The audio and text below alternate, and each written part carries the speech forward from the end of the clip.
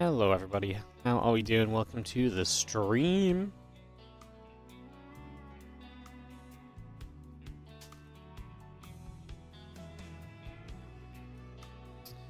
Hello.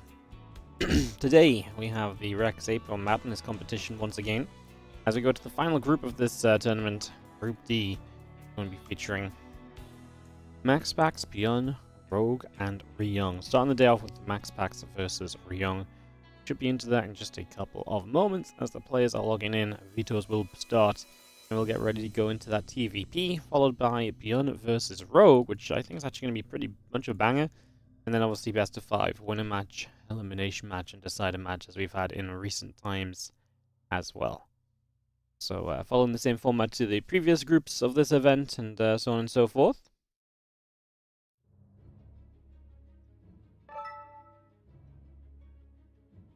And yeah, we will be off and away very shortly, guys. Just getting ourselves set to go into some action. Hey, what's up, Blagia? Thank you so much for the Prime sub to start the day off. I've not even done any selling out yet.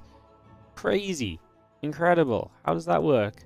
Not even sold out and the subs pour on in. Thanks so much. Genuinely appreciate it. Hope you're doing great. And thank you so very much for that Prime. I really do appreciate it, as everyone's just joined the party, so just could be a couple of moments and we should be able to get some progress made towards getting towards this first match of the day, TVP between Ryong and MaxPax. Like I say, it is going to be best of 3 to start. The first 2 matches today are best of 3, and after those first 2 matches we will have the rest of the games being best of 5. So that's how the day works. What's up, Dell? You love the shirt? Yeah, the shirt's it's fun, for sure. It's one of my favorite shirts. One of my go-to, like, trying to put something like a little nicer around, something a little, you know, not really fancy, but like something a bit different. It's one of my go-tos at the moment. I like it a lot.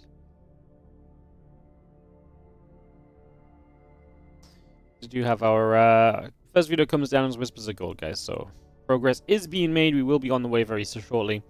Kicking off into the action today for the Rex April Madness Group D. I've been looking forward to this group. I think it's really fun. I think Rogue's playing so well recently. Really looking forward to see how this goes down. Obviously, Byun we saw just advancing yesterday through the WardiTV Spring Championship group, so he will make round of 8 there. And then, yeah, and then obviously we'll see if MaxPax can, obviously we expect him to dominate. And then obviously on top of MaxPax we've got Ryong, who there's always a little bit of a dark horse, and I feel like if he gets to play like a TVT or so, that could definitely be the kind of matchup he could maybe surprise people in. It's definitely not a, like, him versus, you know, Ryung versus MaxPax, I think is a little bit of a stretch to be expecting the upset, but I think Ryung versus like a Byun or so, much more doable. So yeah, we'll be kicking off, like I say, in just a few moments, guys, keeping the games rolling once we get started. Hopefully it's just this video process that takes a little while. Certain players are a little bit slow at vetoing, so it can take a little bit of time. I really like Hostum's idea of every second you take to veto over 90 seconds is comes off as a percentage of your prize money earned at the end of the event. I really think that would be a stellar idea to get people to actually just drop their vetoes in that little bit speedier, you know, that little bit more quickly.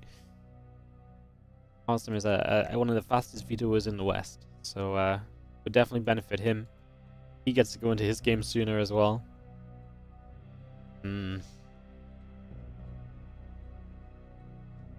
Yes, guys, we will be underway in just a few.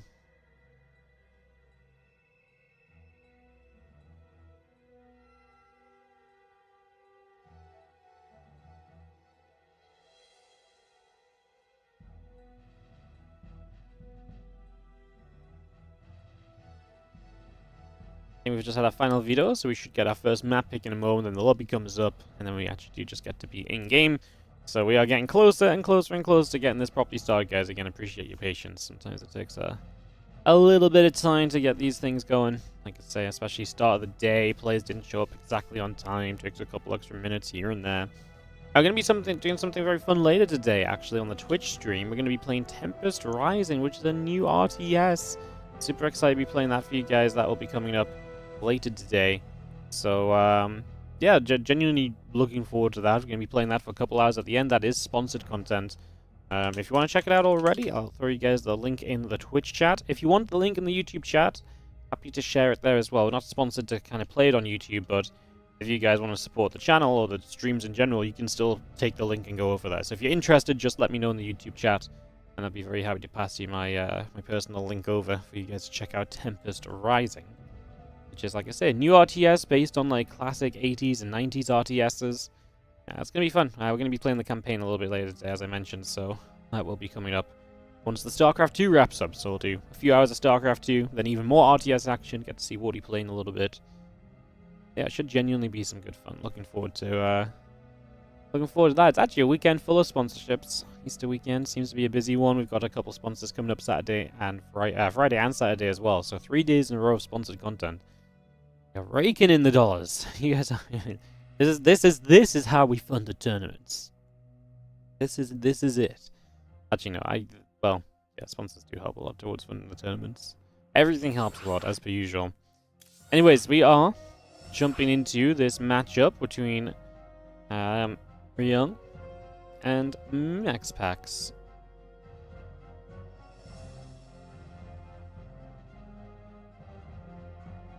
As we'll just have our first map going to be Starchild, which is an interesting one. This one doesn't usually get picked so much or so often, so this one genuinely is a little bit of a different choice, I would say.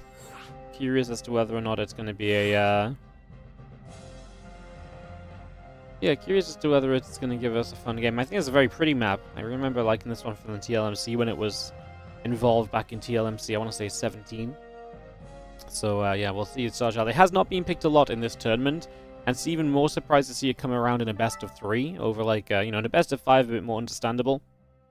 But I'm very surprised to see it come up in a best of 3. So, wondering if the players have anything in particular planned or thought out for this map as well.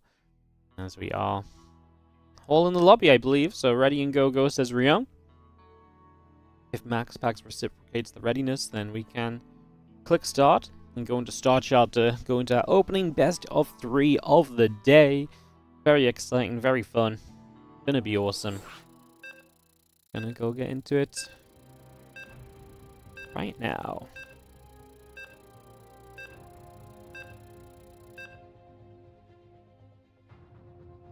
GLHF is called.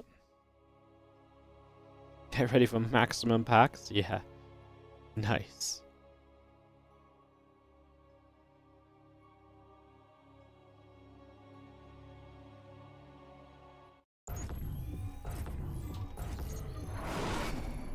In the top right-hand corner. Let's get into some StarCraft 2 today, guys. We are going to start things off with the blue Protoss.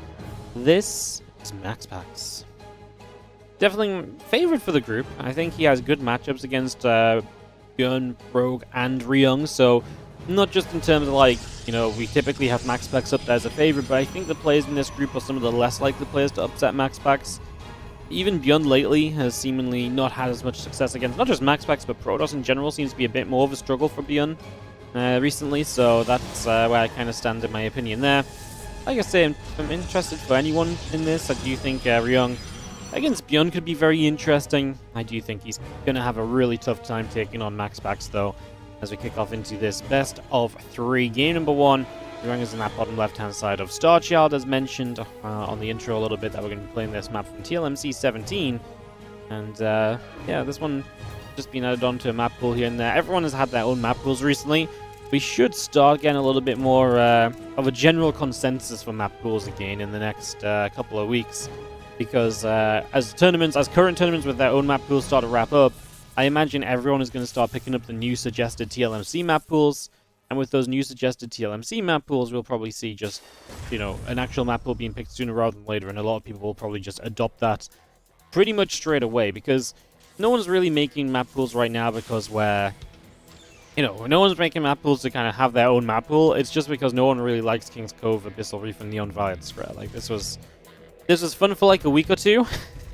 the old maps making it back was kind of fun for a moment, but it really was not fun for the long term. So everyone was just trying to pick around. Obviously, we didn't know if we were going to get a new map pool anytime soon. Obviously, now it seems like we might, so we'll probably have more standardized map pools again shortly.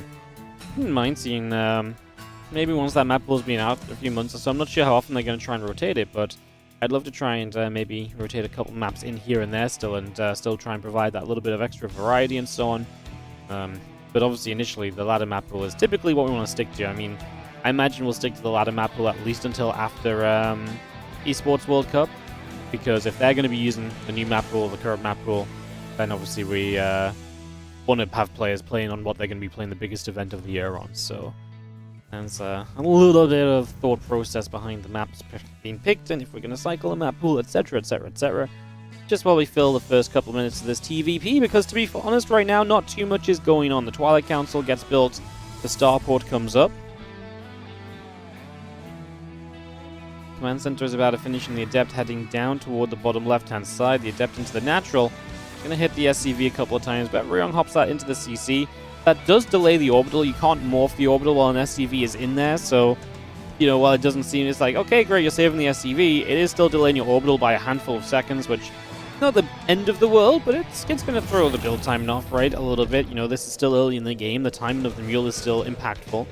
So, you know, we're talking about a couple of seconds here and there, but a lot of the time that is what you talk about early on in the game of StarCraft 2. A couple of seconds here and there oftentimes goes a long way. Once again, the blink coming up, the warp gate coming through, the Medevac and Marines gathering, a Widow Mine in production is halfway done as well. We just have the mule dropping down for now.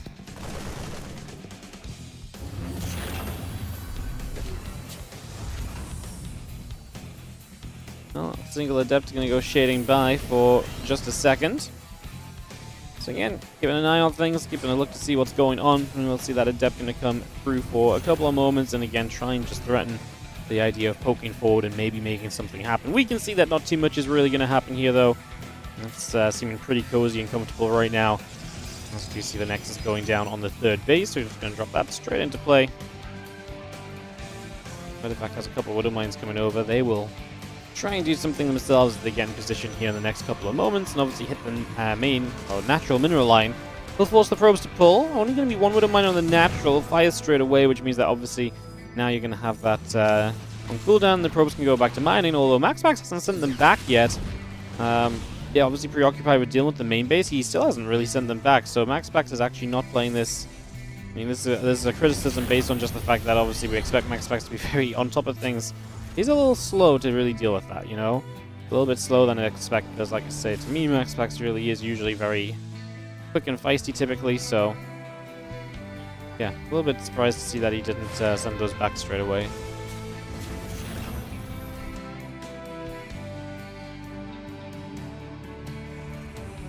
Charge building, forge on the way up, extra gates coming through. Just gonna have that bunker finishing, the engineering base still coming online. Add on a siege tank and a few marines, and the stim pack as well. And Ryong gets all of that readying as the charge will be completing shortly. And gives MaxPax the next stage of this game. We're only just now really going to start seeing the Blink Stalkers taken to the map and poking about to try and find some damage here or there. She cancels up the tech lab straight away, so a little bit of a noise with the Stalkers for now. As the couple of racks will continue to build add-ons, and gateways just coming up at home from MaxPax as these Stalkers actually get beaten down by the tanks a little bit. The auto turret very nearly got the sentry. A couple of probes go down too, so not a bad auto turret at all. Going to be pretty happy with the result of that one. As we now just have again +1 charge continue to come online. The extra gates coming up, probes, and an observer added to.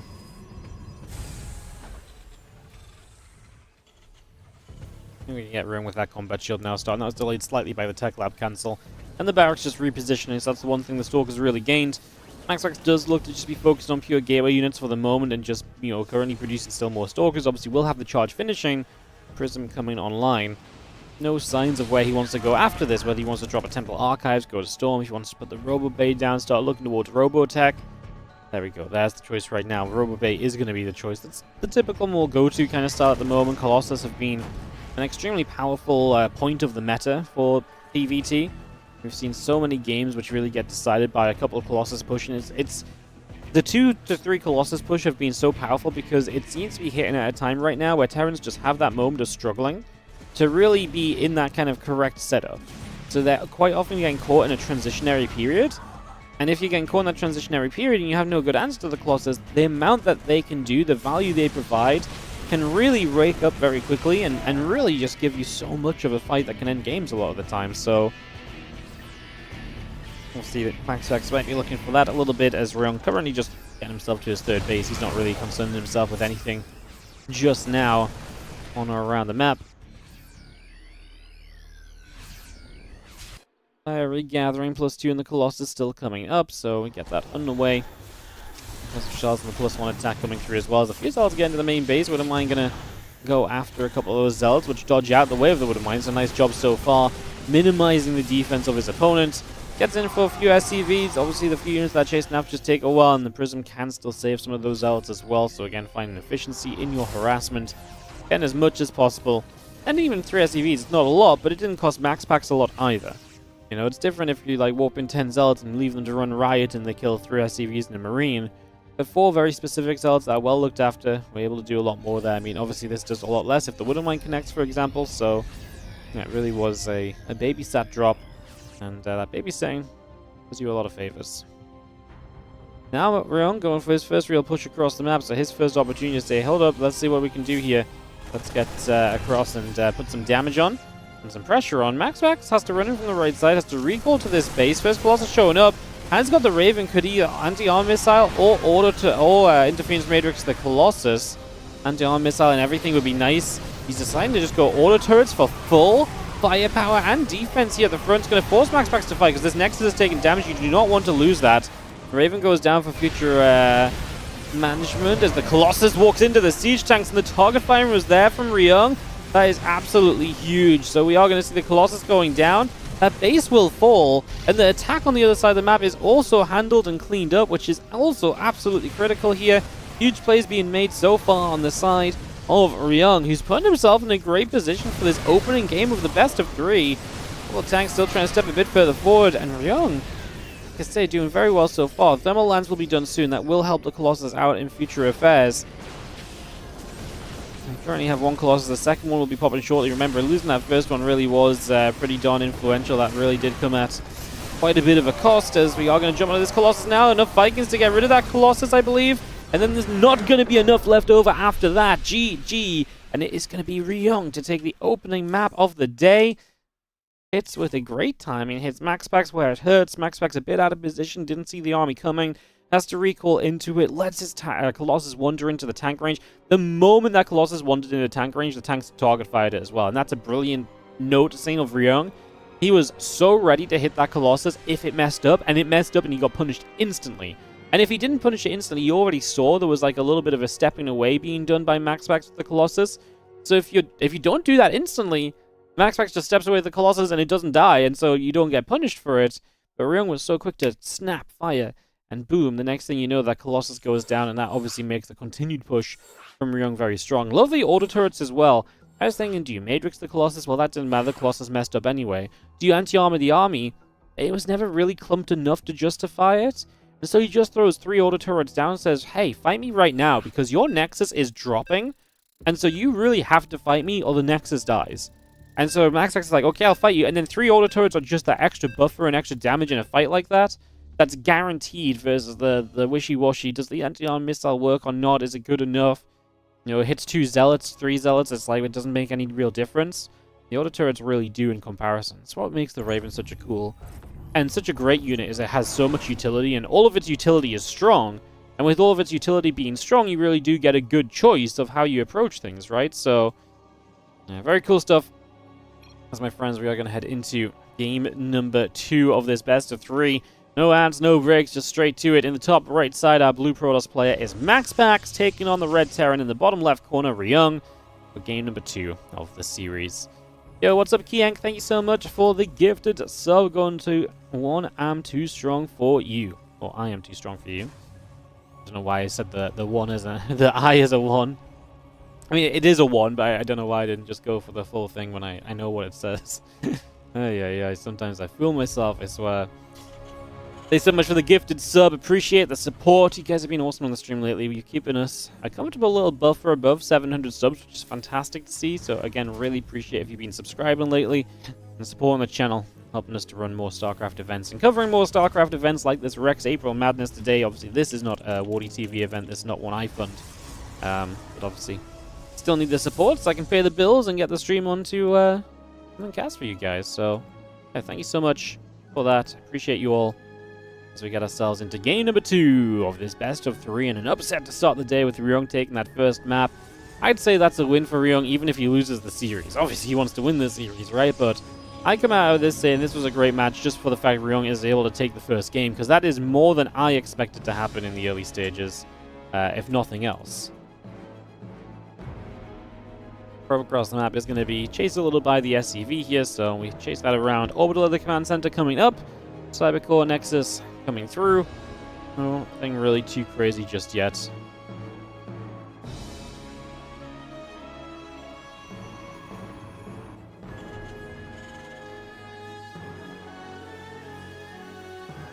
I feel like MaxPax has had a little bit of a difficulty lately as well. He is still typically consistent against the majority of players, but he has struggled a little bit more against Clem, a little bit more against Hero. So while he's obviously absolutely still up there, I feel like he's definitely having a few more struggles than we're used to seeing MaxPax having. Obviously, we hold MaxPax to one of the highest standards in StarCraft 2 because he's shown us that he can be held to that highest standard in online tournaments at the very least. So, you know, saying that he's, dropping him out to Ryung is not the craziest thing. Ryung is good, right? He's a strong player. He's a solid player. He's been doing this a long time. He knows all the tricks and bits, and, he has good games as well. So it's not the craziest thing, but I feel like just in combination with having seen MaxPax not be as dominant lately, I'm a little bit like, ooh. I'm that guy that's about to go to our StarCraft right now. I'm like, is MaxPax in a slum? Is MaxPax washed? Because, and it's completely unrealistic, really. I just feel like there's a few supporting pieces of evidence. He's probably going to come back and still win this group, to be honest. But I don't know. Let's go Ryung. Let's see if we can get an upset. Let's just have our starport. We're going to swap to that tech lab. The barracks is in position. Robo facility and 2 additional gateways coming into play as well.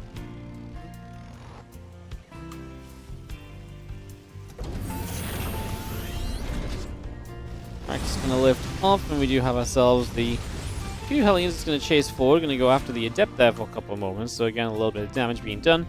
Just to begin with, the factory coming over as well. Poke, Banshee, Marines continue to build up. Our Hellions going to be there still hitting the Adept.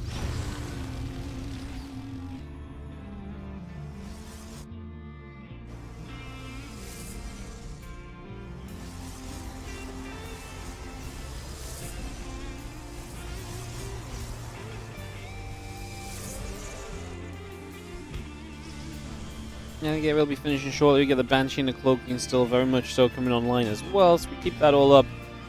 Keep that running.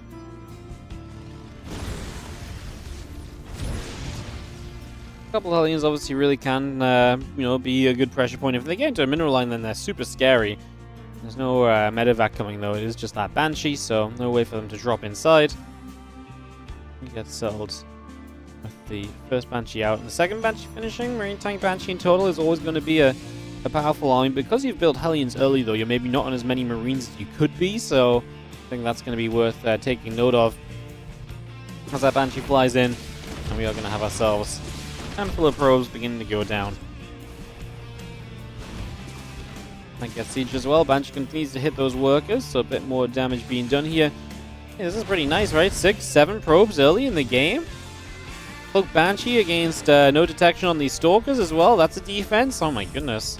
Marine step up. Obviously, MaxPax will just try and get some workers there across the map, so we'll come straight through with this as he gets 4 SCVs in total, which is really not bad. And kind of a little bit of a save because he was clearly taking a lot of damage there and was generally ending up in quite some trouble.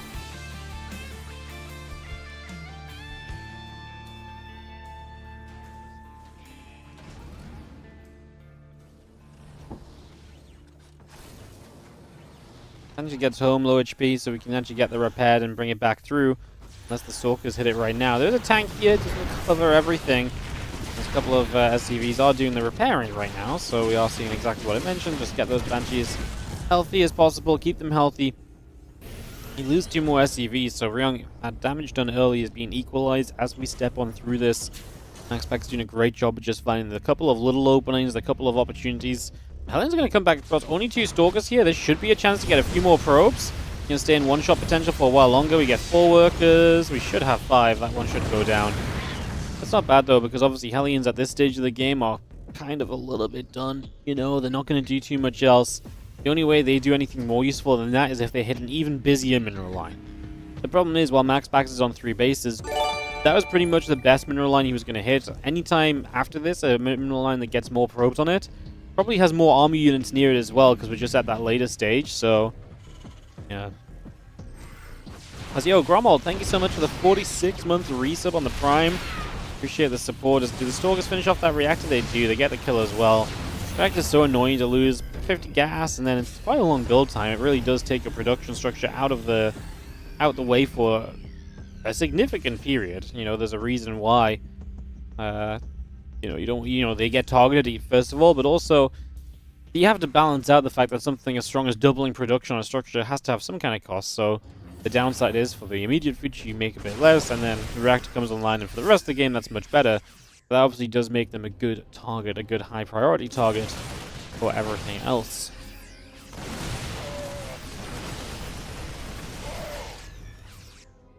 Just stepping over, the few Stalkers get chased about.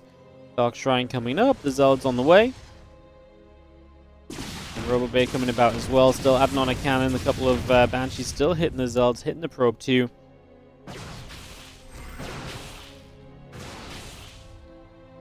Stalkers underneath, Banshees taking shots.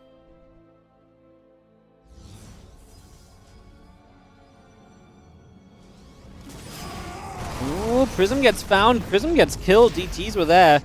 Underneath, not sure if Ryong sees the DTs and knows to kind of try and jump on them right now, but I'm pulling back home. Guess the scan, he does see it, so he does notice. MaxPax in a little bit of a spicy position, no? Another DT here gets caught as well, so the Prism and DT's down. Zealot Stalker shows up on the 3rd base, and the Stalkers go to try and get rid of the missile turret. That's obviously useful considering the fact we've got DTs available. So try and get rid of that missile turret, force a new one to be built here. If Ryung doesn't notice it, then that's obviously a problem as well that you can capitalize on as MaxPax. MaxPax's army looking reasonable too. Heading in just Colossus now, moving away from just this being Zealot Stalker. The 1 DT, Ryung notices as well, notices his army got nudged a little bit there, so may have just seen the shimmer, may have noticed the nudging. Either way, it's enough to pick up on the fact that the DT is there. It goes down immediately.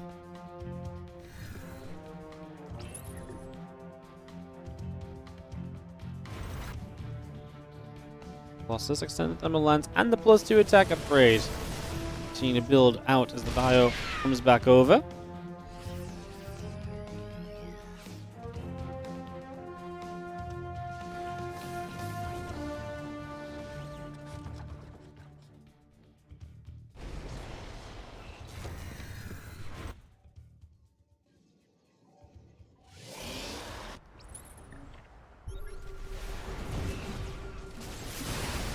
I'm going to stim, a couple of those Zealots begin to go down. Just going to see the Vikings gathering up. The Zealot going to get on top of the siege tank for a couple of moments as well. Not a big deal, but Ryong is pushing across the map. He's trying to get himself into position onto the other side, so away he goes in an attempt here to make that work out. Zealot's already counterattacking. The problem is he's being held up. MaxPax is forcing him to siege before he reaches a base, and like I say, with counterattacks across the map, Ryong's in trouble. The entire 3rd mineral line has evacuated here, so your economy is truly in a little bit of shambles, all things considered. As MaxPax actually just going to take this fight. A few Marauders might try and chase the Colossus down, though. We might need a few more Zealots to help. Colossus will drop. Both players' supply going to fall fairly much so in unison. 125 to 130. Just obviously got to be concerned that MaxPax already has that 4th base up, while Ryong, having the 4th base would be fine. Is the fact that Ryong has also evacuated the 3rd for a significant period, so that's a huge dip in income. That's going to be a big favoring over toward MaxPax. You can see that income graph there really does tell you that tale of just how one-sided that is over those last couple of minutes. So definitely a problem for Ryung that he needs to try and approach in the near future. Shadow Strike coming up, +3, +1 coming through. The bio still gathering. The Widowmine joining up as well.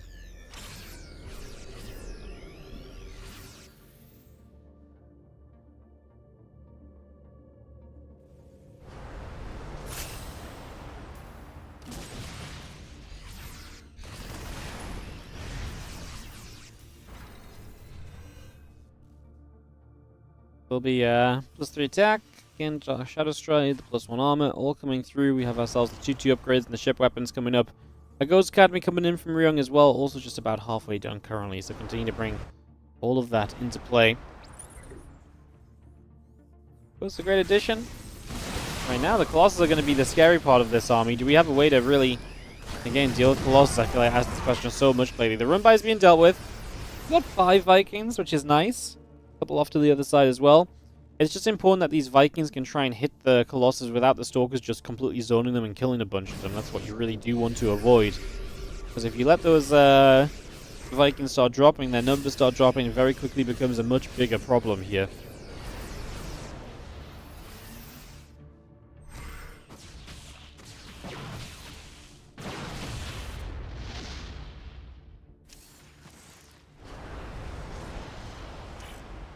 Two ship weapons then. Obviously upgrades getting better for Ryong. Will he be on an upgrade lead when those upgrades finish, but does he get a chance to actually get to the upgrades finishing? Might be the better question. Bunker going down, so this third base becomes more open to attack, and now we're going to swing the top side with the Zealot run by. And there's going to be less defense on the natural, or we could just flank this army. I feel like you've got a bit of a choice here as to what you would like to do. Not necessarily right or wrong. The first Colossus there, very close to going down. The SCVs are falling again. That is the mineral line of the natural under some heavy fire as we peel back over there as Ryung to come and deal with this. But again, MaxPax is now on 5 bases. If Ryung doesn't break out of this quickly and get that 4th base established, this game is going to get out of reach for him very, very soon. So he needs to be very proactive right now, I would say, Ryung, and improving his position. And like I say, getting that 4th base especially, that needs to go up. You can't let that be denied. That's the kind of thing which MaxPax will capitalize on because, like I say, his base count is already great. Ryung could really do with just a drop across the map as well, but obviously he's being kept very busy and pinned back here, so it's understandable why he's not being able to find that opportunity.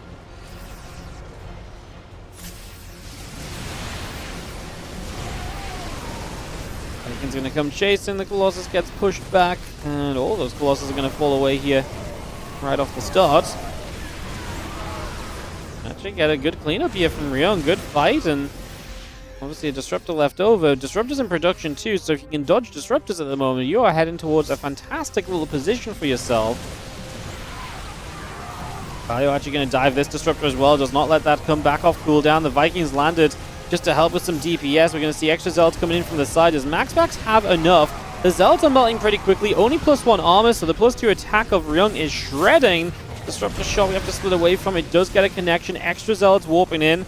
The cannon going down, so the stack defense dropping as well. Can Ryung break this base? Breaking one of these bases here would be absolutely monumental to him in this game, especially as he gets his own 4th set up. If he was able to knock MaxPax down to just 4 bases, this game gets equalized in a pretty crazy manner. As Ryung, 164 to 140 supply, is leading right now with what was a pretty huge army supply advantage specifically. Gets closed down a little bit just because MaxPax is able to afford a lot of warp-ins, and he warps in a lot of Zealots to, like I say, close that distance between the two players for now. Stem up, Zealot Stalker's getting chased. Disruptor shot lands just on a Marauder.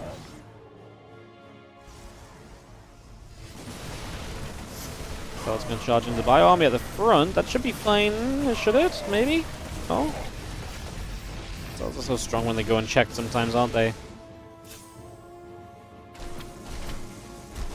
And problems for Ryung is going to be the economy, right? As the bigger fight actually starting to break out over here as well.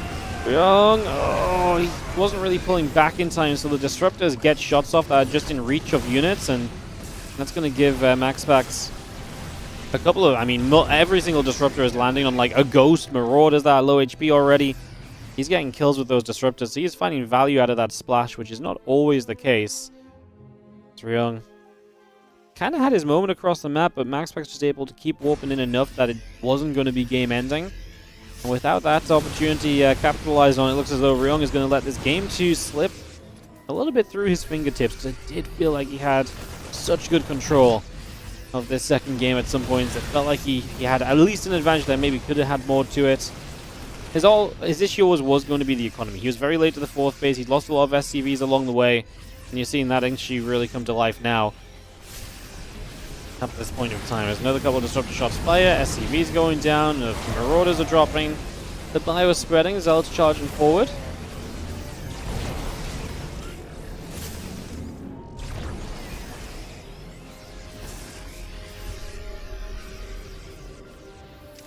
9 SCVs do go down.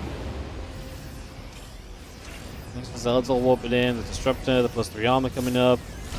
Another Disruptor shot comes through. Oh, that's a beautiful one. Hits both those Wood Mines that were spread. That was perfect Disruptor positioning. Nicely done, MaxPax, who is, at this point, clearly very comfortably set. The Planetary Fortress will not last long enough. Another Disruptor shot or two. We'll just continue to zone units away down that bottom side.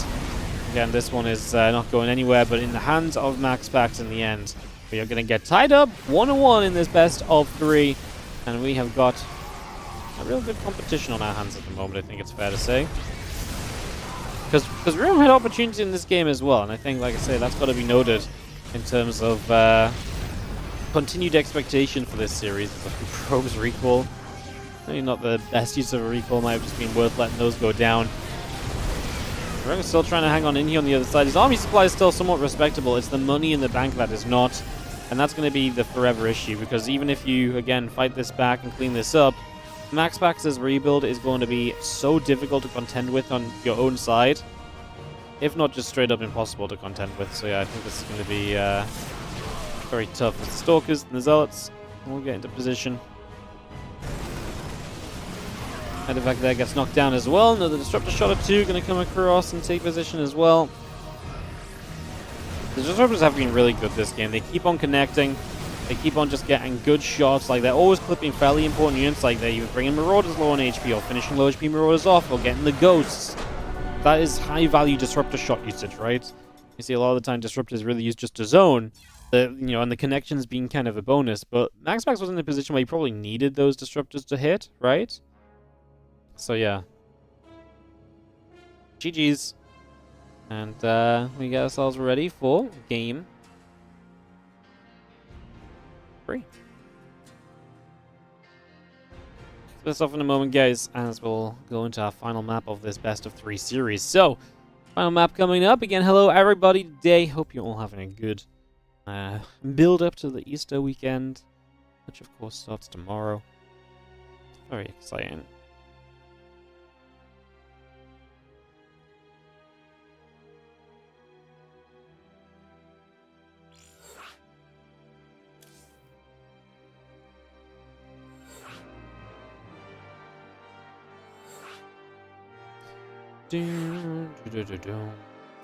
I'm going to be going into Killers a Mile as I get ready to go into game 3 of the series. Ryung really is a great player for not being crazy fast. Yeah, I really enjoy watching Ryung. I love how Ryung definitely has these phases as well, where some days, like, you can tell it's just not there for him, but other days you really get that kind of Ryung magic kind of sparking up again, you know? It's really fun. Again, hope everyone's doing great. Thanks so much for joining us. Just a quick mention, as we have to do, obviously, if you're on the YouTube channel, oh yes, it is that time of day. We're gonna do it together, okay? So you guys,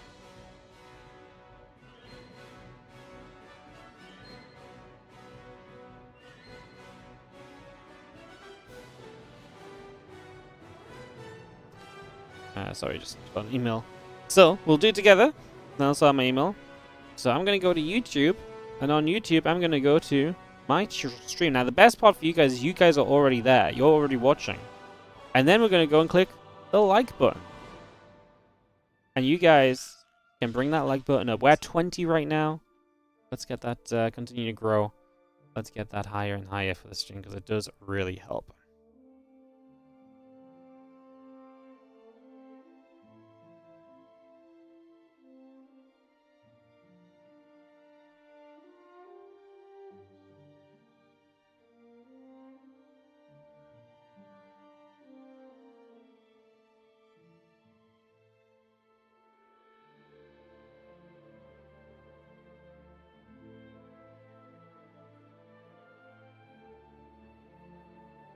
Let's just wait a second. One second, guys. I need to figure out where this email reply is.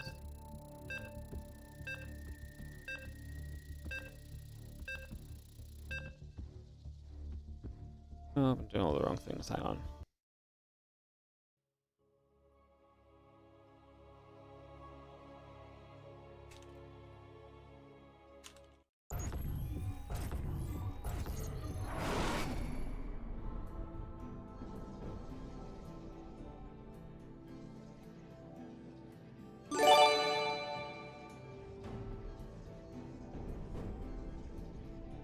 Alright, Ega ZA, thank you so much for the Prime sub. Appreciate it. Hell yeah, thank you so much for priming us up as we get ourselves ready to go into game number 3. Took a moment or two for the players. As we are now having both of them ready to rumble. Let's get this going with MaxPax in the upper right-hand side, while in the bottom left we have the Red Terran player, Ryung. Again, thank you, Aegis, for the Prime. Appreciate it. Thanks for streaming. No worries. Thank you so much for watching. Thank you so much for supporting. Thank you so much for taking a second to hit the like button as well. Like I say, it really does help. I know it gets repetitive day after day. Same old thing, but like I say, it really does go a long way to helping. So thank you so much. It's greatly appreciated, and hopefully we can keep on growing the YouTube stream, and just the YouTube in general. It's been great to see the YouTube become such a well-utilized place. I see a lot of it's interesting because I see a lot of I see a lot of people streaming that obviously with the multi-streaming thing now allowed, a lot of people started multi-streaming to YouTube, and a lot of people that multi-stream really just don't get the viewership on YouTube at all, even if they've had successful YouTube channels and so on. It's really nice to see, viewership that really, counts for something on the YouTube channel. Really is genuinely very decent viewership. It's really great to see, so thank you so much for that support. Really appreciate it, guys. As the probe nibbling around, trying to get a little bit of damage done initially, so just a few shots off here and there.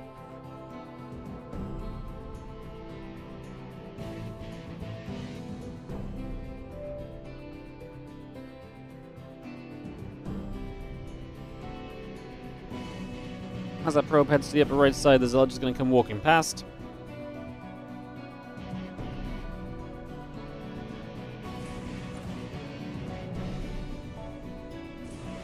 Again, Adept in the Warp Gate coming up. The next is on the way, the factory coming through on the side of Ryung. We're out on a bunker in the command center as well, so continue to bring that straight on through. And that Reaper turning back over to the other side as well. It's just going to come journeying across. Yeah, what's up, Najib2? Thank you so much for the 5-month resub using the Prime as well. Appreciate it. Thank you so much. You gave me a like, you hate signing in, so you hope I appreciate how much you care. I do. Thank you so much for taking the effort to sign in. As this Adept is signing into work. 3 SCVs killed. On the other side, look at all these other SCVs that are running around. Oh my goodness, Adept in the main, and this is bad. 4th SCV kill, and it's all gone wrong for Ryong. Oh no. Super and the Marine just died. The SCVs finally get a surround. There's gonna be 1 more kill. But look how much, I mean, this is obviously so early in the game as well, and that's the problem, right? Is that when this happens early in the game, you're taking a very significant amount of damage in terms of your overall economy being slowed down massively, and this is going to be nigh on devastating, quite frankly. I mean, this is bad for Ryung. It's going to be a shame, isn't it? Because I feel like after a really cool first couple of games, this one's just going to be kind of decided early. MaxPax has got himself the 2 extra gates coming in. When the blink kicks in, I feel like he's going to see a lot of opportunities because Ryung has been so thrown off in the early stages. An absolute spot-on defense, even against 3 gates of Blink Stalker, is going to be very difficult to come by. And so I think he's going to get hit hard in the face because of it. And like I said, I think this might become a most one-sided game in the series, which is a little sad because, well, the rest of the day just wasn't necessarily like that, right? So, yeah. Alien pulls back in toward the natural. Blink in the Prism still coming up as well. A couple of barracks, SCVs, tank, Marines also being added on for the moment.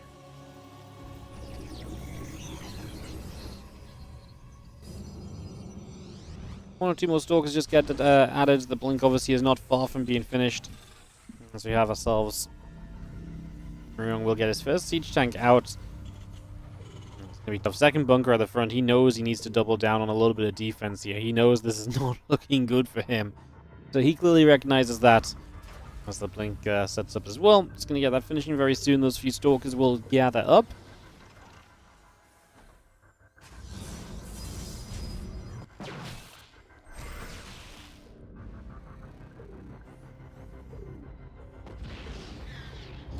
It cancels that bunker as the Stalkers do blink into the main. We're going to start stepping toward the siege tank, but That's actually not going to be such a great idea in MaxPax. Yeah, kills 4 SCVs, but maybe wasn't the prettiest of attacks that we've ever seen from him, so...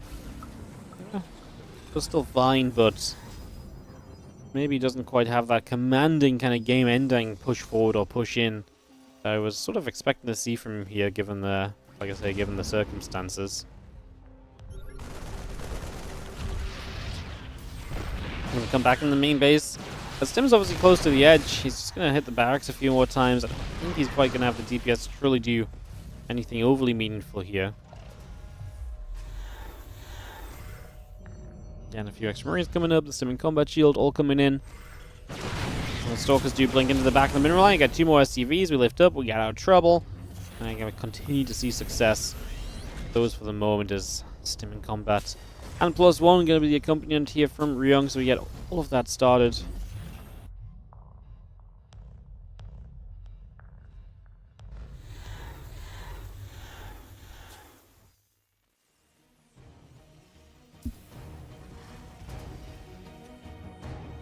So as we chill on the low ground, we do have our SCVs going to take a couple more shots. Tank firing, another SCV going down, 3 workers. We actually lose only 1 Stalker. I thought we were about to lose that second one as well, so I was about like, there we go, we're getting another Stalker loss, but even that's not quite the case. 20 worker lead from MaxPax, 3 base setup, Robot Bay now on the way through, already finishing the extra gateways, plus that charge upgrade, +1 well on the way. Also, he really is set up very nicely across the board currently as Marine Tank will step through, and the Stalker's just going to get pushed away. The combat shields will be finishing very soon as well.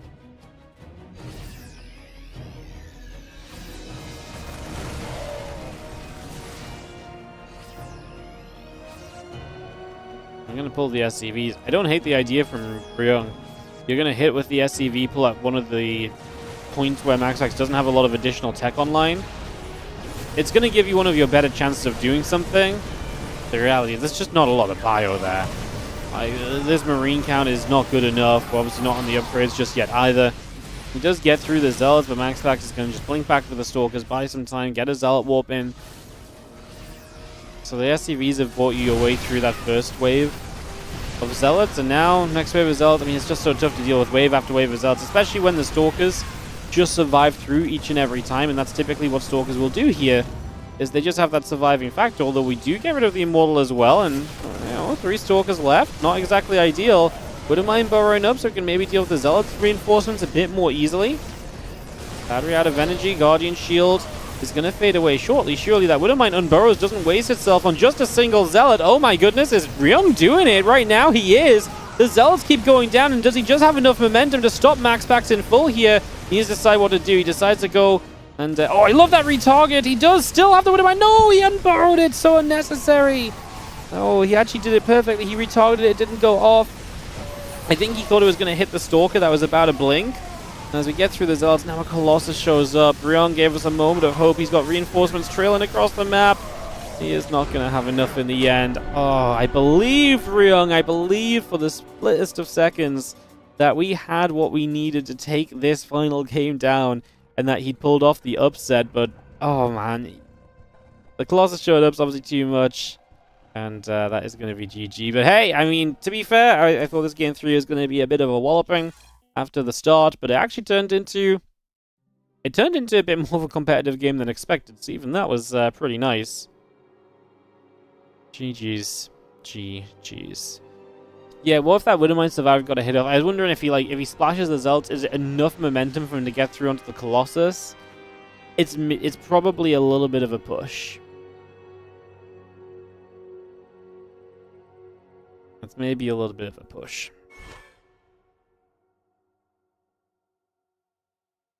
Alright guys, good try. I'm going to swap on over to Korea because Byun versus Rogue is coming up next. That's going to be a banger.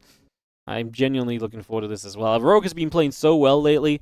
His ZVT's been really fun to witness, so super excited for Byun Rogue best of 3 as our second series of today. Let me just go and send this to somebody quickly.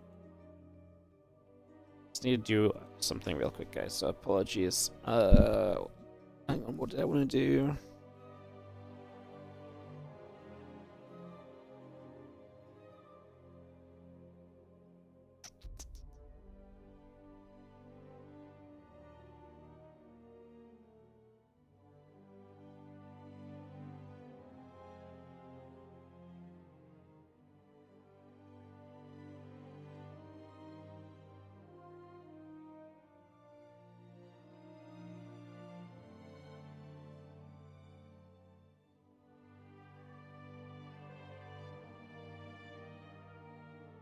Cool.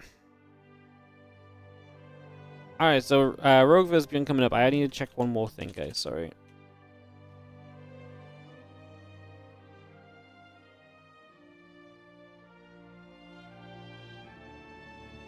That's while we're between games. Let me get this sorted out.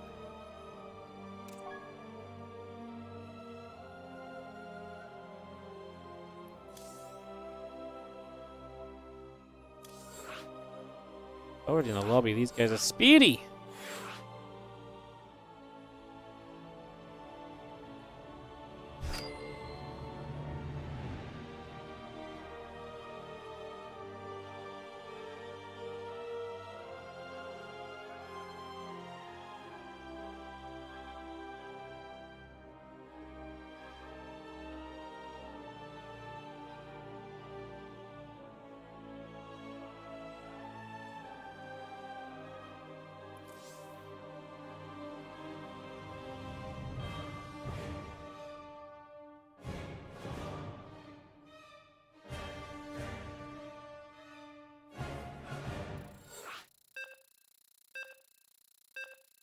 Cool.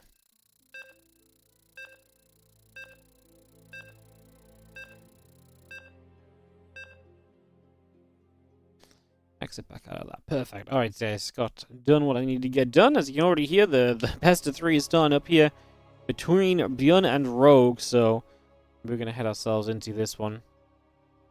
Why GG from Ryung? Because he had no army. Like, he was all in. He pulled STVs. He had to win that fight, and the moment he didn't even get close to killing the Colossus, it was over already. And in the top right-hand side, we will be starting the day off. Well, not the day, but this series. The day on Korea off, I guess. With the blue zerg player in the top right corner of the map. This is Rogue. He's opening up in this best of 3 against the red Terran in the bottom left corner, Byun. And this is another best of 3, and then after this, guys, we'll be heading into a best of 5 winners match, a best of 5 elimination match, and the best of 5 decider match. So best of 3 and 3 more best of 5s to go StarCraft 2-wise today. And then, if you're an RTS fan, we're going to be checking out Tempest Rising's campaign. That's a new RTS that's just releasing early access starting today, or not early access as in like actual early access, but like you can play the game 7 days early with the deluxe edition today. And then we can play it properly in 7 days if you are just going to purchase it regularly. So that is coming up today. We'll be doing that at the end of the StarCraft 2. So it's a full-on RTS kind of day, though. You know, sometimes when you do the sponsors, they're not always RTS related, right? But today, like I say, today is a proper RTS day. So a proper RTS day. Don't you just love to hear it? Hell yeah. Hell yeah. Game number 1 of this best of 3. How does it compare to Stormgate? I've got no idea. I've not played it yet. I haven't really played much Stormgate either, at least recently either, to be fair. So yeah, I don't actually know. It'll be fun to figure it out together, I would presume. And if it's not fun to figure out together, then I'm gonna be sad because I'm looking forward to playing it. What's the new RTS game called? Tempest Rising. I'll give you the link in the chat if you want to go check it out. If you are interested, go through the link because there is a Wardy specific link, so they see that you go through me, and obviously that means that they can look at it and be like, whoa, it's really worth sponsoring this guy, and then they sponsor us for more stuff in the future, and then we get more and then we get more money. And you know what we do with more money, guys? That's right, we start working on the down payment for the 4th WardiTV yacht party. No, I mean we put more StarCraft 2 tournaments on. Yes, we do more StarCraft 2 tournaments, so yes. I love that. Maybe I'm going to shoot a few times. A couple of spores are going to get placed. The queen going to come around. Just like the pay to get early access thing they're doing. Unfortunately, that's just every game nowadays, no? Pretty much everything is you can pay extra money to access the game earlier. I like it. I feel like every game. Not every game, obviously, but like this is just becoming a very agreed upon thing in the very agreed upon thing in the world of gaming, it seems.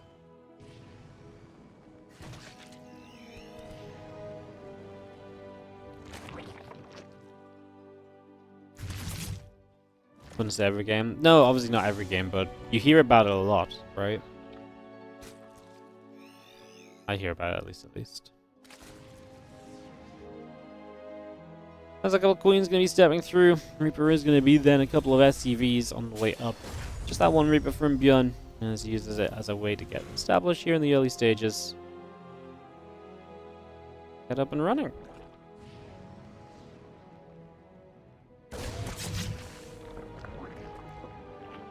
Not something to be encouraged. I think the problem is that if it didn't work, people would just, you know, they wouldn't do it. The problem is some people pay for it. It's the same as advertising, right? People hate ads, but unfortunately ads work. So you can hate them, but they work. So you're gonna keep on seeing ads, right? Like that's kind of the duality of man in a way. Some people will hate it, but it's effective, and hence here we are. I'm interested in turn-based strategy games as well. Honestly, I don't play a lot of games in general. Sometimes I enjoy some turn-based strategy stuff, though. It really depends. My problem is I really struggle to play a lot of single-player games. Like, I'm not a single-player campaign kind of guy usually. Like, you know, because usually what happens when I play a game is I'll play it for like 2 or 3 hours. I'm like, oh, cool, this is how this game works. And then I'll go back to the next day and play for an hour. I'm like, okay, it's more kind of doing the same of how the game works, so but you get like an extra tool or so here and there. And then I'm very content to the point where I'm like, I don't really feel like I need to go back to that. Like, I saw what that game was about. The story, you know, stories don't really grip me or keep me going back either, so it's very rare that I finish a game. I can't even think of the last game that I finished, honestly.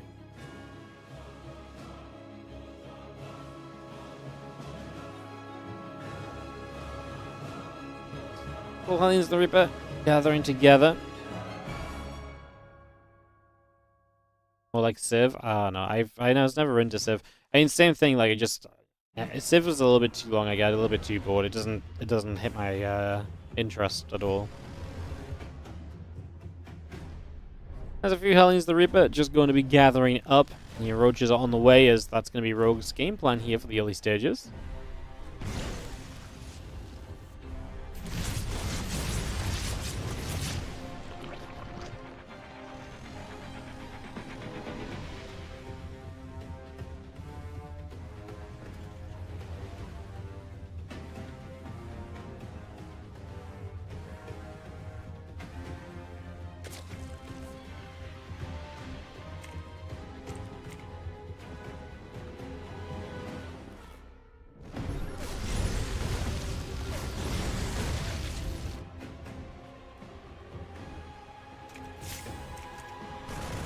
I'm just going to stem up over that right side. Hatch going to take some damage. The Roach is going to be there. One more missiles and the Roach be continue to come about.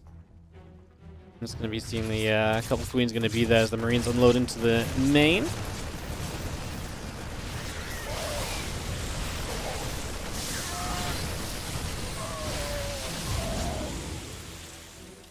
Nice drop denial from Rogue, who continues to just spam Roaches. He's going to send it off of the 64 drone count, so Byun kind of needs to be ready for that. Let's see how his preparation is going.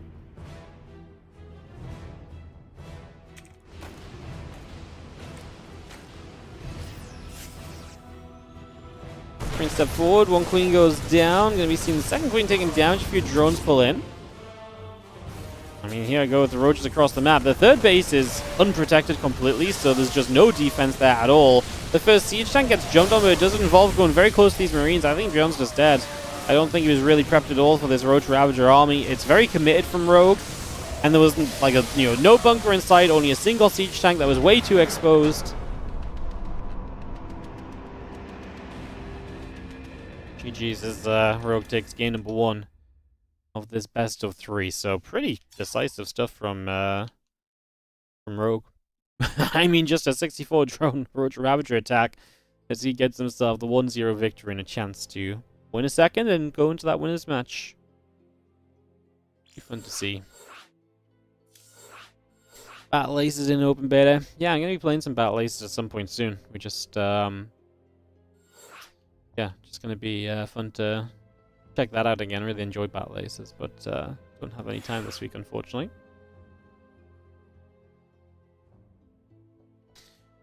Get everyone into this lobby.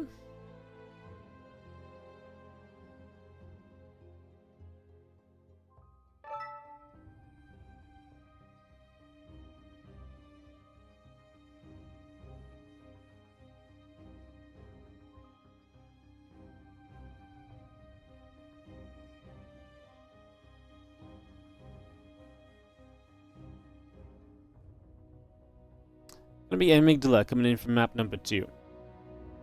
How's wedding planning? Great. Tell the people they want to know. You guys want to know about wedding planning? Yeah, it's expensive. Everything costs money. There's a lot of things you don't think of. Yeah. Is this the answer you're looking for? You get married on the 26th, be prepared for seating chart chaos. Yeah, that's the part we're coming up to. We're about to send out RSVPs and stuff, and keep hearing the seating chart's gonna be crazy, and I'm just like, in my head, I'm like, I'm very good at organizing things, so I'm like, no problem, and I'm sure it's gonna devolve into absolute chaos. So.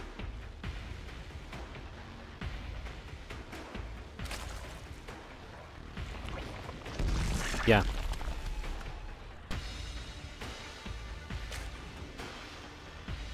Alright, game number 2 of this best of 3. As we have in the bottom left-hand side, our blue Zerg player who is up 1-0. This is Rogue.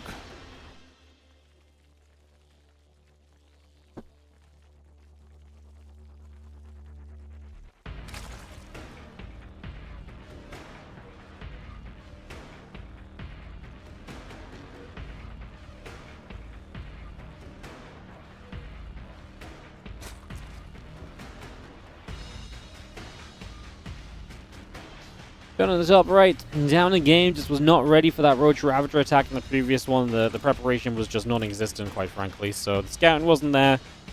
The drop got denied, and he was just the one tank that was there, like I say, was in a very bad position, quite frankly. And like I say, a little bit of a brutal opening game for Byun. Quick way to be down a map, unfortunately for him, but that is the power of the Roach Ravager timing. You got to be very ready to deal with those. You gotta be prepped, otherwise they hit hard.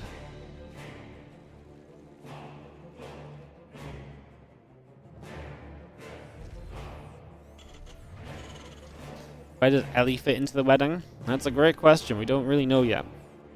She's only allowed to be there for the ceremony. So but the TLDR that probably happens with Ellie is that Ellie shows up. Oh no, Ellie gets dropped off at daycare. Ellie's daycare hopefully comes and drops her off for the ceremony. We then proceed to have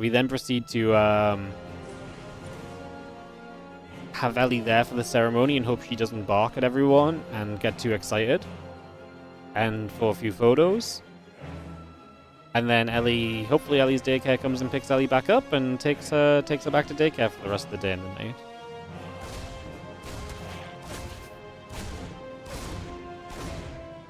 As that Reaper will fire, Ling's going to take some damage. A couple other Lings stepping through as the Reaper continues to step backward for a few moments. So again, doing a reasonable job of that for now. As you have the drones and the Ling speed continuing up. Reaper gets turned around again.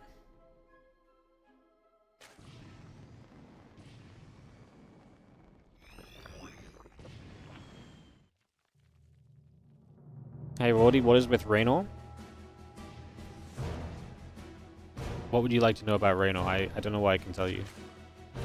He's, I mean, there's been, until the EWC announcement, there's been no reason to play StarCraft 2 if you don't want to play in online cups, so he's not been playing StarCraft 2. So I believe he's starting to ladder a little bit more again now and play a little bit more because obviously EWC is announced, but like I said, as far as I'm aware, he's just been doing his own thing. Like I said, no reason to play the game if you're not going to play the online stuff, right?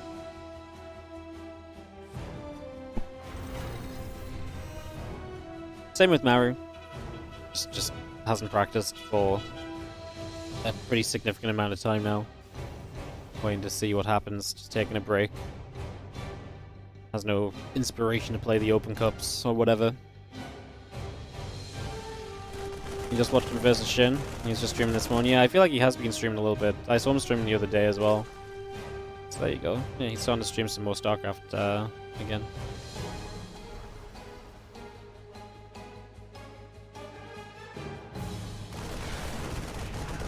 Ryung's gonna get there. The Overlord will go down. A bit of a crap. You're so sad, but you want to play the E regionals, and now you're 16, they're gone. Actually scammed. Oh, that is sad.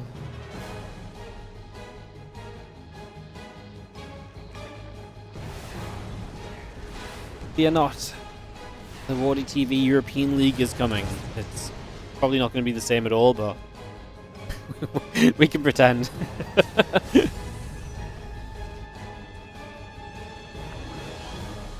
Wouldn't it be better to maintain your skill level? That really depends. Like, that depends on whether you think you can get back to your skill level or not, right? The thing is, Reno will maintain... The thing is, nobody maintains the absolute highest skill level, right? Like, Clem, Hero, are not playing their absolute best StarCraft 2 right now. You know, they haven't been for a while. Because maintaining that absolute upper echelon level is just so difficult. Like, you just don't do that. Typically, players really ramp it up for big events. That's why if you host another tournament around, like, one of the big events, it's really good. It's like why some of the WTL playoffs have been really sick, because some of the WTL playoffs happen just after, like, a World Cup or other things. And then it's like, everyone's, like, really well practiced, and so all the games are super sick. It's just extremely difficult. It's actually part of the reason I think it's really nice to still have a bigger StarCraft 2 tournament, because people will go overtime in prepping. I'm sure if Reynolds starts playing again over the next month, he'll find himself back to that sort of skill level which the others are at right now, and then you kind of ramp it up to try and get as good as you possibly can in time for the biggest one, right? So, yeah, I'm sure it's coming.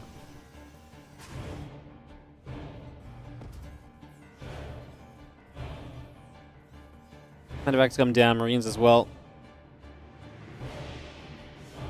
The thing is, as well, is like, it's much more focused practice as well, right? Like, right now, everyone's just kind of playing along, you keep your mechanics up, you try a couple of different builds here and there. But when it comes to the point of, like, you know, an EWC level event, everyone is perfecting things. They're figuring out exactly what sort of openings they want to do. They want exact responses based on tendencies of players at this point in time. They want to break away from tendencies so they're not readable. You know, the scouting gets to be, you know, a whole new level as well that you don't typically see. It's a different level of StarCraft 2. The thing is, as well, is that obviously players need the other players to kind of keep rising up as well. So when everyone has that same purpose and same time frame to be better for, you know, everyone then helps each other get better. Because if you are improving, your opponents will naturally improve as well. So it kind of comes in waves. And obviously it's very easy to actually get to the absolute best you can be when there's much more motivation versus a weekly cup that's going to be here again next week if you screw up this one, you know? So, yeah. StarCraft 2 is, I think, a really fascinating game for that. It really is. Like, you can see it. Like, every year, Katowice... The reason Katowice is so good is because Katowice was always a premier event at the highest of highs. Everyone wanted to win it. No one slacked for that tournament. No one showed up at Katowice as like, oh, yeah... I was a bit out of shape, you know, I hadn't been feeling it recently, so I just thought I'd show up and, you know, be happy with a good group stage. Like, everyone goes to Katowice to win, you know? No one goes to Katowice and thinks, we'll see what happens. So the games are always super freaking good, because everyone's, like, so well practiced. Hero switching up his playstyle completely for EWC was sick, yeah. Exactly, like, it's, that's why the big events are so good in StarCraft 2, because they really have their own... They really do have storylines, and they really do bring the best of players.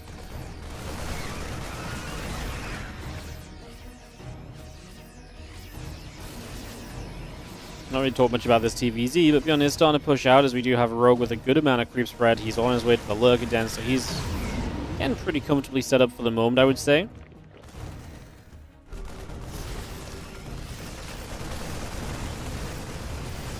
Going to be seeing if he can hold on against this big Byun army. He's going to lose his 5th hatchery pretty easily.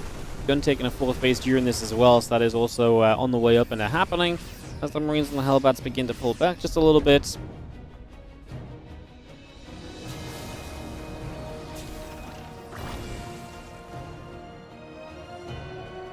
When are EWC qualifiers? We don't know yet. They haven't announced it.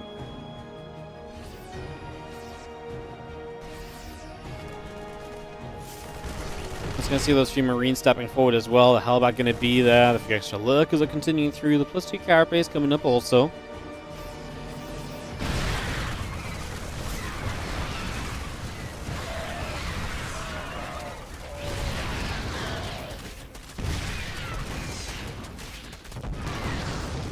Nice little counterattack, getting a little bit of work done as well. Couple of tanks and a couple of Marines going to be there. The Zergling's taking damage also.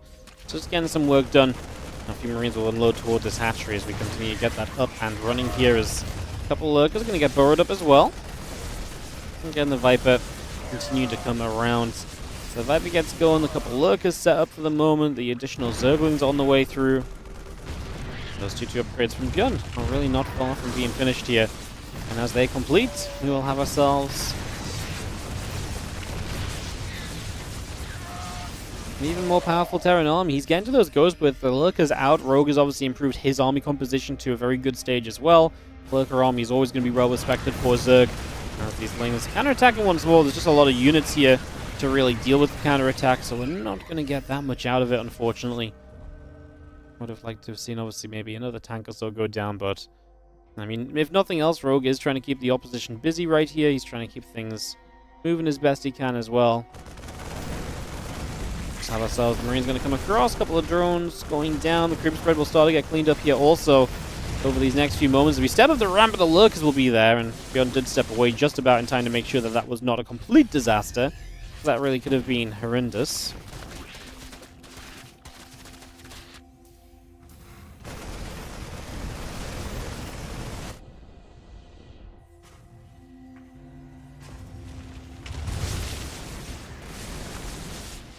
Lurker's going to be hitting those SCVs. Just going to be having the adrenal gland still coming online. Burrow coming up. And plus 3 carapace coming through too. 7 SCVs going down will be it for the moment.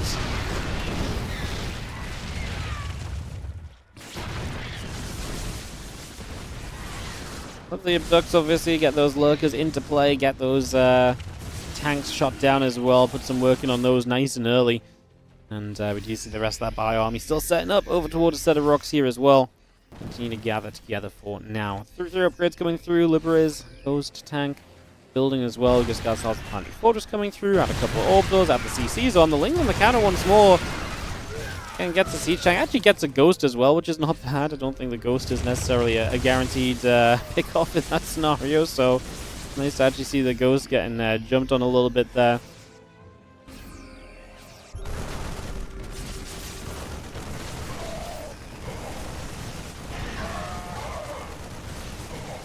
Mines are going to step up as well as they try and be part of this defense. A few Marines try to drop across to the other side, but not going to get very far. The medevac will at least get through, but needs to be careful. Obviously, with Vipers out, the medevac could get abducted into trouble. The Lurkers get burrowed again here. Byun is going to scan again. He's going to keep on trying to fight this. A few Hellbats just from earlier in the front, trying to do some of the tanking, but he's going to lose this fight, especially as reinforcements showed up. He only killed 2 of the Lurkers as well, so not even sure how worth it was for him to really stick around and try to make that into something at the end of the day. We continue the pressure from Rogue, who puts pressure onto that gold base. Would really like Byun's mining to stop on that position if at all possible. He is hitting a few SCVs from afar, but the tanks come forward as well, and they will be able to siege out the Lurkers. And so for the moment, we have to back this up, and it might just be worth looking elsewhere, because a lot of defense is put on this gold right now.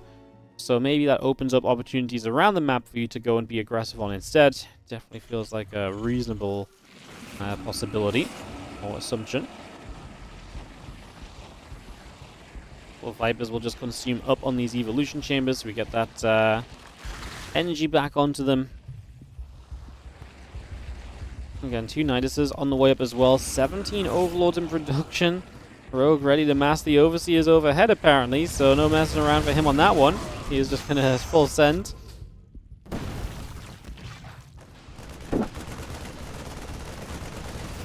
The Marines is going to set in this mineral line, but they just about pick up. I thought the Banes were going to connect, but he saves them, so again, just being annoying as possible. And there's Niduses coming about. A couple spores are going to spread over. They're going to try and see what they can get to as well.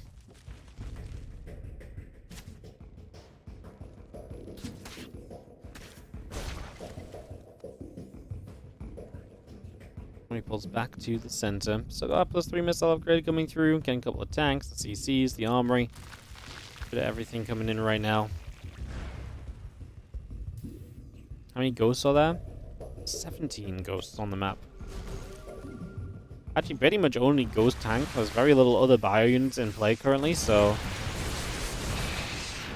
it's an interesting comp as we do have the Overseer mass sitting here. The Rogue Special.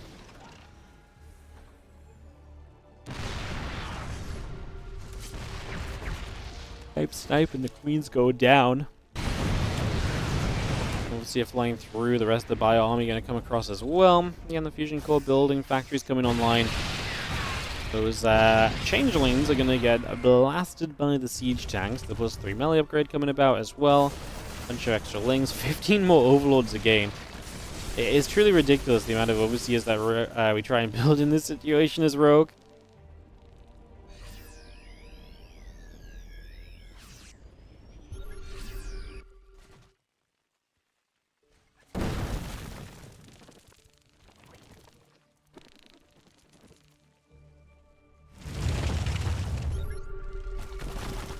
Rogue's slowly just taking over the map, but obviously Byun likes these positions a lot of the time. He gets in these positions a good amount, where you basically just set up across the board with, you got a lot of bases, you're playing very defensively, you're not going to give a lot of opportunity to your opponent. So that is a lot of what we're seeing right now is, you see our Lurkers and our Bane's going to come across over the other side here, so they're already going to come running in there looking for their first chance to maybe make something happen at the moment, as we just have ourselves. Again, still the advanced ballistics and so coming through, so we're going to continue to double down on the Liberators currently. Goat's going to go after the hatchery. Let's continue to put some work in. The Ling's going to come across, and they're going to get a wraparound on those ghosts.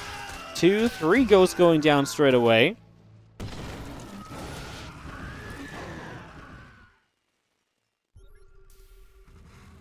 Why so many overseers? It's very hard to snipe lurkers if you have overseers over the top of all of them. And you can send waves of changelings forward, which can be just a little nuisance as well. So yeah, it basically protects your army from being clicked by the spellcasters, which specifically need to click specific units, aka the ghosts sniping specific units. It just makes their life difficult.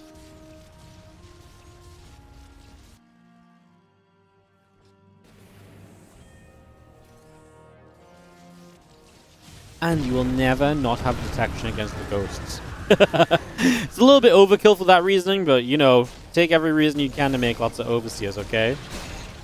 Ghost stepping up, the Nidus network will go down in the back. Just going to see that cleaned up here already. You have our Banes and Lings just going to run into this mineral line. SCV is going to get chased away, 4 of them going down. Missile turret dropping as well. Sense tower also falling here.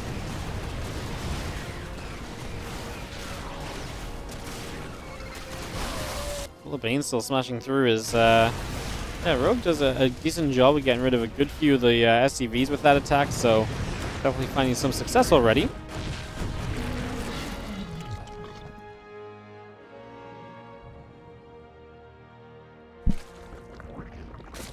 Rogue going to get the double spire started up. I assume because we're seeing a lot of libs, he's going to realize he wants corruptors and upgrades, and he might even make one of these into a greater spire as well, so that if he has a lot of corruptors, eventually he can make a Broodlord switch.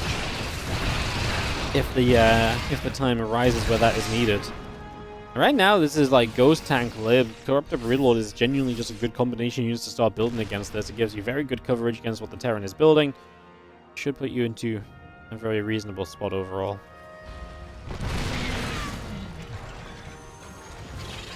Libera siege up again. Keeping an eye on things. Just have ourselves the tank. Gonna go and pick off that Nidus. You're gonna keep on dealing with these Niduses all game long, otherwise you just end up in trouble here as Byun, so can't let those Niduses get out of hand. 100% something you have to, like I say, keep a check on at this point. Good round of snipes, gonna push the Lurkers further back, the Lings, the Bane stepping forward.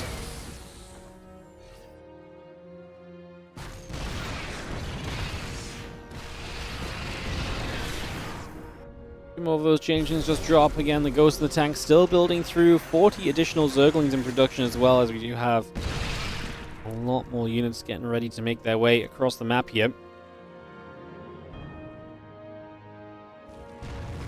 Still just Nidus. It's funny because there's just Liberators on top of these Niduses, so they will kill anything that really comes out of them. Resources lost 14.5k to 19.4. The Overseer mass continues to come overhead. I'm just going to be heading down to the bottom right-hand side.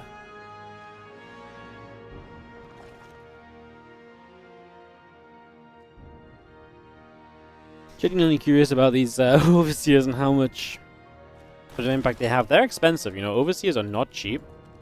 So, like, this is genuinely a very expensive addition that Rogue makes. We've seen it work before. Made it work against Clem on that, oh, what was that map called in the last map pool? That was freaking huge. The one with the in-base blue gold. I'll completely forget, but that map was a game he beat Clem on in a very long game with the Mass Overseer.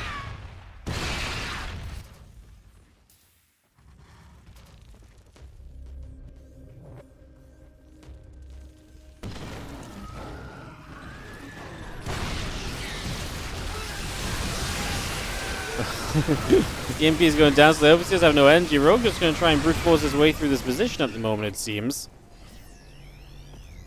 Post-Youth, yes, thank you. Post-Youth, that's exactly the map I'm thinking of. Yeah, that was the map I was thinking of for that game. In case you're wondering, it's 47 Overseers on the map. 47.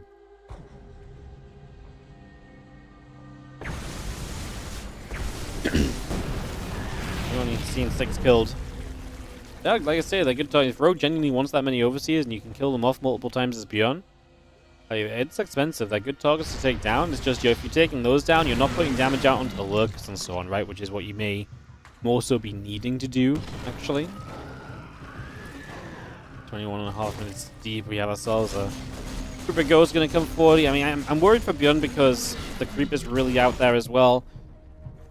So this is a situation that Byun has played out of many a time. He somewhat invited this sort of scenario around as well, remember, because, let's face it, he also just, started to lay off the aggression he set up to just take a ton of base. He didn't try and push even harder just to put close to this. But Byun knew that this was kind of coming at the end of the day.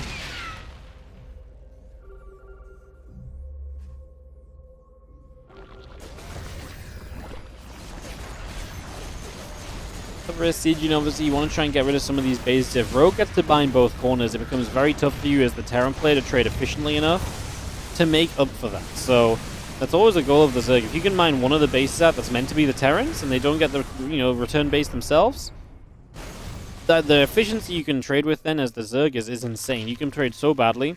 And what Rogue has done later in this game is he's just built Swarm Hosts as well. I've just noticed the 17 Swarm Hosts on the map. I actually missed those in production. He did this in the TLMC against Spirit, where Spirit set up this turtling style, and once the turtling style was set up, Rogue said, cool, let me do this in the later game. Let me build Swarm Hosts, which are hyper efficient at this stage. So I'm going to control the map. I'm going to have a very strong army. I'm going to have a great harassing force in the form of the Swarm Hosts as well. It's very interesting. Obviously, Swarm Hosts are a little scary because the issue with Swarm Hosts is always going to be that when you've got Swarm Hosts involved, when they're on cooldown, when their locusts aren't available to fire, they are a big weight of dead supply. But now Rogue is going to go to a lower drone count and just slowly mine out the final bases, and with that lower drone count can kind of justify having the Swarm Host in play while also still having a good amount of lurkers and other tech units still available. I would say Bomb just not enough there to finish up that medevac, as we have had a few good trades in a row here from Byun. He's 10,000 resources better off in the terms of what's been lost. We do have another Swarm Host attempt, going to get rid of the planetary here on the gold. As we are going to get rid of these medevacs, so these ghosts are abandoned too. There's going to be a nice swing in favor of Rogue. We just talked about, what, 10,000 resource loss difference? Now it's only 7k. So Byun finally getting a bit too aggressive there as Rogue now builds up the Great Aspire. He has just been working double upgrades up until now. As he starts +3 flyer attacks, he decides Great Aspire instead of the +3 Carapace. And that preps him for the Corruptors against the Liberators. And obviously eventually the Broodlords as well. And again, just using this kind of passive game to be able to afford to get into all of this stuff, which is not typically a guarantee.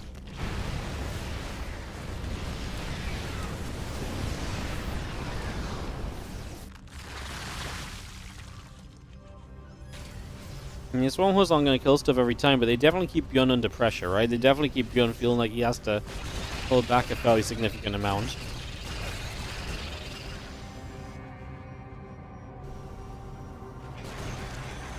We'll siege across the board. The the Changeling March will commence. The Changelings make their way across. Obviously, if you don't deal with the Changelings, there is genuinely a world sometimes where they can hold position and be annoying on your reinforcements and so on too. So You know, you kind of do want to get rid of them, and of course Rogue's just picking up info as to where units are positioned and so on as move through that. Again, another wave of Swarm Host going to drop down. This time actually going to go with the Ling Bane Hydra Lurker. So you're going to use the Swarm Host to hopefully try and absorb some of the damage and give the rest of your units a chance to move forward. The Corruptors in the skies will knock down a bunch of the Liberators. Every Lib will go down bar that final one. And the Corruptors just back it up, content for the moment that they, you know, don't have anything else on the ground right now. We see 10 more Corruptors. I think we're about to build Broods. With those Corruptors being seen, Byun actually starts up Viking production. So, I mean, right now it's 9 Ghosts and basically just Liberators. If there was Broodlords on the map to deal with, that's not the most ideal of compositions. So, we're going to start getting to a stage where we can maybe try and fix that just a little bit.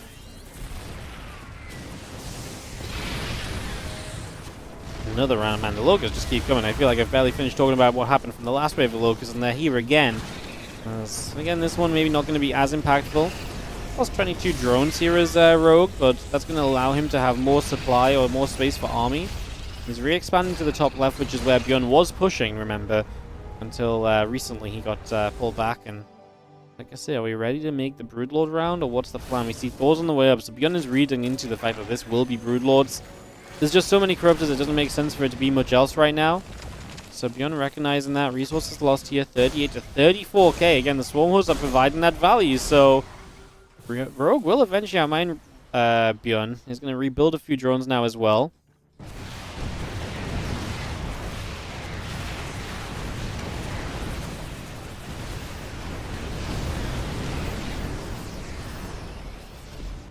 A little bit of micro to help out with the Locusts, make sure they get as little as possible. Like I said, in the skies, it's 4 Vikings, 5 Libs. It's maybe overcommitment with 23 Corruptors, but if you get rid of the air army, then you morph in the Broodlords, right? And that's where we're probably going to feel pretty good about this anyway. We're feeling alright if that comes to be the situation. As the changes move across, we're going to run into the top side again. There's apparently the Corruptors here, so they will just find the Liberators, kind of not protecting anything else. There's a lot of SCVs on this base. It's going to be a lot of eco. Plus the planetary should go down as well, so we're going to get a bonus addition as a couple of orbitals will also go down. Corruptors just chase. Remember, Corruptors could also caustic spray if necessary. They can caustic spray down those bases, and yeah, if anything's on the ground, that is an option. When the Corruptors are this high in number, that would be genuinely quite scary to deal with too. As you know, 16 SCVs dead from Byun, so a good chunk of his economy going down there. Still, I mean, he's denied the bottom right corner base of Rogue, but now Rogue is setting 41k to 40k resources lost. Like, you're not meant to be trading this badly as the Terran player. Like, efficiency being even is not good for you as the Terran. And Rogue just, like Byun sat back and gave Rogue the map, and then Rogue did something that completely abused that. And like I say, this style of play is fascinating. It's not the first time we've seen it from Rogue. Again, he used it in the TLMC against Spirit. Super interesting game there. And, using it again here against Byun, and the way that Byun played it, I think it really does invite this kind of an answer to it as Rogue. I wonder if Rogue keeps using this, I wonder if other Zergs begin to pick this up as an answer to the Turtle Terrans, which can cause them so many issues, you know? Because Turtling Terrans are not an easy thing to deal with, and there's sometimes when you're winning games and you just die because your trades into the defensive Terran is just not good enough.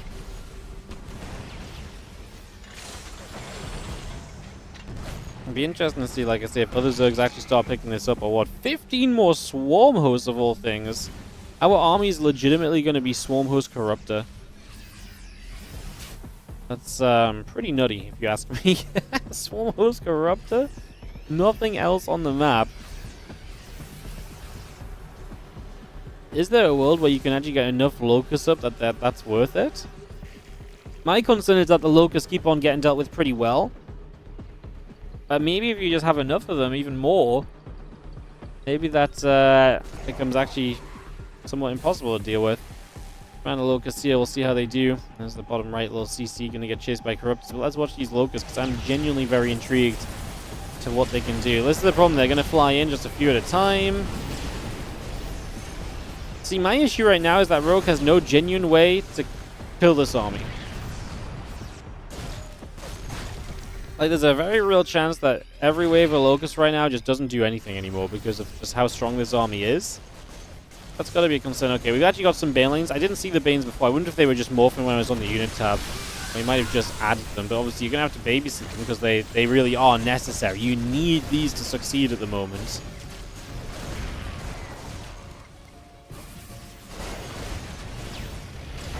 Why did Byun build Thors? He was anticipating the Broodlord switch because of the Corruptors.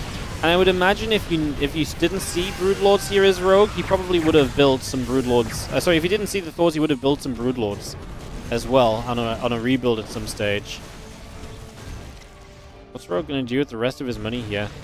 As Byun, again, has been doing a good job of denying bases top left, by the way, as well, so don't let that go unnoticed. I know we've not been amazing at kind of spotting it, but that has been happening. It is a factor. Drone's currently fighting a siege tank. That is not a very effective trade. Drones do not benefit from attack upgrades, so it is one of the worst trades you can take to fight drones against upgraded army units.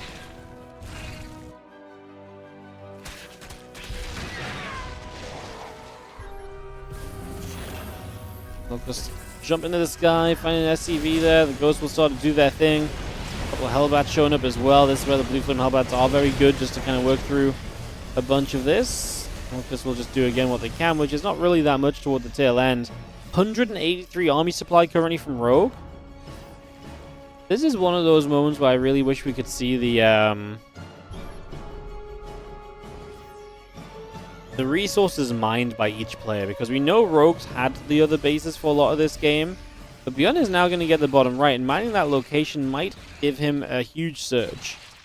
Because at this stage, if you can mine out that position, it's just going to give you a bit more economy and a bit more of a bank that you kind of had run out of at this point. So let's see what we do if these locusts arrive and they're going to drop down. Thors can just evacuate into the medevacs. We get rid of a siege tank.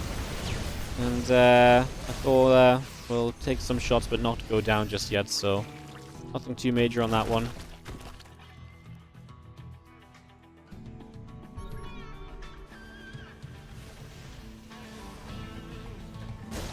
Another round of changelings coming across, as we do see the couple siege tanks continue to produce as well, so we bring all of that up, all of that online.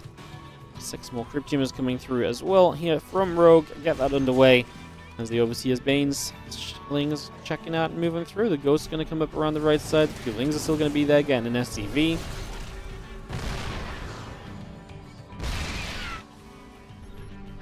And another attempt of these Locusts. Even just getting the siege tank feels good. Going to spread out, gets a Thor. Siege tank going to go low, doesn't go down. Do we get the other Thor? Not quite. Again, this is where you just want to try and find any unit. Does add up over time. 33 minutes now here on Amygdala so far.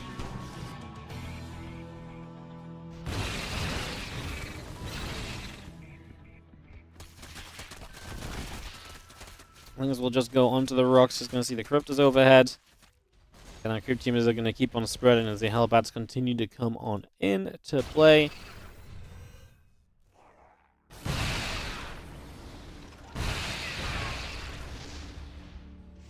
Here we go. Looks going to send themselves forward. Just going to be dropping down. Siege tank gets jumped on. We can lift that up into the medevac. There's SCVs repairing it too. Again, the problem right now is that we're almost too Locust focused. Rogue is mining, but he's mining so little that he can't realistically build anything else, because anything else is going to be too expensive. I think the Ling Bane can't run in there on its own. The Ling Bane has to run in while the Locusts are tanking. Oh, this is never going to be a fight you can run in with. I mean, I get it, you're afraid, you want to stop the Terran from approaching you. Can Rogue win a fight when Byun is pushing out like this, I guess, is the question mark. 67 Locusts, by the way, on the map when those spawn up. I guess it's 34 small hosts, right? Yeah, so 68 and one just died. Here we go. This is better. This is better. We're going to get a couple of the Overseers. Corruptors getting the medevacs as well, so you cannot do the micro that we've seen previously, which is some of that lift-up micro saving some of those tech units. So the medevacs actually go down this time too. Again, the issue that you're facing right now as Rogue is that Byun had this base, and you didn't mine it out. He's got about another 1,000 minerals. That's going to be pretty much it from Byun. He doesn't get minerals on the map after that, so he is going to be kind of on a hard cap of minerals. That's great for Rogue, but that extra 1,000 might go a very long way. Like, it really feels like he needs Byun to be running out of stuff right now, and Byun is not running out of stuff right now, plain and simple. As yep, cloaking good as well. I'm just going to use the Locust to hit whatever they can. A couple of siege tanks get microed again. Medevac usage is good. I mean, maybe a fungal or two would be nice. We get to a point here where we're probably going to be quite gas heavy in terms of what's left over from Rogue because he's been so mineral heavy throughout the game. Those Banes are going to roll forward. They're going to turn into the Ghost on the bottom side. Again, don't love that. Don't feel like that was efficient enough. The Locust. No, my goodness. Why would you let them all land on one freaking Hellbat? Oh my goodness. That's so sad, though, as the Overseers are now going to arrive and the Ghost a little bit out of position. The Locust getting a good fight against the Ghosts. Huge moment as this time the Ghosts were not supported by everything else, and that lack of support is going to show, as that's a major win for Rogue. He just knocked down so much of Byun's army. Byun's bank is gone.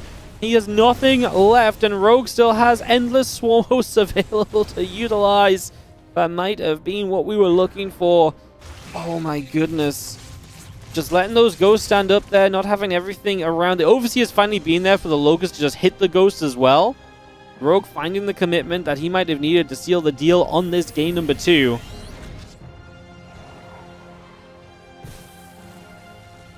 Locust popping up one more time. We step over here. Siege tanks already evacuating. It's the Hellbats that have been kind of saving the kind of the Ghosts so far. So again, those Ghosts being away from those Hellbats was very costly. The Locust will just drop. They will just kill whatever they can reach. Rogue probably sees this as a, I don't really die unless I pick the fight. And so he's just going to be kind of okay and, you know, seeing a couple of these fights where he is kind of, I don't want to say bullied, but like he just drops down and only kills a couple of things. Like he's in no rush still. He's actually long distance mining the top left. The bottom right mined out now as well, by the way. Byun's SCVs are useless. His income is at 0-0. So no more money coming in from Byun. No more units being added. He has mined out his bases. Rogue still has a base top left and the other one on the 9 o'clock to mine from. But again, right now, he just long distances. He can't afford the hatchery. Let's see, we can go after an orbital here. Remove some potential scans and information gathering. There's not a lot of scans left overall, no? Okay, 8 orbitals still is pretty sizable. Rogue looking for the next fight. I mean, this fight's going to decide it because neither player really has any rebuild potential, so it is just going to come down to this. Let's see, Rogue would ideally like to fight on creep, get that little bit of a speed boost to engage through for the most part. It's always going to be nice.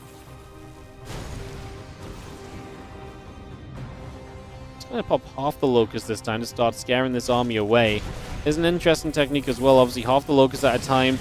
Maybe not as powerful in terms of sheer numbers, but it gives you more activity on the map more frequently. So there's definitely something to be said about the power of that, being able to kind of more consistently have a Locust threat available, rather than having them all at once and then having that cooldown period where you've got basically 0 ground army. So that is a choice of how you approach this as Rogue. A few SCVs, a few mules, top left-hand side, going to steal a few minerals away. I mean, that is something you shouldn't really be letting happen as Rogue as well. You need to be on top of them possibilities. You do not want to give Byun any money he doesn't deserve right now. Like, he doesn't deserve that map. And Rogue should have seen that as well because he will have them creep there, so it might be something he's more aware of in the future. He's actually kind of cornered this army as we are going to dive in with the round of Locusts. They don't do much. I believe a couple of Banes were there as well. Well, the SCVs went down. Uh-oh, Corruptors are dying. Not that there's much use for the Corruptors anymore. There's nothing in the skies left over at this stage. So the Corruptors don't have much apart from just being kind of like clutter on the map. I mean, if Rogue can mine some minerals, though, he's starting a hatchery. If he gets some minerals, he could build broods. Could you argue broods are good right now? I think you could argue broods would still be pretty okay. I mean, it's just a question of these ghosts. Can these ghosts win you the game? 14 ghosts on the map. The mule's going to get jumped on. Like I say, it's really important to deny these mules. The last thing you want is to actually let Byun be able to add any unit could potentially be the one that helps Byun just come over the crest of the hill and be able to win the game.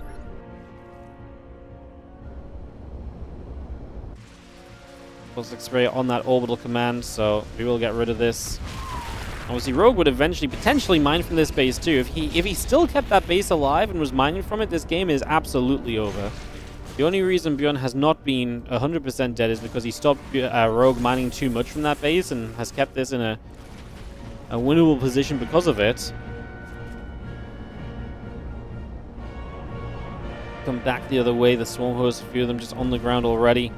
Again, we're keeping kind of half the Swarm Hosts active at a time, only popping a few here and there. Ideally, you want to try and corner this army so you can actually get the Swarm Host Locust to land and actually get connections and trade. And just drop onto a planetary there for a few moments. Byun can't repair, so any damage is still permanent damage, even if the planetary fights back and defends itself eventually. 2 more Veins being built once more from Rogue. Guys, I will just apologize in advance. We have a minute until the ads autoplay on Twitch. I've done everything I can to delay them, but with a 40-minute game, it's one of the rare occasions I just can't always stop the ads from happening, so apologies in advance if those ads play and this game has not ended. Uh-oh. Swarm Host taking damage. We're going to see a bunch of snipes going down. Locusts do get a couple of ghosts, but the Overseer's just not in position there to give you the actual vision needed initially, and that's painful. For the first time in a long time, you see Swarm Hosts going down. It's now 25 Swarm Hosts remaining. Good cloak from a Terran player right there. Good opportunity taken. Some of those Swarm Hosts get knocked down. I mean, it might not be good enough, but it's the kind of move which is like, you may as well make that move right now, because that's kind of what you need to do. You need to knock down Swarm Hosts, so you've got to take those risks. As right now, this is a similar moment where these Swarm Hosts are not available to drop Locusts, and that's one of the issues with having lost some of their numbers. And so we see one more snipe. That Swarm Host doesn't go down. We get a transfuse on it. A few Locusts popped up to scare the ghosts away.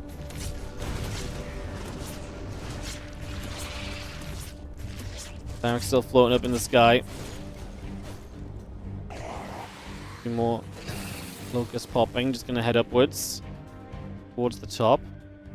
It's one of those very weird moments where I wonder if Rogue regrets some of the Overseers that he made. It's like, if you made 10 less Overseers, you would have just had a little bit more to really be able to rebuild with, you know? Maybe it's a difference maker. But there's Overseers in the sky have again caused clutter, and uh-oh, ghosts! Oh no, they're in trouble, guys. The Banes are connecting as well, and these ghosts are low HP because obviously we killed all the medevacs. There's never been healing, so eventually that is added up, and the ghosts going down, that's going to be game. We are going to see GG called, and that is going to be Rogue taking game number 2 as he gets one final catch. Holy goodness, that was a game of StarCraft 2, guys. That was a game of StarCraft 2. Rogue is going to win out, and he will advance to play MaxPax in the best of 5. Well, don't you just love that, guys? Today's games are going to be long, apparently. Love it. All right, we're going to head into the best of 5, which is going to be Rogue MaxPax in the winners match. Going to get that ready to go in just a few moments. We'll get that started up and sorted up. So we'll kick that off and into play.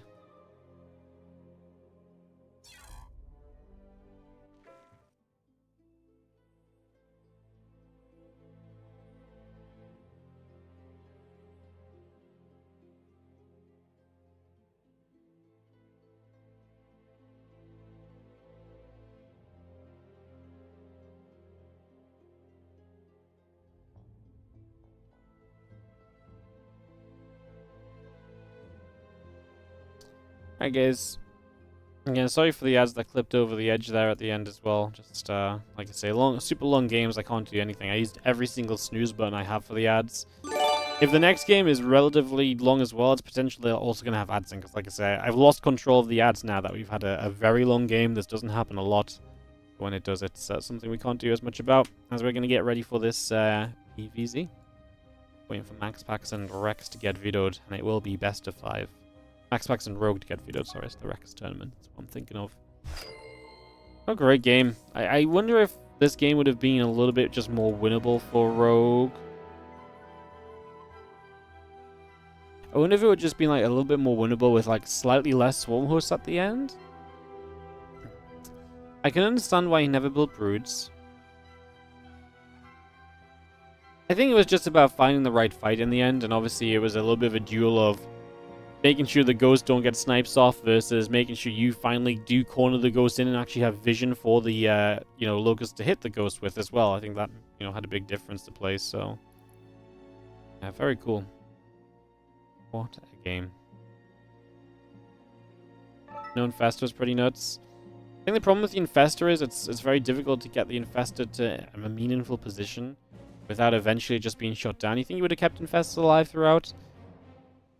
It's hard to say, like, I want to say, like, it would have been nice to have the Spellcasters. I just don't know if they would have lived to make the difference, but yeah, hard one to say. amount of changes in separating armies was nuts. Yeah, like the Overseers actually providing like a genuine use for themselves. It's pretty ridiculous. Some videos coming through, guys, and we'll just take a moment and head into that. I'm just going to take a moment to head to the BRB screen. I'll be right back once we get our videos up, and we'll get back into our game, guys. I'll see you guys in a sec.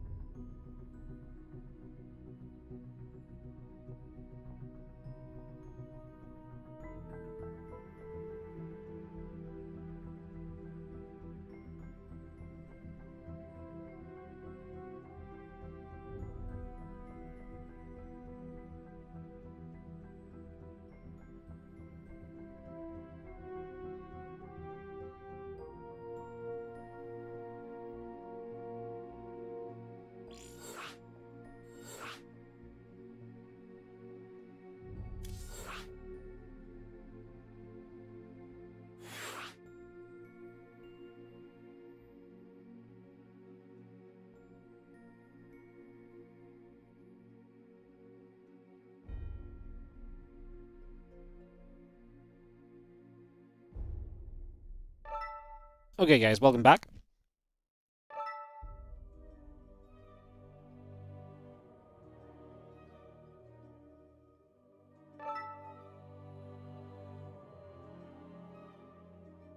As we are getting into MaxPax versus Rogue.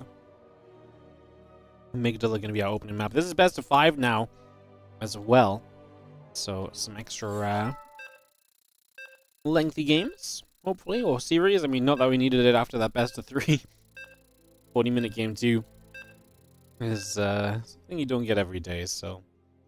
But yeah, with that said, guys, let's get into this. It's going to be Amygdala for Rogue versus MaxPax, game 1 of their best of 5. here in this winners match. Can you bet? Sure.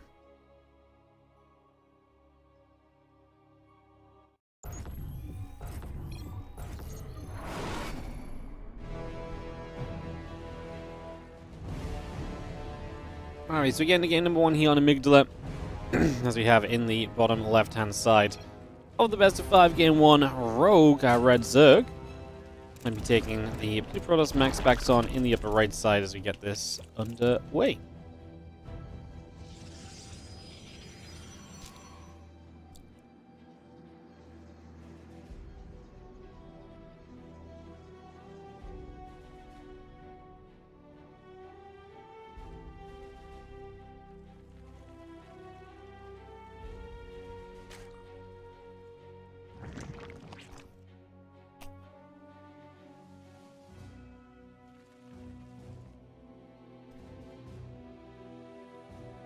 Hatchery goes down. The drone was not there to block it or anything, so no drama on the hatch block or anything for the moment.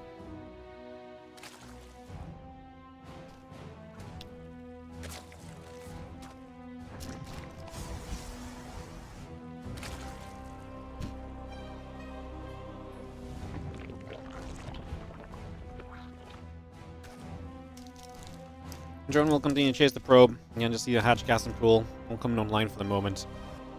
And nothing too wild. See MaxPax probably build a Stargate shortly after he goes Gate Nexus, then Cybercore, so we really are just in the first bit of this game and setting up for now. Waiting to see the directions the players will turn into for their early game. And I wonder if Rogue has aggression up his sleeve, if he wants to try and play macro against MaxPax. I actually don't know what to expect from Rogue's EVP here.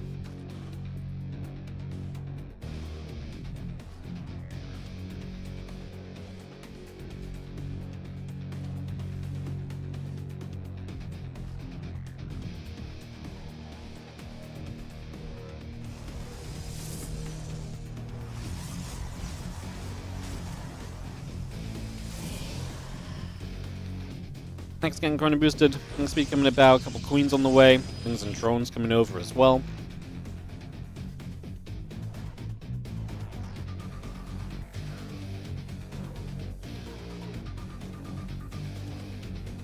Stargate just building, handling speed building. A lot of that coming through is again the Lings just getting onto the rocks, so again we'll get straight to that. Open that up. Make sure you don't misclick it at some point. That's all there really is to say at the moment. Like I say, we're just setting up without anything too crazy happening for the early stages.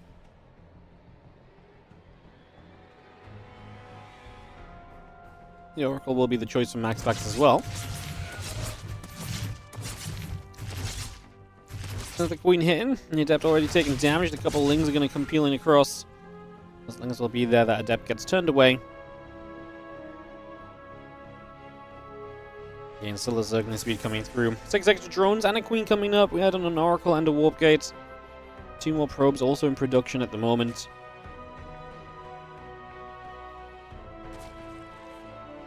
The MaxPax is kind of standard, is obviously going to be typically the, into Blink beyond this and then start applying some pressure with those Blink Stalkers.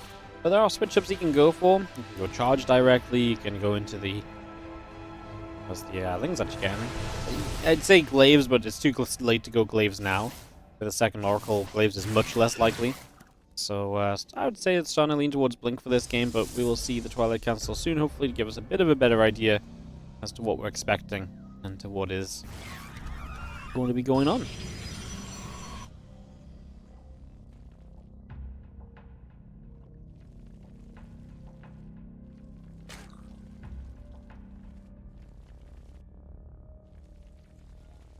So yeah, Twilight Council, 3 more gateways. I wonder if MaxPax goes very aggressive.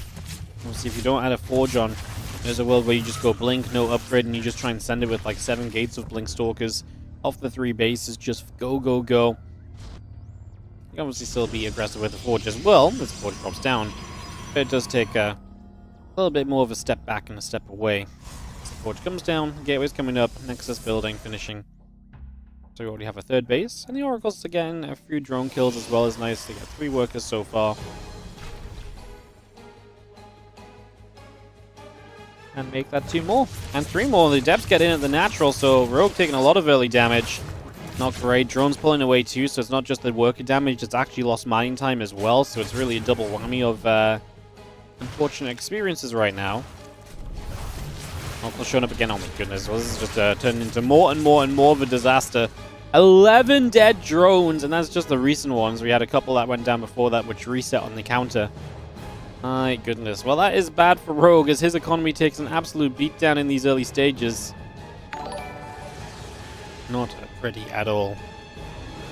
Yo, thank you, Joshua, for the 5 Canadian on the super chat. Hey, Wardy, Big Beauty, how's it going? By the way, Toss OP. It's going good, maybe. We got some good games today. It's been fun. It's hard not to be doing good when there's some good StarCraft games going on, so appreciate it. Thank you. Thank you so much. As our melee upgrade comes about, the Hydrogen coming through.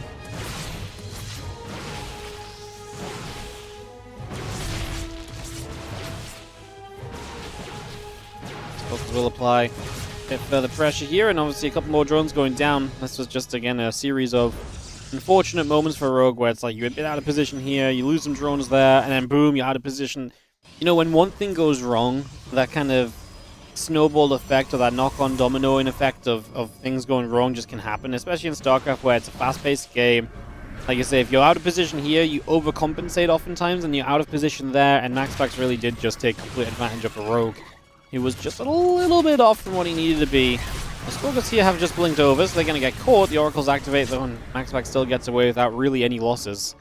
And hence, especially because the Oracles got to fire a whole bunch, turns out to be kind of just okay for you straight up, which is obviously very nice as well. The Oracles gather together, he dropped the Stasis Ward down.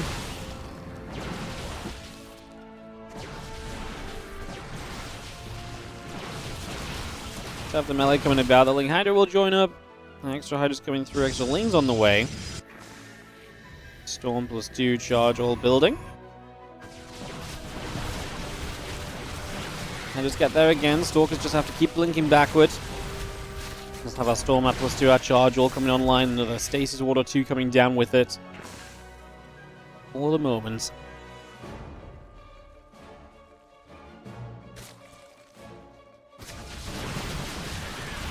2 Stalkers is going to hit the Zerglings as well. We'll see a few more of those Lings dropping.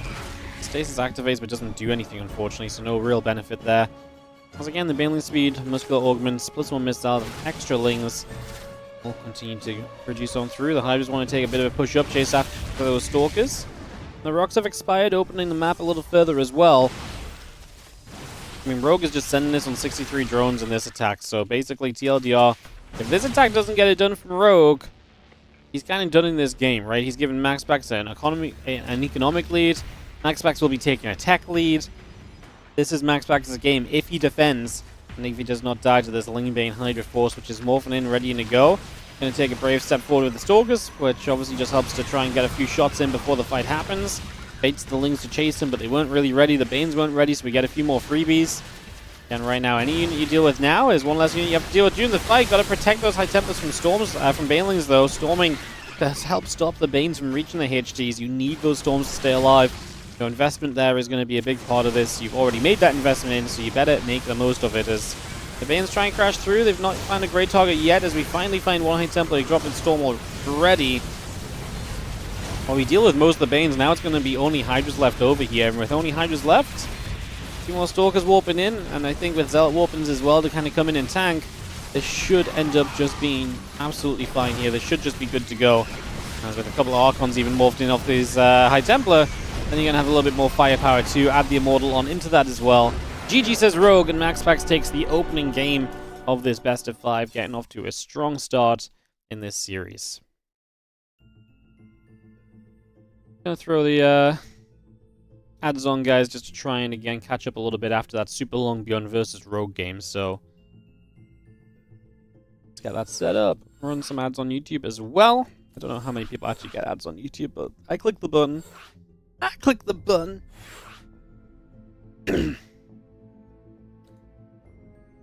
As we get ready to go. Game number 2. We'll be on Star Child. We saw this map a little earlier. We'll see it again now. I think MaxPax must like this one, because we saw this in MaxPax vs. Ryong, right? Game 1. So yeah, I think MaxPax must be liking this one as we head into our Game 2. Like I say, Star Child coming in. We get this up and ready to go. Go, go, go.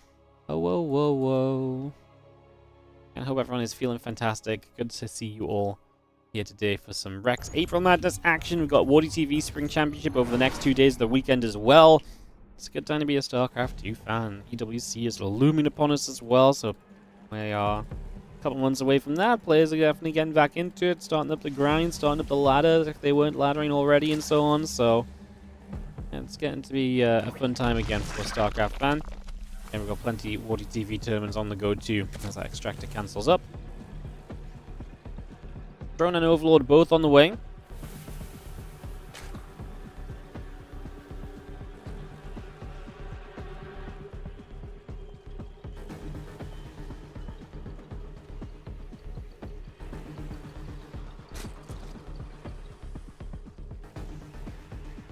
So taking a few moments here to just get settled down and set up and for this next game of the series. Just onto the indie camera.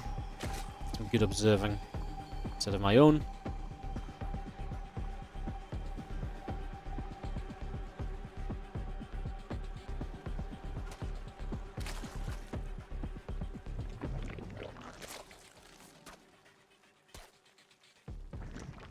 And gas and pool building up. We get the gate and the probe continue to come about as well, so we get that straight up and running here. Get this settled for the moment. Looking rather pretty. Or just a nice standard opening, if nothing else. So, let's say we get that rolling right now.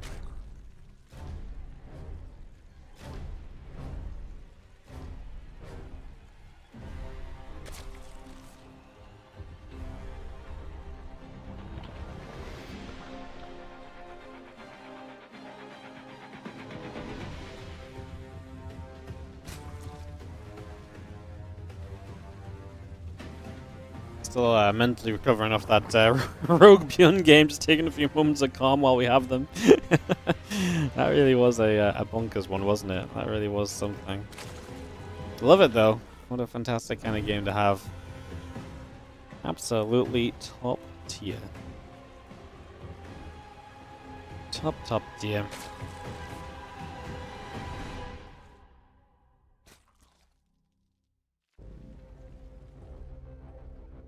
Well, drones just transferring across. The Stargate is the choice for MaxPax. Like I say, opportunity for him to mix it up if you wanted to play like Starglaves. I think Starglaves is something you can definitely mix in, but he might also just say, hey, look, game 1, I literally just out-harassed him. I forced him out of position. You know, it was me making him make the mistakes, right? So you just took control and you went with it. That went so well. Why not just test him again? Why not just do the same thing again? And if it messes up, then you just set up into a strong Stalker follow-up and you're good.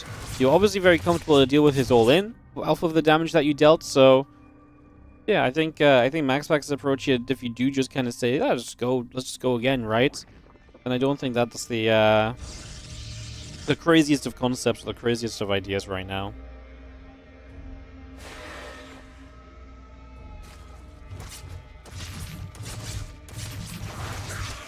He's trying to get across. A couple of depths going to get chased around. We do have our 2 drones going down already, but it looks like we will at least kill one of these adepts. The Lings plus the Queen should be good there. And the warp gate coming through, the couple of probes coming about, and get that all settled just for the moment.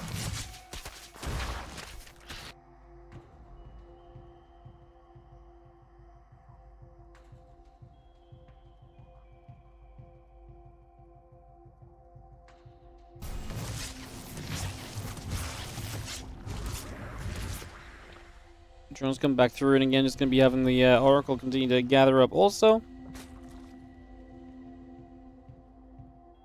Setting up initially.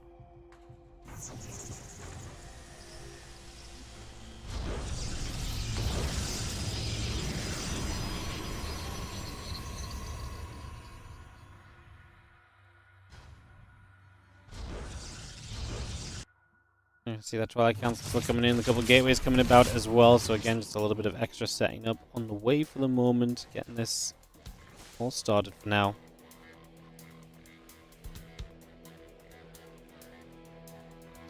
Well, the Oracle's still a poke around. Much less damage done so far by MaxPax, and this time just 2 Oracles directly into that Blink.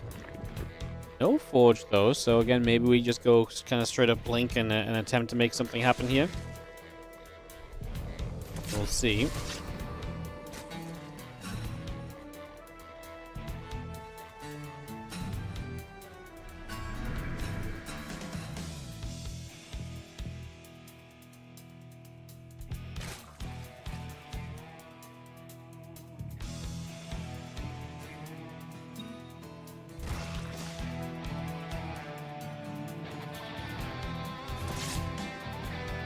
We've seen a couple of Queens firing, the Oracle taking a few more shots, so again, a bit more damage being done there. The Oracle and the Stalkers will gather up.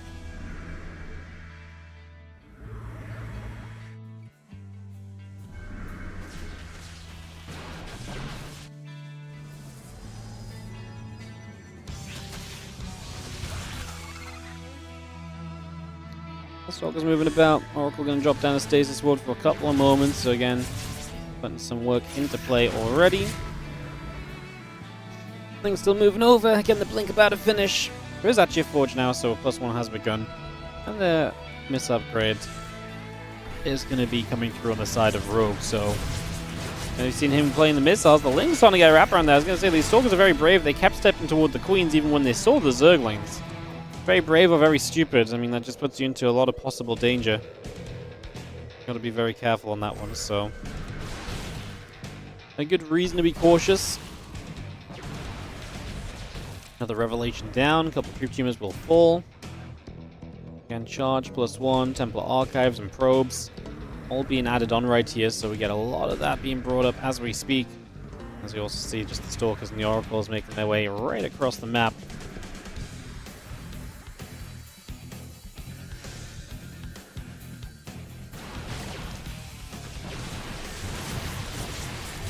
A bit more pressure coming through here as the Stalker's going to blink away. Blink continues to come down. A couple of those Lings getting caught currently. And just a little bit extra damage continue to come through as we see Stalkers trying to capitalize. MaxPax trying to put himself into as good a position as he possibly can do here. Just trying to make this as good a situation as he can. Again, the Stasis Ward comes down. The few Hydras are going to start to step forward.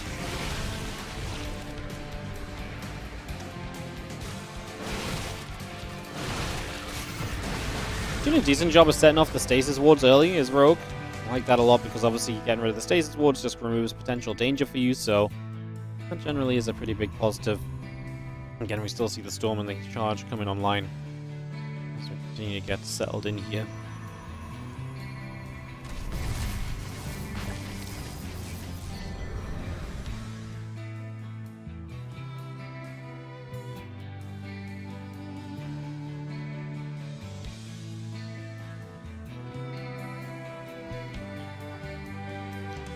Rogue at least going to survive through to actually start investing into some of his own proper tech. Infestation Pit for the Hive, the Lurker Den coming up. So showing us the idea that he definitely wants to try and play Lurkers here as the Ling Hydra. It's still going to show itself being kind of aggressive coming across the map. I'm not convinced that this is necessarily going to be a case of, yes, I can, I definitely want to attack you, I definitely want to do something.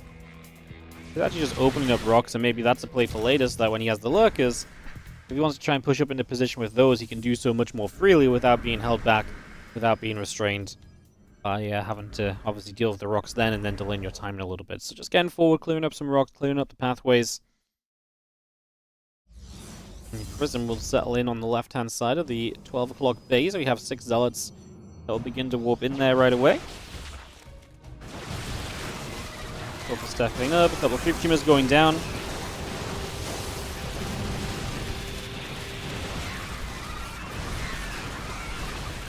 Stalkers continue to take a few more shots, so Hydra's actually delivering quite a blow. However, the Stalkers with the Storm doing well enough.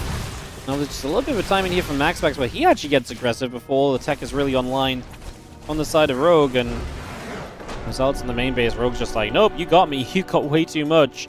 GG's, and MaxPax steams on forward to a 2-0 lead in this best of 5. Going to be up by a map right now.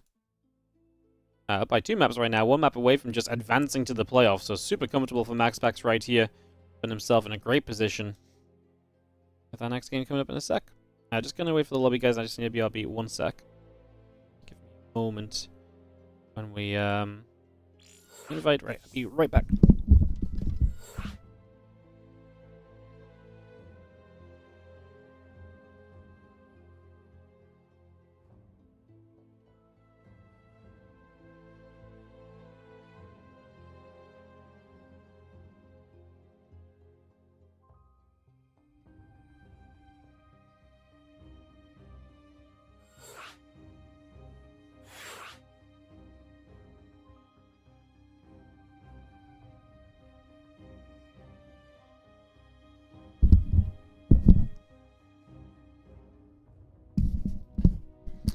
Alright guys, back at it.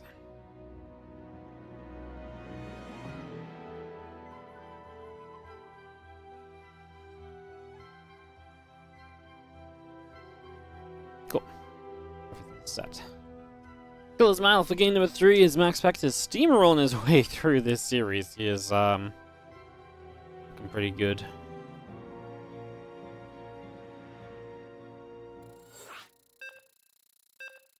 Rogue still advances even if he loses. Well, if you lose, you go to the decider match, so you would have to play a best of 5 against either Byun or Ryong, so it's another series to be played there.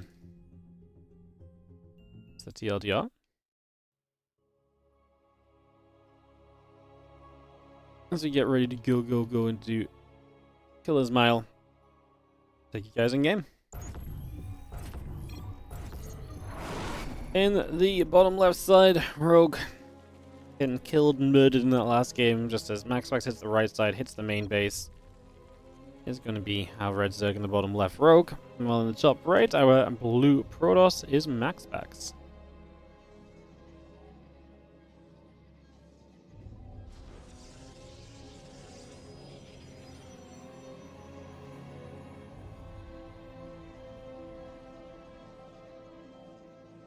Game 3 of this best of 5.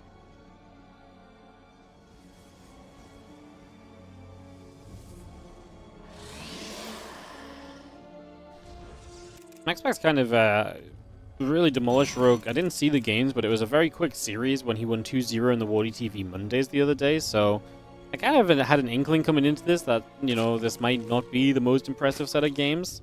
Obviously, I had no idea what happened there, so I had a little bit of hope still as well, where I was like, well, maybe it was just some unlucky builds or something, but it does seem like MaxPax is just dominating Rogue throughout the first 5 to 10 minutes of the game.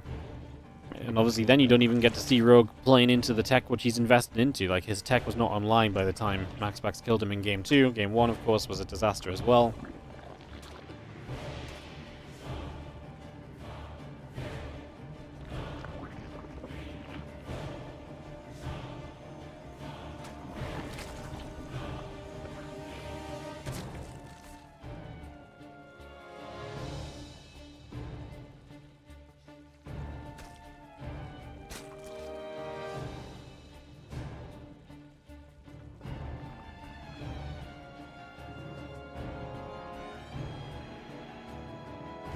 Drone chasing, Probe taking some shots, chased around a little bit, Cybercore Nexus coming through for a few moments as well. We'll get that underway.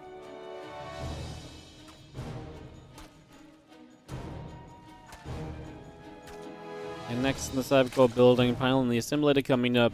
Drone will chase over, go after that probe.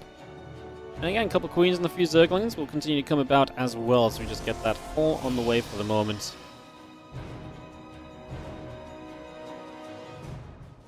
I feel like we need a meta shift in ZVP.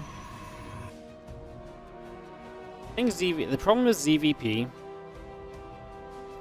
is it's very volatile, so if you take damage early, as the Zerg, you can kind of just die. And if you, if you just don't see the attack coming as the Protoss, you can also just die. Like, there's a lot of ways in which PvZs can just become very uninteresting very quickly, right? Because of players making mistakes, which happens, you know? That's StarCraft, right? So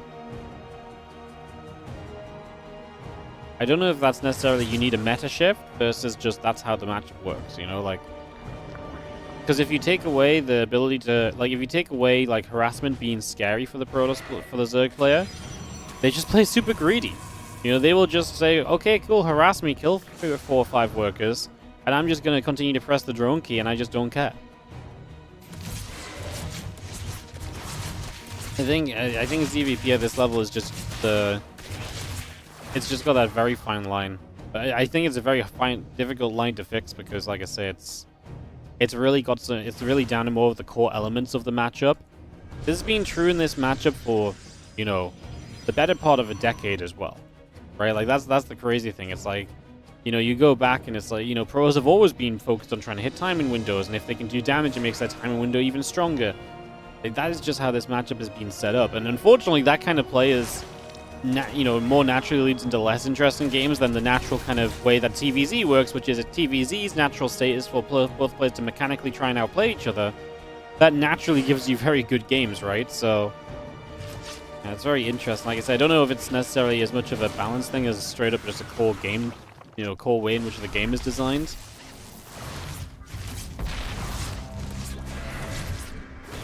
It's interesting. A couple of depths going to come through here. The Oracle there as well. Just going to back it up for a couple of seconds. Just going to fall away from that for now.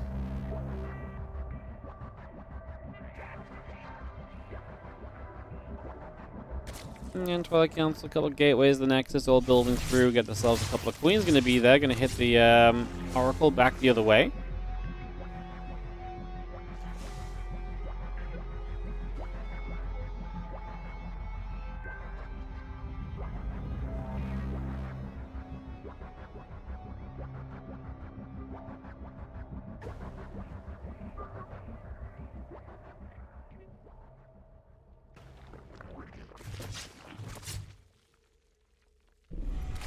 We'll come up, just gonna see that drone going down. We'll see if this Oracle Harass can get anywhere spectacular this time around. Get all of that rolling as we set up. For the moment, +1 and Blink continuing through. The melee upgrade is producing. I mean, if MaxPax tries to kill your Stalkers, melee is obviously one of the better ways to try and deal with that, so we'll go melee upgrade for the moment as MaxPax begins his poke across. Obviously, this is just Stalkers without Blink right now, so we shall poke here, looking to see what we can do.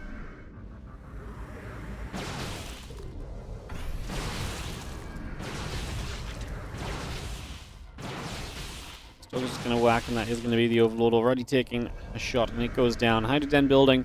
Well, melee upgrade coming out also.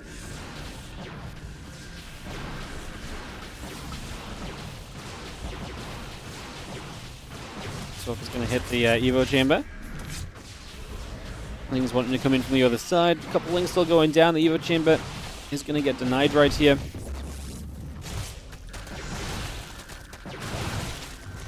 Broodling's also going to get picked off, so we'll see those just getting grabbed. Also, as a few more stays towards catching, the Oracles overhead just activating as well, thinking those Lings are going to wrap around, so just getting ready preemptively to play that defense, just to keep this as safe as possible as well.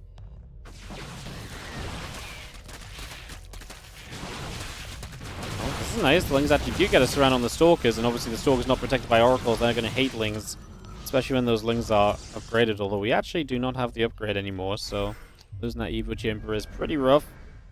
And it's definitely going to make your life a little bit more miserable in the grand scheme of things as the attack comes through, the charge and the Blink coming up.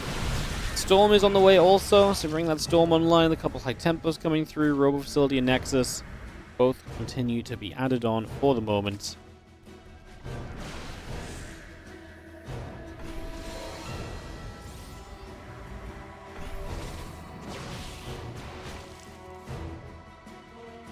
Yeah, we got a little bit of Ling Hydra coming about. Stasis going to get a great catch. Catches a bunch of those Zerglings right off the bat. Love to see that. Storm charge very much so still on the way through as well. Also, you have extra gates, Nexus, Robo Facility, cannons all being produced.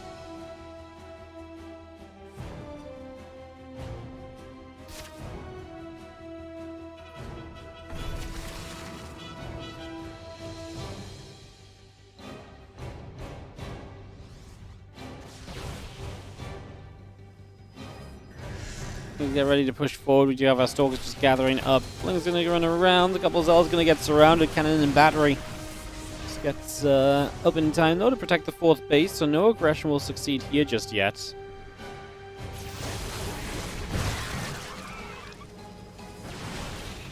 Zergling's going to catch that stasis ward. Again, a few Stalkers pulling about. The rest of the lane Hydra's still coming in as well. As our Storm drops straight in, the Zerglings are going to get grabbed. Another Storm coming down onto the Hydras. Continue to fire a few more shots. Just seeing another Storm on the Hydras. The Lings get caught by a stasis again. Another group of Lings getting caught on the stasis also. Another Storm. Defense already good from MaxPax here. Let's see if we can keep it up. Let's see if we can do well enough. And as we do have ourselves the Zards still trying their best to deal damage on the other side. Rogue is not going to do it. One is yeah, just a completely one-sided best of 5. There's nothing else to add to that, guys. As MaxPax will advance out of this group in first place, so he will move on with the lead there. And we'll obviously be in that round of 8 already, so congrats to MaxPax. Going to be our first of the final 2 players into the round of 8. Obviously, I say the first of our final 2 because it's the last group of the spring. Oh, sorry, of the April Madness by Rex.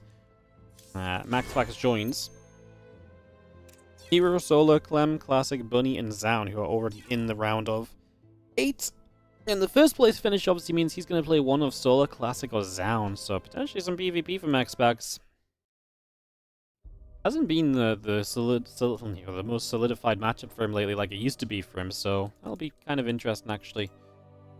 Get into that obviously later point, but for now we're going to be heading to the elimination matches. It's going to be time for Byun, Ryong, TVT, and then the winner of that plays Rogue in the best of 5 decider match. So a couple best of 5s left today here in this group stage. Guys, if you are enjoying the stream, it's time for the WardiTV official sellout segment.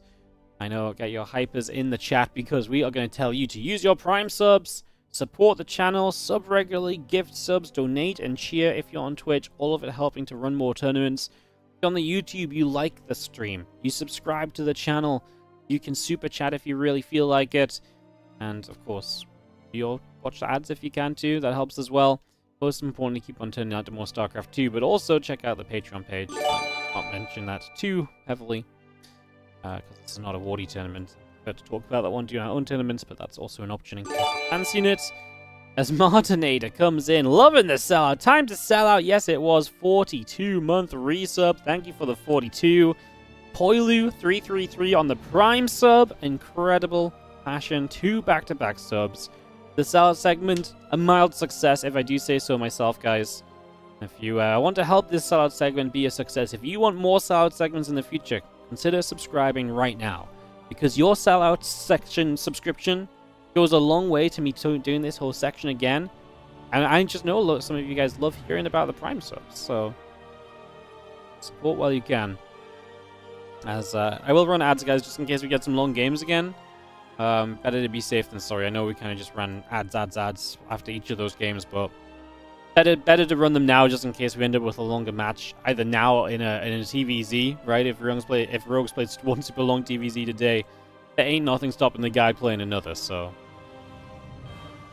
please sell out. No, the sellout's done. The sellout's done. I've already sold out. The sellout has ended. Sorry. Selling out will resume next time we need as much money as possible. Oh, who am I kidding? That's every day. Don't worry, we'll be selling out later. We're going to be playing Tempest Rising. I'm going to put the link for that in the chat again, guys, if you want to get a quick peek at it. Already an RTS game inspired by the greats of the 90s and 2000s. So I'm going to be playing that in a couple of hours, or whenever these 2 best of 5s finish up on the stream. We're playing that for a couple of hours later on. So that's basically a sellout as well. You know, we take money from other RTS games to fund StarCraft 2 tournaments. Isn't that just crazy? Ain't that just crazy? Yeah, ain't it just? Yeah, beautiful. Alrighty, guys, we will be taking off shortly.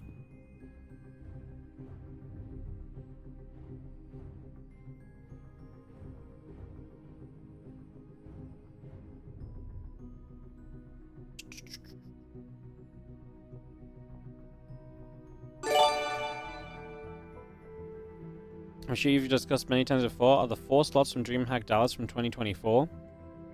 What do you mean? I've got literally no idea what you mean. 4 slots for what? The Ice of 9, 18-month resub. Dance for money? That's all the dance in a Prime sub gets you, I'm sorry. But not even a Prime sub, that's all the dance in a regular sub gets you, jeez. Prices are steep these days for dancing, huh? Ay. Road to EWC? I've got literally no idea what you're talking about. I've not heard anything. Have they just announced this and I just haven't seen it yet? I see it's on Wikipedia.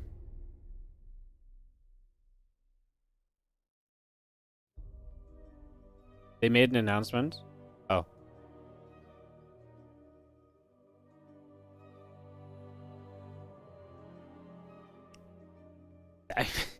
See, how am I meant to know?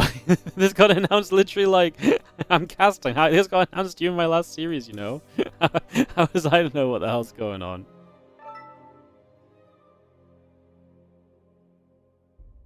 EWC online qualifier Korea, Europe, Americas, Asia. One title defender. Oh, Clem with the freebie, huh? Unbelievable. Lucky Clem. I don't think he would have qualified this year, you know? 2 GSL, 4 DreamHack Dallas, 1 Bellum Gens Elite Star Zagora. Wow, that's shitty.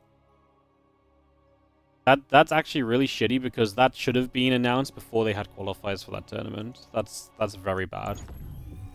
You can't just whack an EWC qualifier spot onto a tournament which most Koreans didn't bother trying to qualify for because they didn't think it was worth it. That sucks.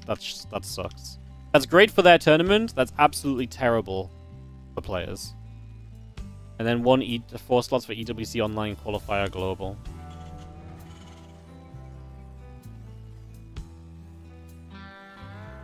As we get into this best of 3 bottom left, our Blue Terran is going to be... best of 5. Our Blue Terran will be Byun.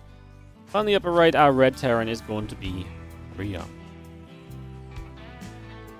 Yeah, so from what I understand, there will be a DreamHack Dallas this year that will mostly be based on qualifying players into EWC.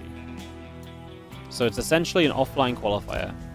It's not some big, grand DreamHack Dallas like we've had in the past, where it's like, this is it, this is, you know, an EPT championship stop. It's going to be, from what I understand, it's going to be at Dallas.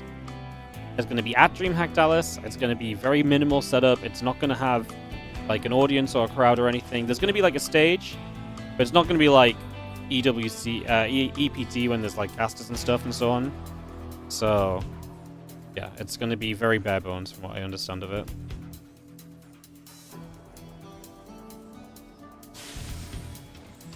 I knew? Yeah, I did know, but I had no idea. I didn't know they announced it. What am I meant to say? Ay. I knew there'd be I knew in the sense of like, they said it might happen, but it was actually not confirmed still when they told us last, so it's still kind of confirmation for me. No audience? No, I mean, there might be some seats, but like, there's not going to be like casters in person. It's not going to be some fancy stage. The stage is probably going to be like 4 PCs on a desk, and like 2 players are playing on one half of the stage, and the next 2 players are setting up on the other half, and there's like a screen behind, you know? It's not going to have all the bells and whistles and the lights and stuff like the old events, basically. If you were at Dallas last year, it'll be very similar, I imagine, to the it'll be very similar to like the FIFA stage that was near the StarCraft stage, where it was just like, there was just a bunch of PCs, there was like 20 to 30 seats on the stage with a screen. Casters were online and stuff, as far as I was aware. Anyways, into some TVT, guys. Kind of cool that we guarantee a GSL, though. That's kind of neat, isn't it? Very cool. Trip is coming about. It's going to be going in. SCV going down already.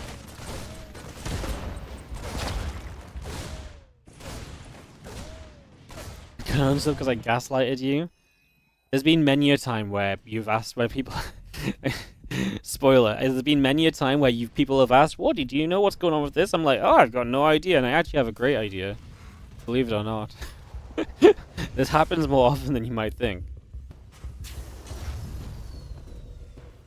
Oh, did you think this tournament's coming back? Well, I've got no idea, guys. It might. I'd love to see it if it did. You know?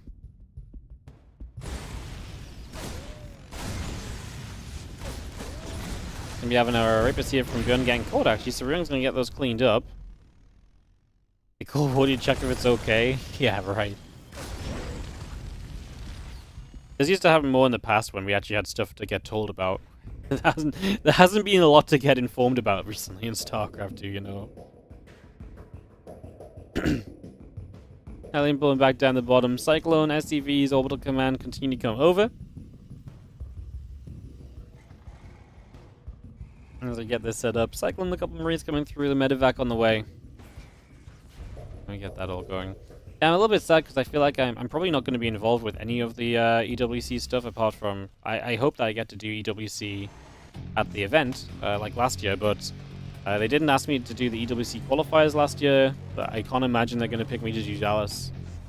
And obviously they're definitely not going to pick me to do GSL or something, right? So it's going to be kind of sad for me, I reckon. Sad year where we just stay at home and cast StarCraft 2 on the Wardy stream, I guess. That's okay.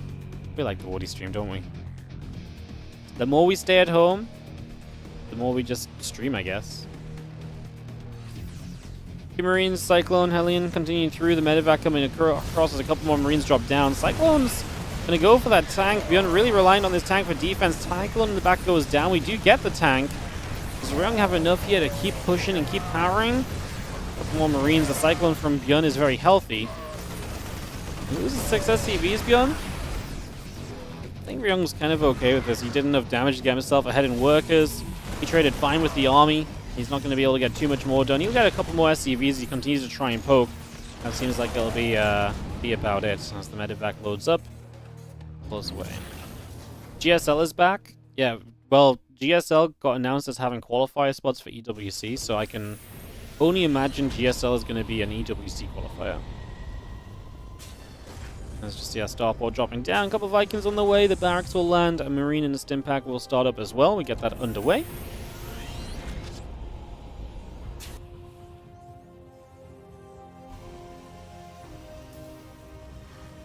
Interference Matrix stim coming through. We get the Raven on the way up. CC and SCVs will continue to produce. Barracks, engineering base, building as well. And you get that all online as the army of Ryong continues through the center of the map. A couple of Ravens are going to be nearby as well. Siege tank and stim continue to settle. A couple of barracks set up as well at those depots on also. As the army steps on over, the Ravens will come around. Was EWC ever hosted in South Korea? No, EWC is only is in Saudi Arabia. It's only existed for like 2 years. Before EWC, it was Gamers 8. But it's only ever been EWC for like 2 years or something, so no. And it's pretty much all held in Saudi Arabia. It's just obviously they're partnering with other events to qualify people to, you know, qualify into it.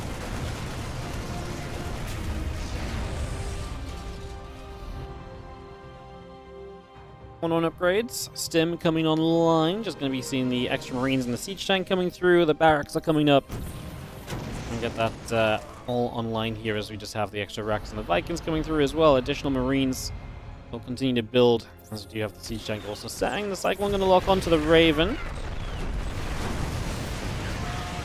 Medevac will go down. Just going to see a couple of those Marines continue to drop. This is a good counter push from Byun after being the one kind of having to defend initially, getting a good little bit of Raven spell casting to help him break through. Now there's a lot of Raven energy remaining from Ryung, and that's going to be his key to breaking out of this contain. His Raven energy can absolutely, I mean, if you just knock down those tanks, you can engage into this. There's nothing apart from those siege tanks right now, in fact, so this really is a moment where I think you can just send it. Get those, if you get those matrices off, he's going to come in from the side there. The matrices, we do eat a couple tank shots, unfortunately, so eating those tank shots first anyway is a little unfortunate. We are going to close the distance on those tanks now, taking a little while to clean this up. Ryong taking really a little while to clean this up as the upgrades continue through. 1-1 combat shields, tanks and the Marines regathering, the Ravens joining together, armory on the way from both players as well. As we look for 2-2 upgrades eventually. Ryung has got the 1-1 upgrade lead. Like, he was much faster into that bio play, so he was much better set up for that fight. Unfortunately, he ate the first 2 tank shots before the Matrixes hit, because if he didn't eat those tank shots, he has just so many more Marines available to him. Goes a lot further for you, right?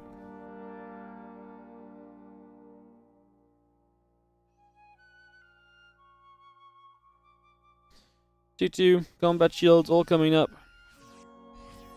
Plus 1 vehicle weapons building as well. We've got ourselves an army still setting forward.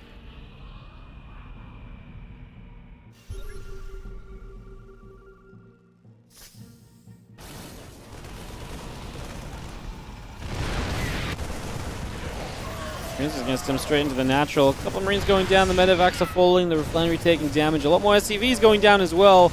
It's going to pull a bit further back. That's so many SCVs that get killed. The Marines going down also.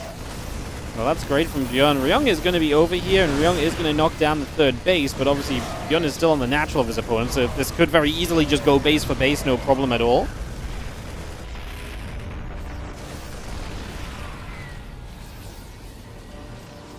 Again, the tank step away, the Marines stepping back also. Still seeing the 2-2 coming up on either side, so I don't know how much of an impact that's ever going to have. Are we really going to get to a point where the upgrades are going to be significant again? Byun very far ahead worker-wise. Army supply is actually very similar. So maybe upgrades do become a factor. Like I say, it's just the worker difference. Obviously, that means eventually the army difference will lend itself over to Byun as well. Just needs a little bit of setup time for that. Ryung just settles down the right. Again, the 2-2 upgrades still continuing through on both sides. We keep bringing that up. For now, the Marines are going to get across there, hit the medevac a little bit.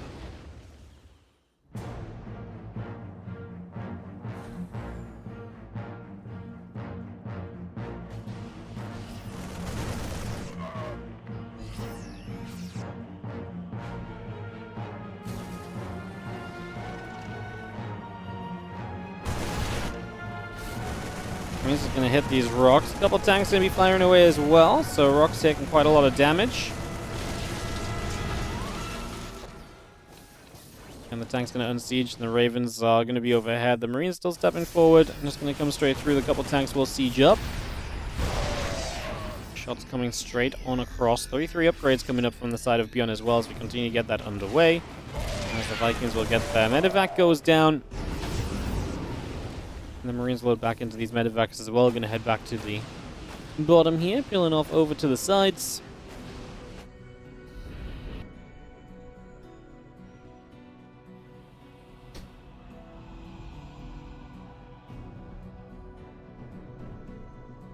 Tank and the Marines continuing up. The factory coming through, medevacs building. Other Marines will continue to chase, as a couple of those Marines will be going down.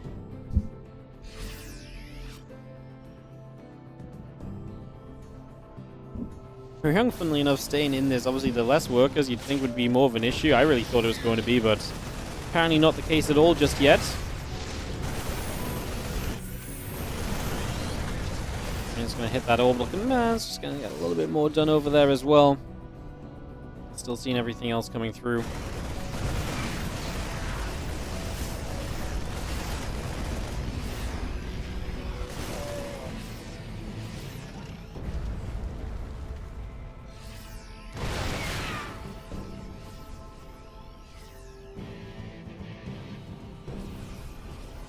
And Ryung's still holding a position on this map. Obviously, Byun trying to get a 3rd base down on that bottom side now, so trying to reestablish his bases. Ryung still had the bases established, which makes the big difference. The Marines are here to try and help fight this off. It shouldn't be too problematic, I don't think.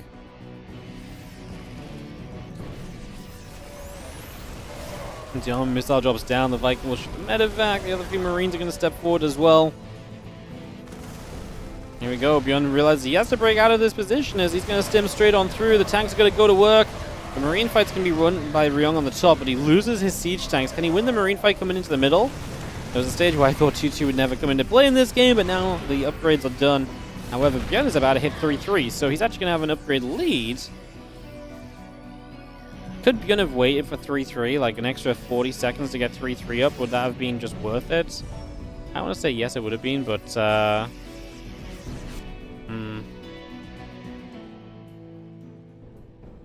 difficult to say.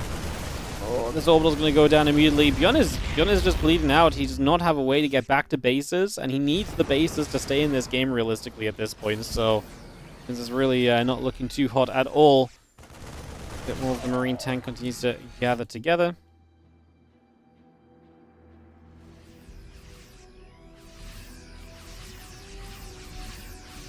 And Ryung just looking for a fight here. He's going to stem in. This is where 3-3 might help Byun out a lot, though. This could be huge. Going to come forward, and yep, upgrades are pretty powerful, especially when it's very Marine focused. And that is going to be Byun actually winning the fight. Upgrades are very good. 3-3 helps so much there. And that might just be the opportunity you're looking for as Byun to still have a chance. Get rid of a few more Marines. The medevac still being chased. One of them going down already. A ton of mules drop down as soon as Byun gets his main base orbital to the third location. Just going to try and mass up some economy in any which way as possible. Ryong is going to relocate. I like that. He's going to take this base back to his natural and just say, okay, you know what? Let's try and defend a more reasonable set of bases right now. He understands and appreciates that, currently trying to, do it the way he was about to do it was probably going to be a little bit riskier / more difficult than it had to be. So just going to take that precaution. Like I say, I'm genuinely a fan of that. I think that's a great call. A very sensible and mature call by Ryong, who just clearly understands the state of this game right now. And that he just wants to take as little damage as possible, especially because Byun's got good upgrades for the moment. Marines are going to absolutely feast on bases being spread out, easily accessible bases. At least on the natural, you can sit behind a wall off a bit more easily if it comes down to it. So you give yourself that opportunity back once more.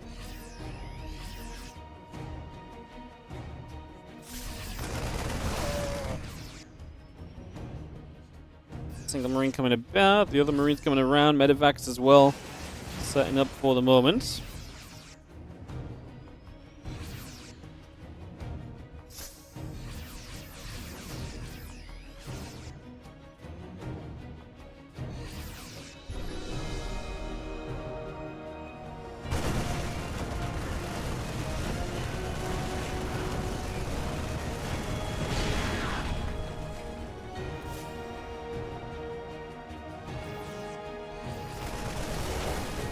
Step forward. Those tanks going to get sieged. The Marines going to have to step back again. One medevac already going down. You're just going to have a couple of Vikings. A few Marines all continuing up as we have Byun trying to advance on forward. Tanks going to continue to siege up here. The Marines are still dropping. We have ourselves the +3 armor upgrade and so many more Marines still coming through for the moment as we are going to stem into this. Look to collapse into this army. A couple tanks go down very quickly. The other Marines are going to come across. Can the tanks do well enough here from Byun? Upgrades obviously starting to even out a little bit as well, so we are getting to a point where, yeah, with the upgrades considered, that's not going to be Byun's advantage anymore. Is Byun actually, Byun relocated his natural to the 4th base as well, so he still has some mining. It's outnumbered there. He really needs the tanks to shoot. He's really reliant on those. He's got 7 tanks to the 3, which is a huge part of the positioning that he's playing, but then, like I say, you need those tanks to be in the fights if you want to actually have some benefit from them.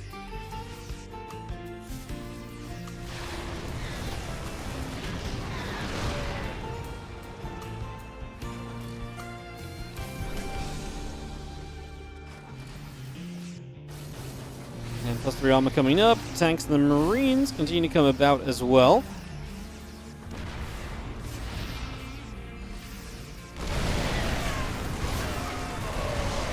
Sticks around from Ryong. I mean, this is what Byun runs because he wants to be able to have his tanks in the fight, and they will be. They still have the armor upgrade advantage on the Marines as well.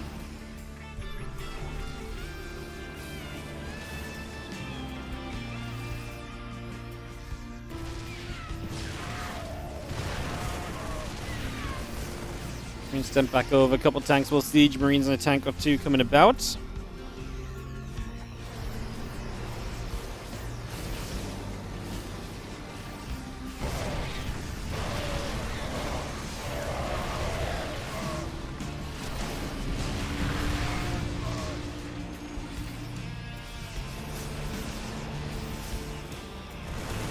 Stepping through, a couple more shots going about. Liberator trying to siege, the Marines will go back the other way. The Liberator taking some big hits is going to be going down, so Liberator falls as Byun still has the position here. Almost 20 minutes in on Ultra Love. As we continue this, it's been an absolute duel back and forth.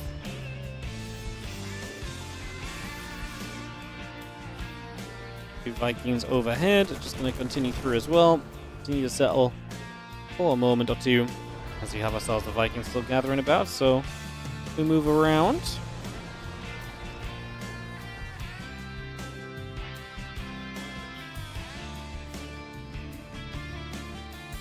Some medevacs up the right side. I mean, Byun's still just holding the middle of the map here.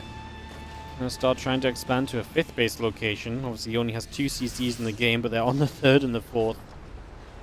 Pretty wild so far.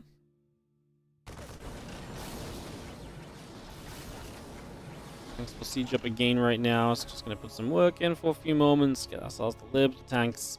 Man Centaur coming up.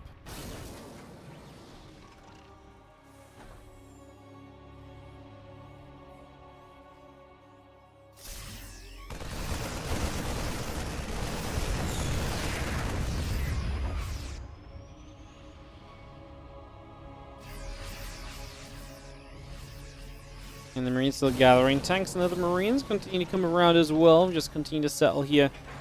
As we have ourselves another tank shot or two coming off. Marines going to pull back up toward the top side.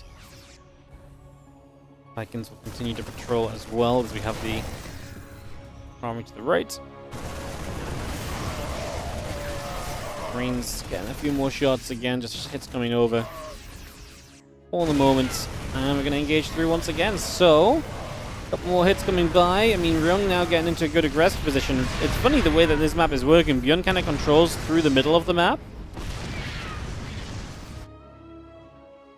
So yeah, Byun kind of controls through the middle of the map. Ryung's trying to work around the other side. He's actually, Byun here is going to get in behind the defense of Ryung, which is a pretty huge play. So he gets in behind, knocks down an orbital. One of the bases falling. This base does not have a lot of health left on it, and that can't relocate because it's a planetary as well, so we're getting down to the nitty-gritty of this elimination match, game number 1.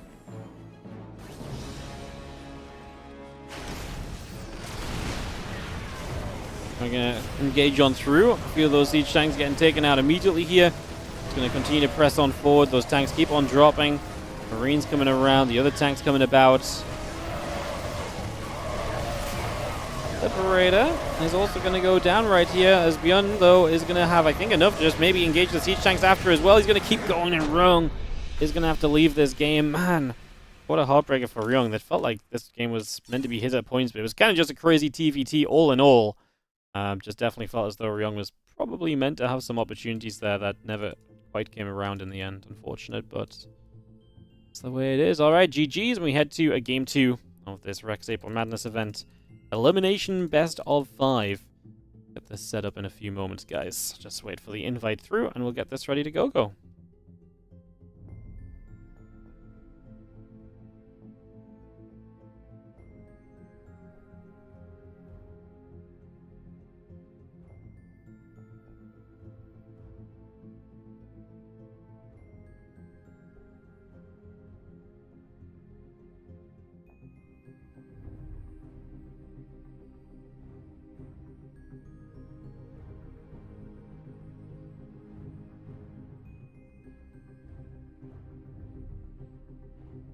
Alright, just waiting for the host, guys. Not sure what the delay currently is. Not there just yet.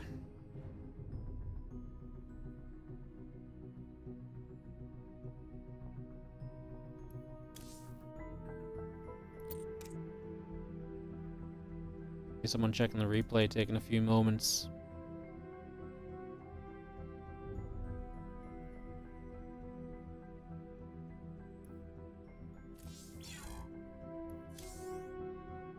Not sure. Wild games today, though, huh?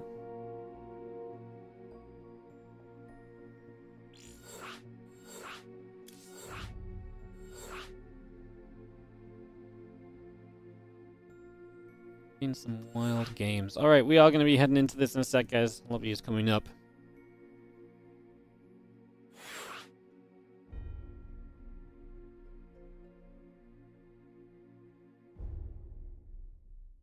Ready, go. Game number 2 of this TVT. Like I said, it's been Whispers of Gold. Like, last game really was wild from the start and stayed wild for a significant period. Let's see if game 2 can live up to it, because that was really some peak TVT.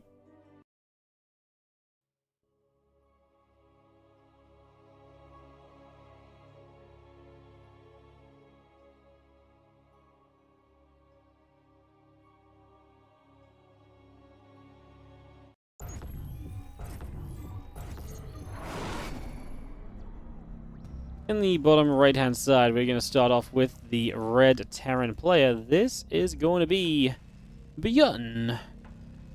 And he is up 1 in this best-of-5 series after a pretty bonkers opening game, taking on Ryong in the top left. Well, like I say, let's hope game 2 is just as exciting, because that first game really was a little bit wild.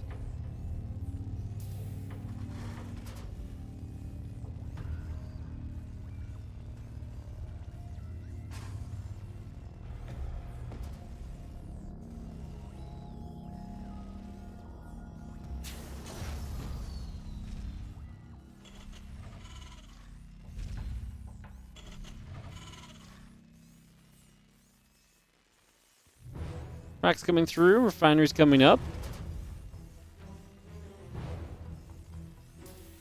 Let's just get ourselves settled in here. And refineries coming through on both sides, so we get all of that rolling just for the moment. Get underway. As again, we get ourselves a little bit of action to begin with for now. Barracks coming through. Gas coming on. Get this all settled.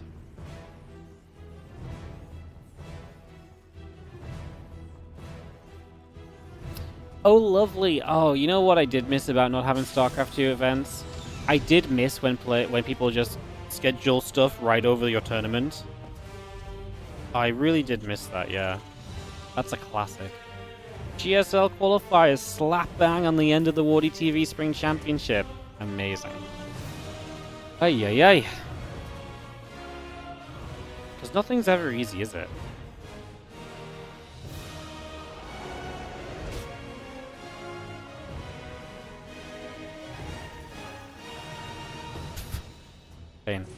Alright, well, Reaper's holding out, factory coming through as we get ourselves set up for a few moments.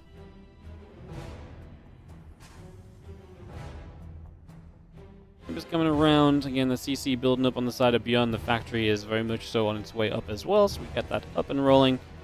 Reaper gonna step across, and the two Reapers together will just join up at the front and start to move through.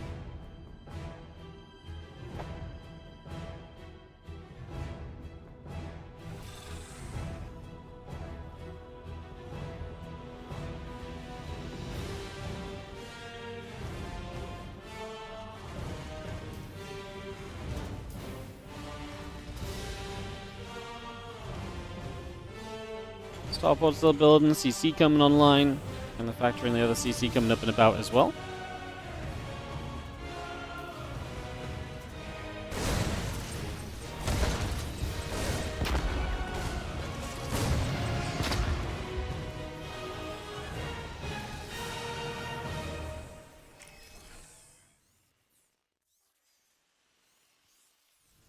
A couple of Marines in the Cyclone still coming about too. For a few moments. See the Reapers getting there. SCV will go down. And that's actually kind of nice. So 2 SCVs killed by Byun early on.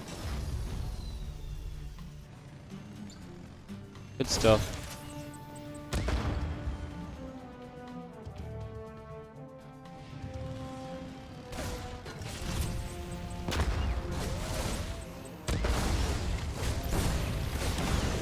Continue to come by. Another SCV going down, but we do lose the Reapers. Maybe opens the chance for Ryung to go across the map. We'll keep our eyes on that in the next few moments.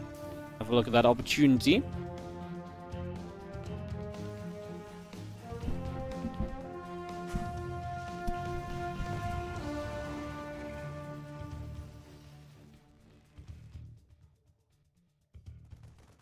Medevac coming across, the 2 Reapers and the Hellion joining up. The Cyclone will be right there as we just see the Marines coming over. Cyclone locks onto the Hellion, so again, a little bit of damage to be done on that right from the get-go.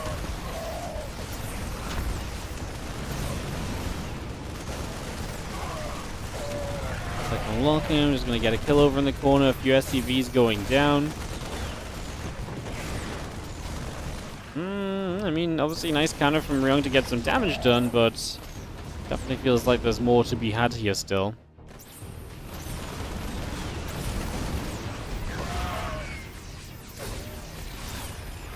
Knock-ons continue to go back and forth here, so again we continue to make that trade, and in the end Byun says I do not actually have enough, and that one is going to be that. GGGGGG's. And Ryung just ties up the series like that, 1-1.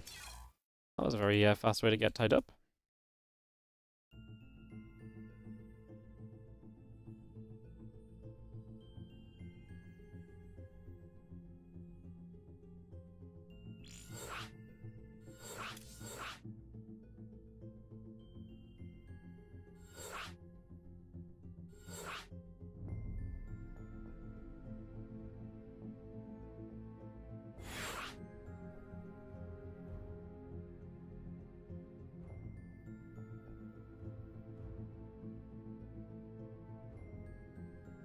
Alright, game 3 then. Well, that was speedy as Ryung just ties it up just like that. I'm gonna get this ready to go.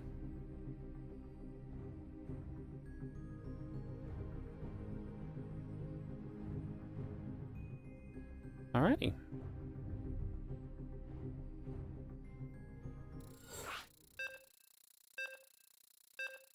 Wonder if EWC learns something from this, all that in 6-7 weeks.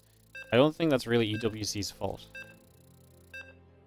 EWC really did not know whether ESL Pro Tour was once again just going to hold the finals of the ESL Pro Tour at EWC, or if they were going to have to run their own qualifiers. So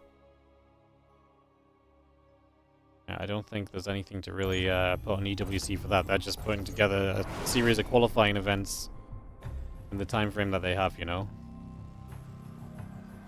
I honestly, I think there's actually not really anything wrong with the qualifying setup. The only thing I think is genuinely bad is I really don't think a tournament that's already had qualifiers played for it, I don't think you should announce a qualifying spot for EWC in that event. That actually baffles me.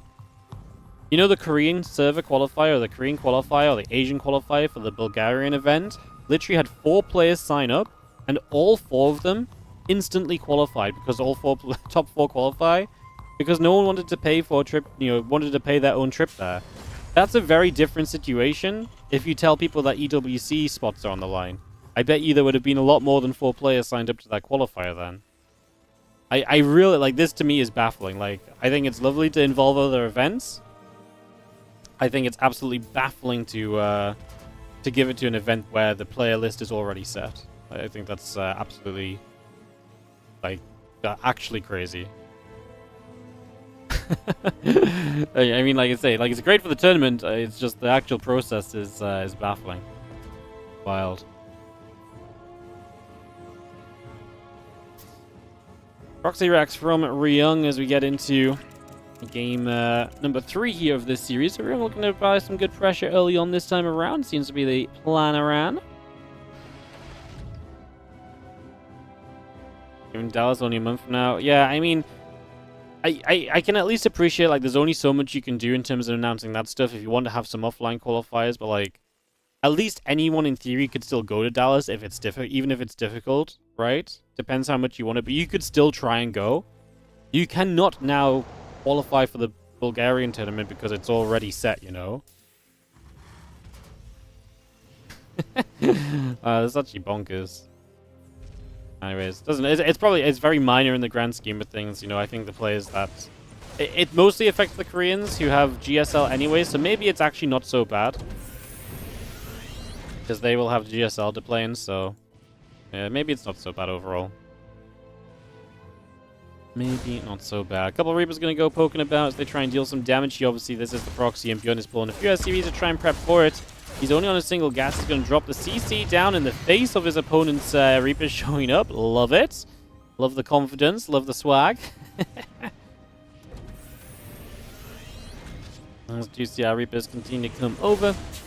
Just going to be jumping in toward the main base. A couple SCVs go down. A couple of grenades. The Marines get blasted the other way.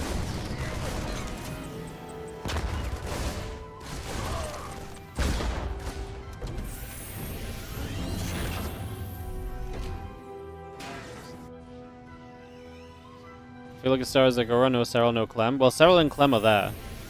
No?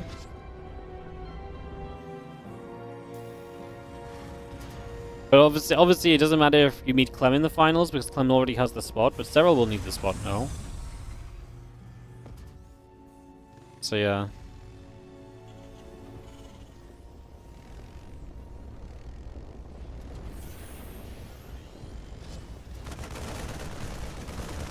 So we see a few Marines is going to be there. We are just going to have ourselves a little bit of a pushback on the barracks. The grenade going down, a couple Hellions and the Reaper continue to gather up also. See our starport still coming through, that depot still taking some damage. We continue back and forth. The reactor about to finish up on the barracks as well, so we continue through with this for the moment. It's going to be seeing the Reapers hopping up, and again we are going to continue to step forward here. Hellions will be there, Reapers taking a few more shots.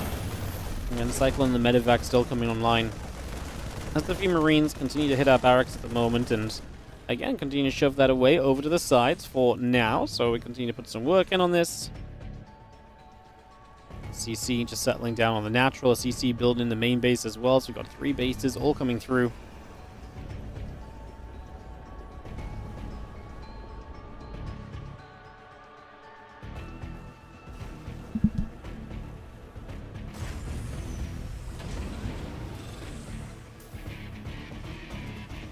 There goes the Medevac just boosting across the Ryung.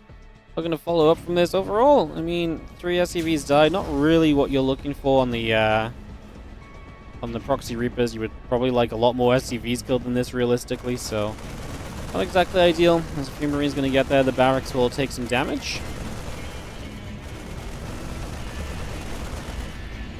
Going to get that pushed down. The Raven's still building up as well, so we keep that coming through. Another mule dropping into place.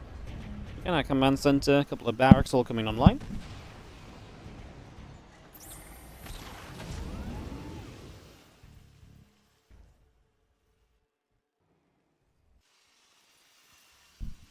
Cyclone and Liberator continue to build up. Just seen the Raven, the Interference Matrix, Stim. But everything continues through as the Hellions get into this main mineral line. Going to start going after a few of these SCVs. Cyclone will get across that. That's 3 SCVs killed so far. Going to make it 4 at the end. 5. Byun. Not just surviving through the Reaper attack effectively, but then he's the one to really do good damage on the follow-up as well. So he's putting himself in a killer position here for this game 3 at the moment.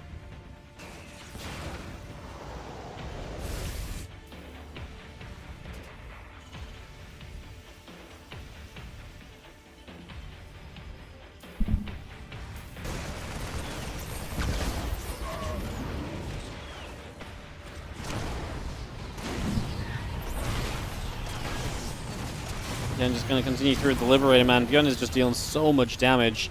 He still has a good army supply as well, so it's not like he's just given up like too many units to do this damage either. I don't think there's going to be like a point of counter-attack or so that comes in here. This is definitely looking pretty darn good. As we have ourselves the 1-1 and the Stimpack coming through, the extra barracks still coming into play. CC building up as well. The upgrades still very much so coming online. So we get all of that coming through as our Marines and a couple of Cyclones just going to go nibbling through a set of rocks. Some damage being dealt, opening up this area in the front.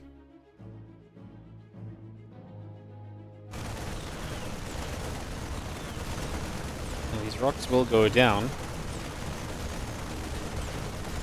Will they force you to watch GSL on their freaking TV again? They might not. What if, okay, hold on. What if we play the? We'll play the dark side of this. What if they don't?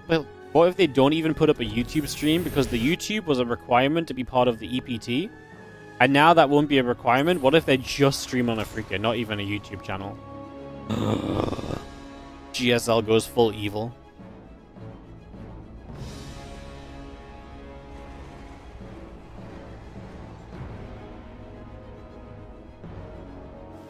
That'd be funny. Yeah, that would suck. That'd really suck, but oh, it sucked anyway, didn't it?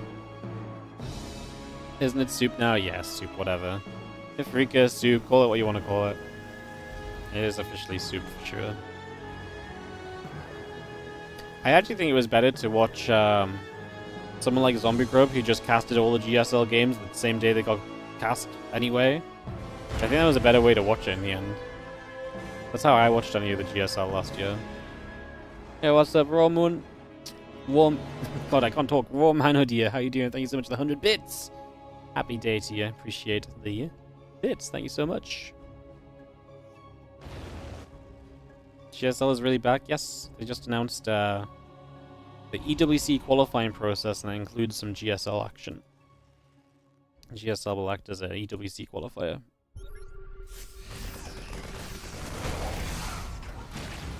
MaxPax goes down. Hey, Ryong needs to do something, right? Because, let's face it, Byun has been absolutely dominating this game, and Ryong shows up with the positioning, and Byun is not ready for that at all.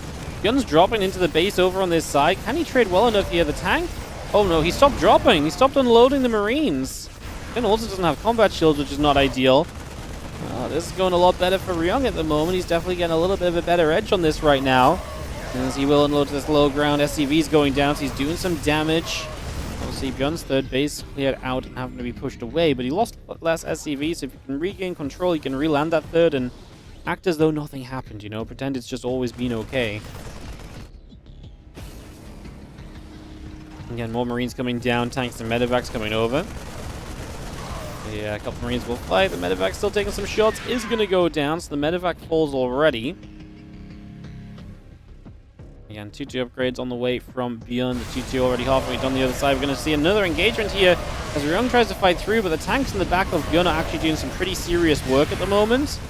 And some good damage dealt for now. It's going to be allowing him to hold on. He's down so much army supply, though, and that might just be the issue, as Ryung was the one to take all of the damage early in this game, but this set of trades here has gone so much better for him, and even as this portion of the army gets cleaned up, there's a reinforcement wave coming that is very, very sizable. There is a lot of units. This isn't just trickling in of Marines. There's tanks. There's a good cluster of Marines as well. Like, this is a fantastic portion of an army. As the rest of this force from Ryong continues up to the top. Tank's going to fire. A couple of shots going off immediately, getting rid of some tanks. And these tanks hold on. We need a bit more buffer for them right now. The Marine count might just be too much, and it is. And Ryong is going to take game number 3 of this series. So we're going to see Ryung up 2-1 in this best of 5. Man, I mean, it's just been kind of a crazy series in general as well. And I mean, that first game maybe arguably should have been Ryung's too. Ryung's TVT is once again showing absolute awesome qualities as we work through these games. Let's go into our next one here as we get ready for a game 4. Get into this, and Ryung with match point on the line. Get this set up. As we'll get this all rolling, we get this all started. Winner of this, remember, plays Rogue in the decided match. So if Byun wins this, we get that rematch. If Ryung wins this, I'm genuinely a little bit worried for Ryung. I think Rogue is going to smash Ryung. Just to be completely honest, you know, just to be straight up honest with you guys, I think he's going to get absolutely clobbered. So I guess we shall see how it all turns out in the end as we get ourselves ready to go here into Killer's Mile. For this next game, let's get this started up. Let's get this a-rolling.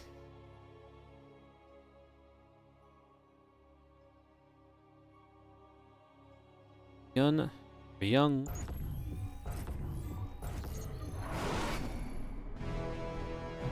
As we have ourselves in the bottom left-hand corner, the Red Terran player who is down in this series. Are we on the verge of seeing a little bit of an upset? I think we might be. It is Byun. He's definitely had the rougher time in this best of 5. He's had good moments, but I mean, even from the lead, he lost out. He has come back from behind as well, so it has been a good bit of back and forth. As in the top right, our blue Terran is Ryong. Just lied to us. Okay, I think Ryung's going to be super competitive against Rogue. I think a best of 5 for Ryung in a TVZ is very difficult at the best of times, but Rogue is genuinely playing very good CVT at the moment, so I just don't see it, you know? Just don't see it. Game 4 coming up as I get this underway. CC bottom left, CC upper right, bases where they're meant to be, shock horror. Who would have guessed?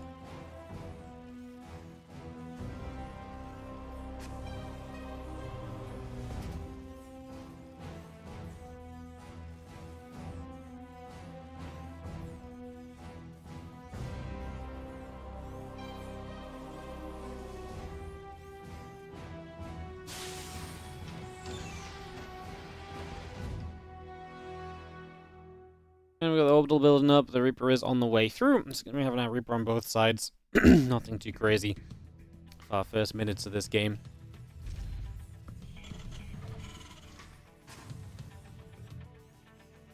Elimination match here in this group. We've seen some great games lately. Again, if you guys are enjoying, do consider liking and subscribing over on the YouTube. Don't forget to follow over on Twitch. We really appreciate it.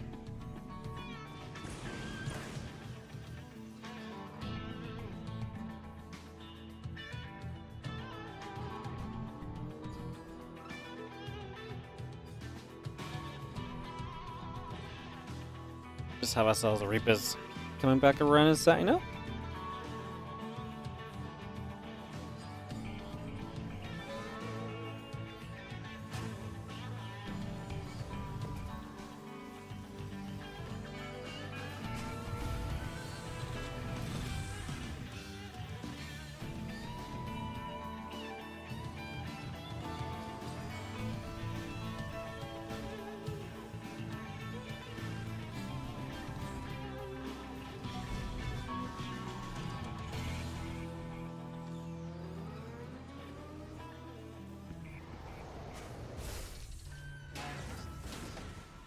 We're having ourselves the starport coming through on both sides, the orbital command coming up.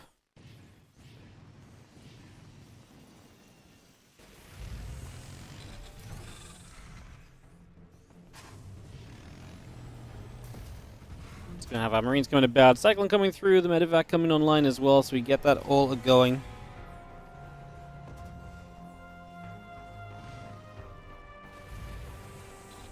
Just have our, again, Cyclone Marines coming through, the medevac coming around. Get that all started here at the moment.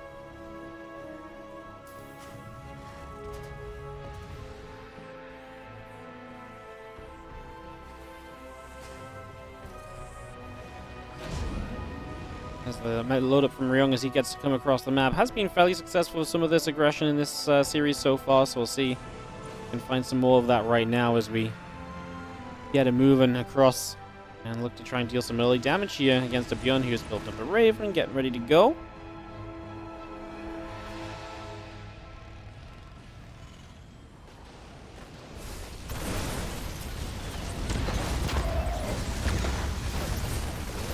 And the Marines, the Heli, and the Reaper just going to all come back and forth. Just going to be seeing the defense is clean from Byun. Super, super simple defense there so far.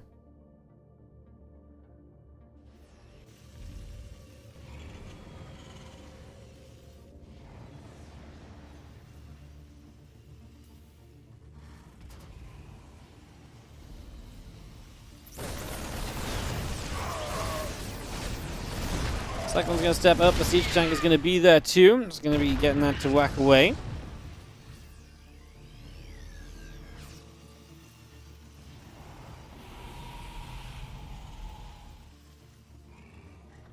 Here's the Cyclone. We're just going to come back over. Still got the interference matrix coming up. The Raven on the way. The siege tank coming up as well.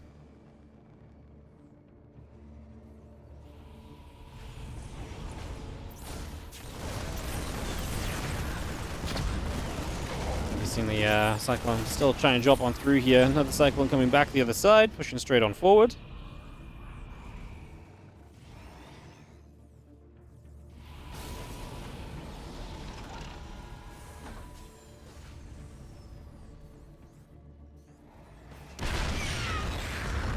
Medevac dropping. I guess getting a little bit of cleanup here. We are going to be seeing Ryung still trying to do something extra, but this Medevac's in danger, losing its speed.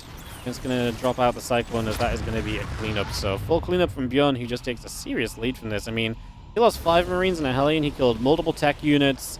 The Medevac, I mean, this has just been a fantastic start from Byun. The defense has been spot on. Ryong trying to make something happen aggressively, but just has not been able to happen so far. As the Stim Pack and the 1-1 upgrades coming in on both sides.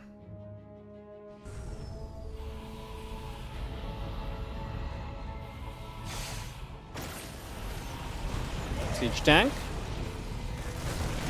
Gonna get caught by the Matrix. The Marines and a couple of other tanks are gonna come back over.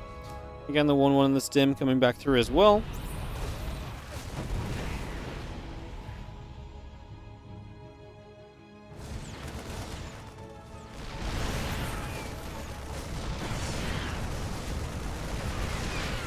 Marines will fight again. A couple of SCVs going down. We do see the 1-1 upgrades coming about from Ryong. That will eventually get there, but it's not going to be something that saves him right now, as the stim pack is also going to be coming in pretty much just at the same time from both players, which is fairly notable too, right?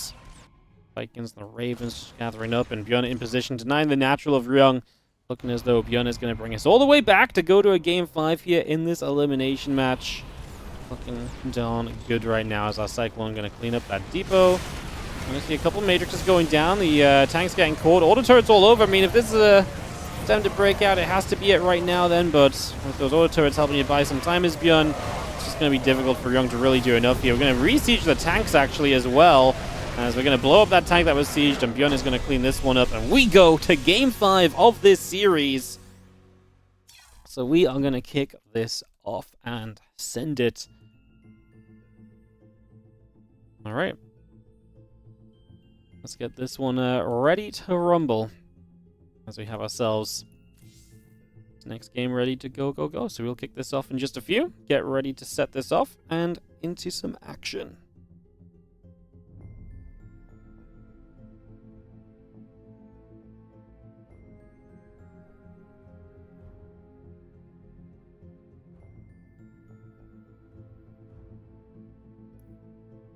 All right, wait for this Game 5. Kick this off, get this going. A few moments as we go into Error Home.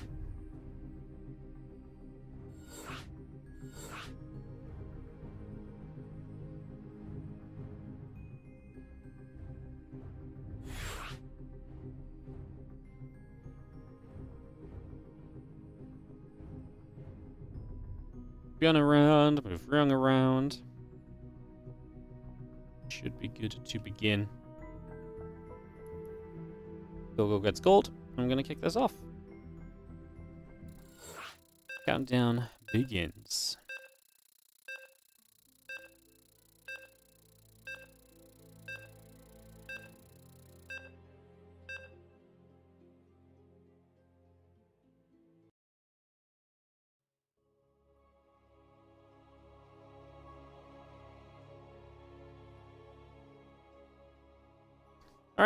Alright, we're going to jump into this thing, guys. Final game. Again, the winner of this will play Rogue in that next round, in that decider matchup to see who will move through to the playoffs. The loser of this is unfortunately just out here of this month's Rex tournament. And shout out to Rex putting this event on. He obviously ran the March Madness last month, the April Madness now this month. Cool to see, yeah, cool to see Rex putting on some tournaments. Great for us getting involved and being able to run some stuff ourselves. I love it.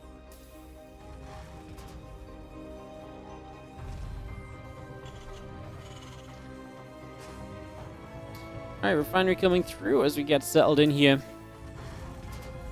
Again, CC coming up. Get this underway for a few moments.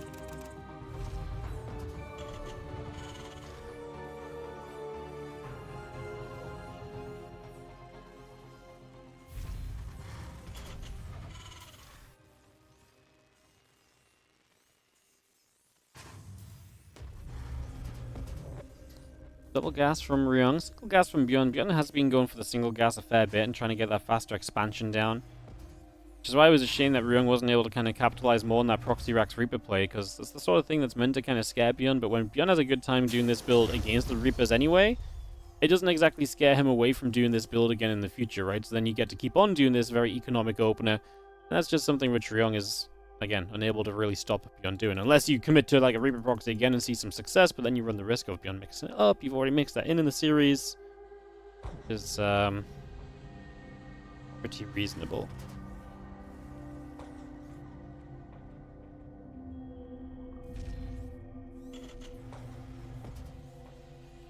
When that factory comes up, the CC building on the natural as well, we get that straight underway.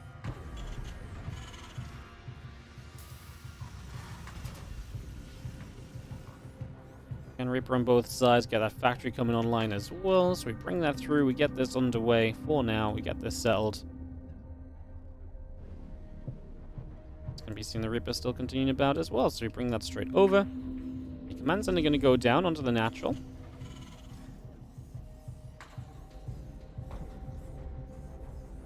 Command center still building up. Currently about halfway done from Byun. Reaper and the Hellion on the way, another CC in production.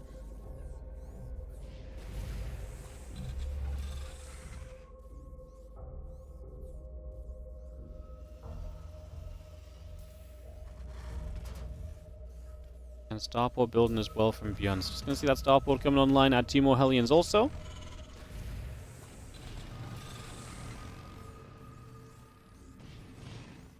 So both players end up with an expansion here, so Byun's going to be happy because obviously his expansion just came in a little bit more of a greedy fashion. So he gets to get that greedier expansion up and running. No real issues. Okay, we'll kind of go from here and figure out what comes next as the Cyclone will be popping soon. A couple of Marines popping out. Starport's still on the way.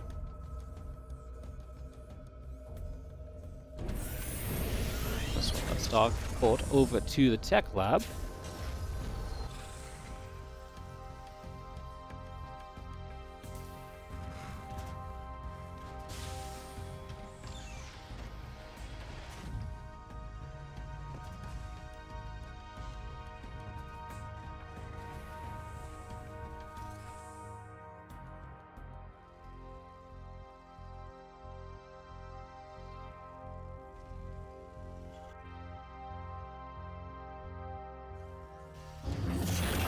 Raven's building up. And gets the siege tank on the way already from Ryung as well, as the barracks going to swap on over to the reactor. The Raven's still coming through too.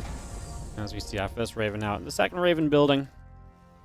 Again, a little bit of getting established here. Interference Matrix is going to be on the way through as well. And yeah, tank a couple of Marines. Both players really not going to do much of anything right now. I don't think there's much aggression coming from Ryung despite Byun's faster expansion. So we just sit back and let this game develop.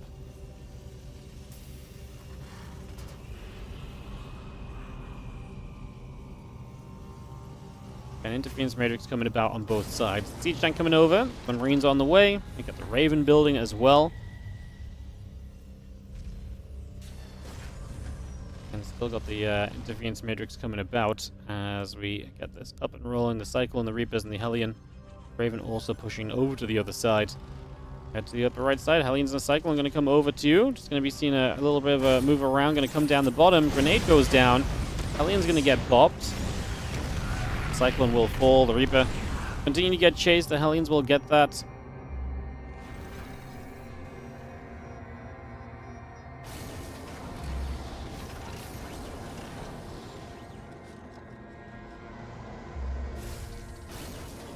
Double starport from Ryong, so he's going to go very aggressively pushing across the map. Not a third CC like what Byun is building on location right now. There's going to be big commitment. Double starport gives you a lot of air control and will look to push and pressure ASAP here. So we will be going as Ryong. And again, this is committed. You want to do damage with this. Without damage, you're going to be a little upset about it, right? I mean, it's going to be a much later third CC, for example. So you definitely need to be seeing some results as you make this push. Let's see what happens here as we get this... move starting. Like I say, you're going to rebuild and reproduce behind this very nicely with that second starport. And that scan from Byun didn't really tell him too much. It missed the second starport, so unless he can read what's going on here otherwise, it's going to be rough. I wonder if like the lack of a third CC where he scanned, but I mean, that could be on location too. He's realizing now that Ryung is obviously pushing aggressively. He does have one more Raven worth of energy, but again, he's going to be outmassed in the sky, so his Ravens are going to be very vulnerable to those Vikings. That's going to be one of the big issues we see here over the next little bit. As those couple of Vikings continue out, the tank, Marine, and Stimpack continue through. And the army of Ryong continues down to the bottom side as we take the Hellion onto the watchtower for the moment. Again, we continue to set this up. Command Center building into place. A couple of SCVs coming over as well.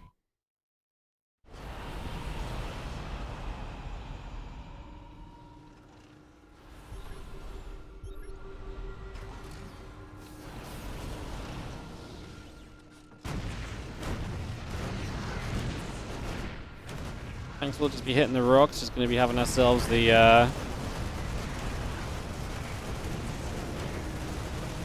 rocks going down. The rest of the Vikings will continue to patrol. Just going to be having the Ravens nearby as well as the army of Ryong pulls back down towards the center. We're going to turn. We actually get rid of a Viking. That's nice. Any catch right here is going to be good for you, right? As you knock down the air units, you will have more and more of that air control. We've already talked about how important that will likely be continuing through on this attack. There's a whole reason you get the double starport up. There's a whole reason this commitment is based on the double starport.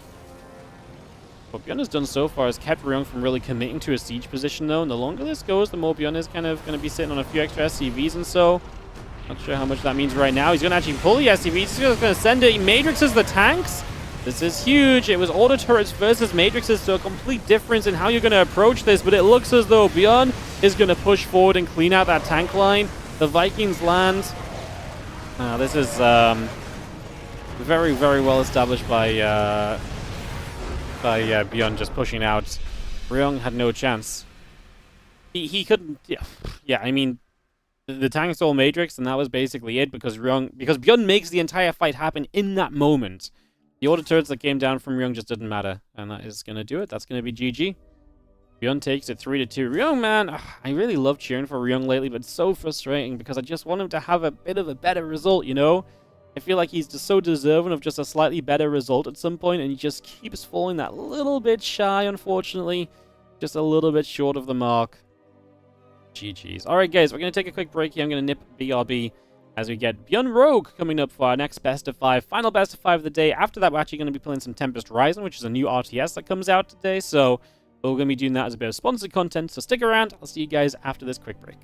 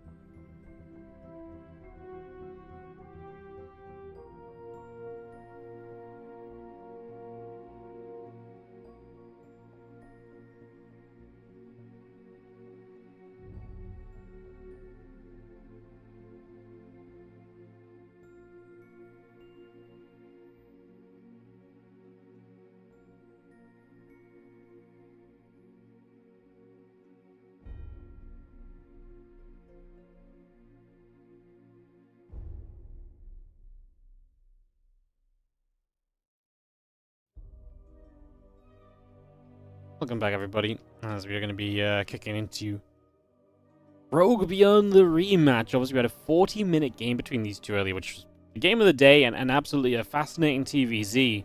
So hopefully this... the only concern I have is that Rogue kind of bested Byun in, you know, a couple of games. That was a 2-0. Obviously, it would be nice to see Byun fight back and make a series of this. I'd be shocked if Byun didn't win a map in this series, if not a couple at the very least. Especially after being 2-0'd early, I think... I don't think Rogue, like, I actually do favor Rogue right now against Byun, but I wouldn't say I favor him to the point where, like, I would expect Rogue to come out and, you know, 5-0 Byun on any given day, right? So, you know, I think, taking the Galileo series into account, and maybe Byun can learn a little bit from that as well, I think there's a good shot that this turns into a bit of a back-and-forth TVZ banger to round out our StarCraft 2 today, so... With that all said, we're going to get this up and running in just a few moments. We'll get this started and ready to rumble. First map is going to be Frostline. Second map will be Killer's Mile. Ryung is like the spirit of Korea. Yeah, just like you really want to just see like a slightly better result from him. Like he plays so well so often, and he's just always that little bit shy of that little bit of the next step, basically. I know, it really is just a little sad, isn't it? Yeah. Frostline, Killer's Mile, Amygdala, Sandworm, and Errorhome will be the 5 maps for this series, so we will just get that started to post up.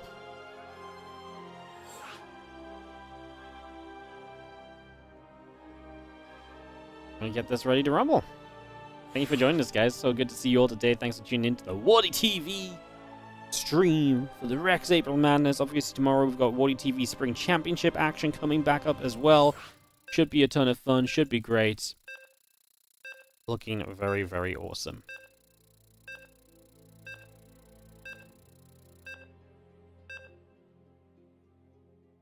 Alright, we're going to jump into this Byun Rogue TVZ. Let's get this up and running. Let's get this all underway as we get into Frostline for the opening map.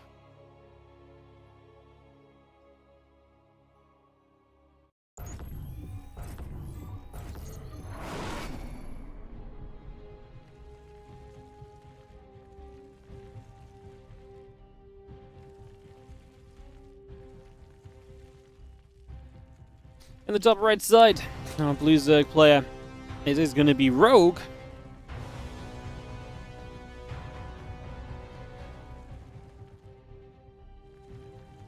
As we get into game number 1 of this best of 5 series. So kicking this off, get this going.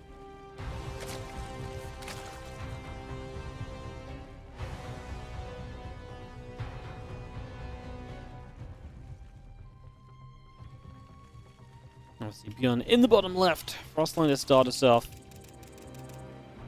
Excited to see what maybe how this series looks kind of on some different maps as well as we move through it.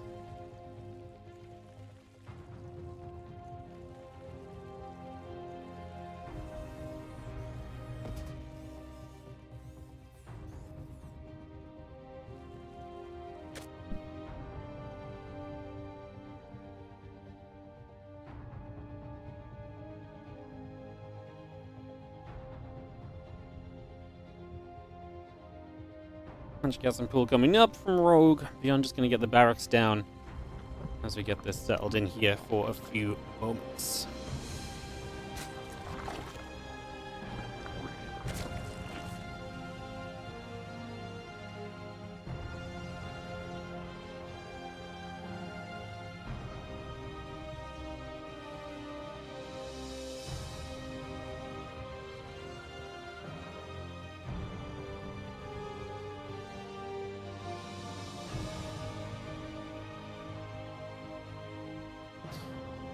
Overlord's crossing over. Like I say, if you missed the earlier series between Rogue and Byun, you really missed a fascinating game. Byun ended up turtling up a little bit because, well, Rogue took control of the map, and Rogue played this fascinating into Swarm Host style, so he played Mass Overseer, and then went Swarm Host, and his late game army was Swarm Host Corruptor.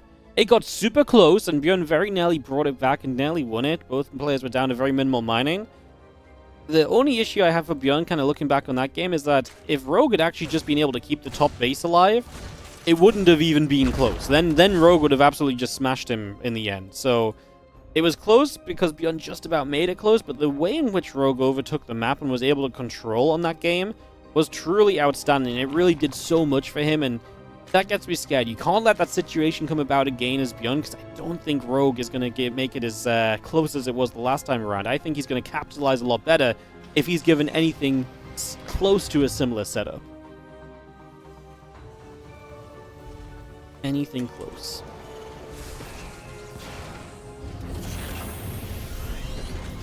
Factory swaps over to the reactor, and it's just going to be seeing the barracks dropping down as well.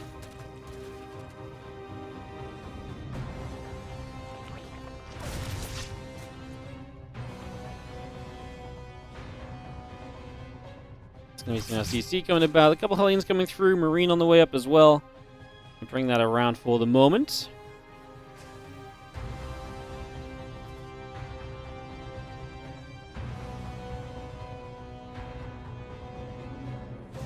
Gonna have a couple of Lings gonna go chasing after the Reaper here for a few moments as well. It's just gonna go stepping about, trying to see what's going on.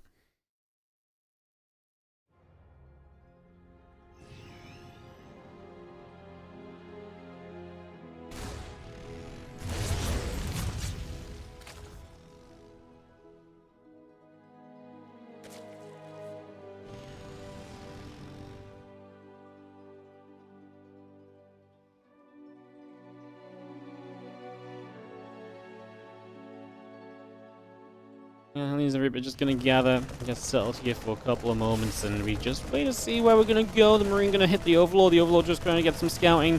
Just the Liberator and Stim coming up as well.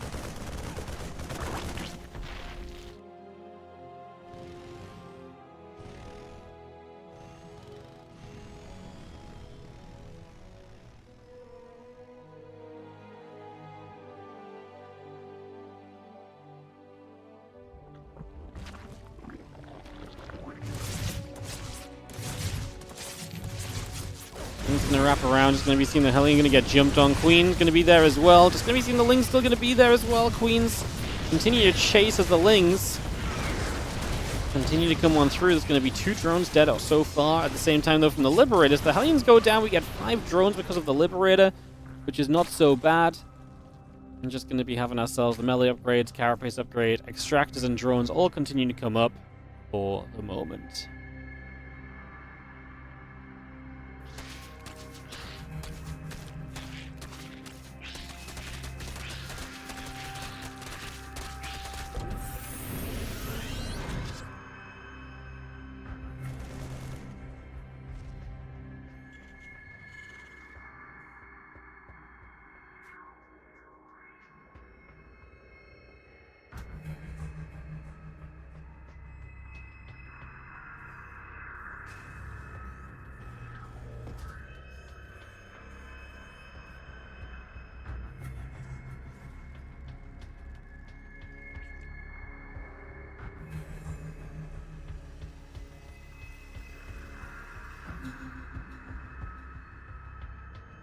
And that's coming through, a couple hatches coming through as well.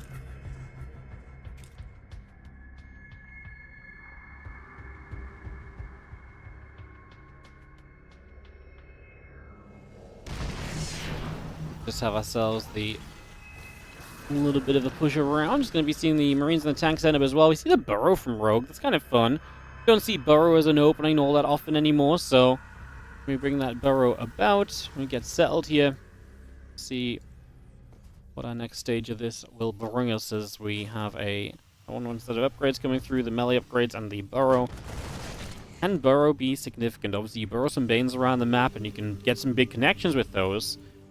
It's not used all the time, and I always think that the reason you see the burrow being so effective is because Terrans don't think of it right straight away all the time, so if you use it early it can catch a Terran a bit off guard. And oftentimes get some good connections as well as the Lings run through. A couple of SCVs are going to get jumped on. Failing speed coming online, the burrow building, infestation pit coming over. Armory already finishing from Byun, so he's going to be pretty smooth to get straight into the 2-2 upgrades here. As those few Marines are going to go hitting the hatchery right away. Lings gather, as those Marines will just go hitting the hatch right off the bat. And we continue to get this set up. Additional Zerglings in production. Hatchery will indeed go down here. I mean, the counterattack is nice, though, and there's a lot of SCVs that have to go running away from this. 9 SCVs dying, and a lot of the Lings get away from it as well. Now, obviously, we lost the bottom right hatch, but Rogue is expanding aggressively on the map currently, so he's got a little bit of room to work with as these Marines continue about and getting rid of a few of the creep tumors as well for the moment. Continue to do well there right now.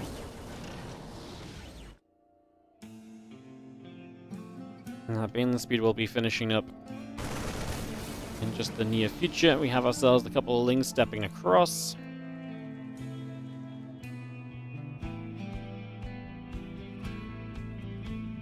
Those Lings run back to the middle of the map, still seeing ourselves the Marines in the middle, just going to get rid of a couple of additional Zerglings, a bit more damage being done. And Marines continue through. A couple drones going down, the creep tumors being picked off. The Banes are going to go rolling in toward those Marines. Those Lings going to get wrapped around on this army as well. Rogue just shutting this down. Good damage done. He lost a few drones, sure, but in the grand scheme of things, I really like where Rogue is putting himself at in this opening game. A couple of Banes going to try and reach those Marines as well now. How can we do? Not too crazy or anything. Having ourselves the rest of this continuing up as well.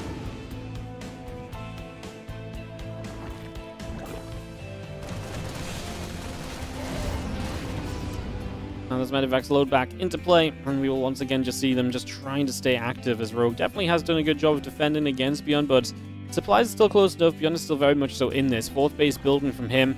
And the thing about Byun is if he feels like he can't really win moving out and attacking on the map, he will not be afraid to sit back and make the Zerg attack into him and hope the Zerg gets overconfident with their commitments, overconfident with their trades, and, you know, trade badly, essentially, giving him the chance to get back in the game in a later stage off of a much better army composition once he's got Ghost involved as well. This drop is actually going to be problematic, considering Rogue was barely aware of it. However, Byun just moved out on the map, and the Lings counterattacking. Depot raises. The good news is that we are going to be able to get onto the third mineral line. We might even be able to cancel the incoming fourth base. That would be absolutely massive for Rogue right now, as the tanks are not sieged here. But am I going to go off? Actually splashes a few Marines as well. The Baneling trying to reach. We get rid of both the siege tanks. Yeah, it's just going to be way too much. Byun gets completely overrun. Army overrun, third base overrun. Rogue actually just played a stellar game, just all over this force of Byun kind of all game long. Byun just didn't really get much of a chance, if I'm going to be honest. Like, this was an absolutely dominant display. It is getting so fun to watch Rogue in ZVT at the moment. Like, the dude is very, very good, and he's genuinely seeming to get better and better as well. So it's very exciting to see Rogue just consistently improve at the moment. Very, very nice. Loving it. I'm excited as well because we have Rogue obviously coming up in the Spring Championship next week as well, and he's going to play Clem. And I actually think, like, obviously Clem's very good, and maybe it just doesn't look close, but I feel like maybe Rogue has a couple sneaky things that could maybe give Clem a little push for his money. I would love to see that match. It's not a guaranteed to be seen matchup, but I really hope we get to see it on the day, because I think it'll be fun. But that's a week away right now. We've got Rogue Byun in this series, this decider match, best of 5, as we get into it. We are going to have ourselves in the top right corner. The blue Zerg player is going to be Rogue, while in the bottom left, our red Terran is Byun.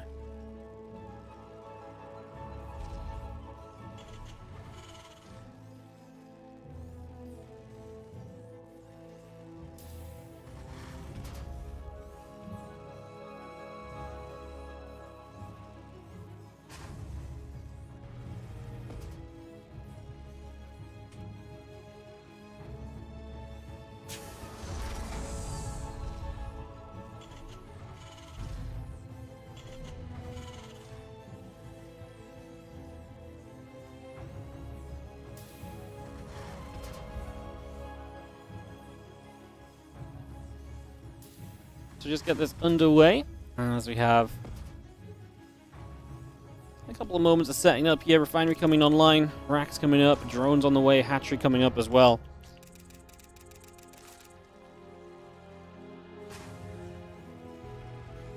Again, that SCV just building up in the command center. Our barracks continues across.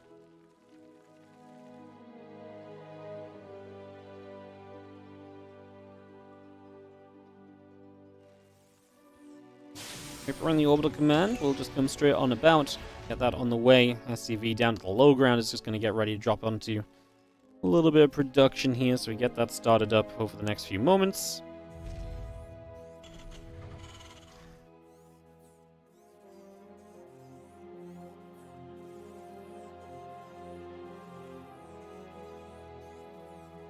And then CC build and the Reaper continues online. Bunch of gas and pool coming up as the command center gets started through.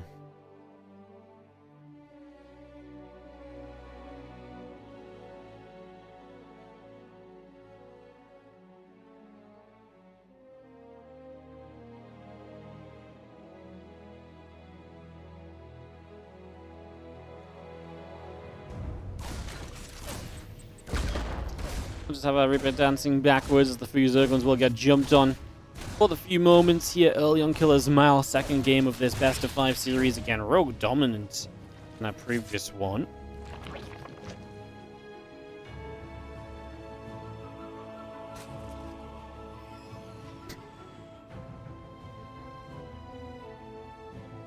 And the Reaper just coming about. A couple of CCs coming online as well. You get that on the go.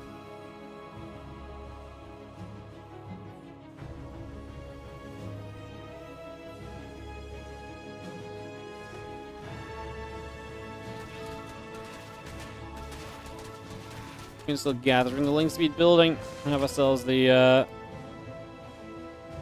drones on the way through as well. Again, hatchery building, creep tumor on the way, starport, and an extra gas coming up as we speak. Just gonna have ourselves that command center still coming into play. And the Reaper gets back out to the front once more, so again getting settled here in these early stages.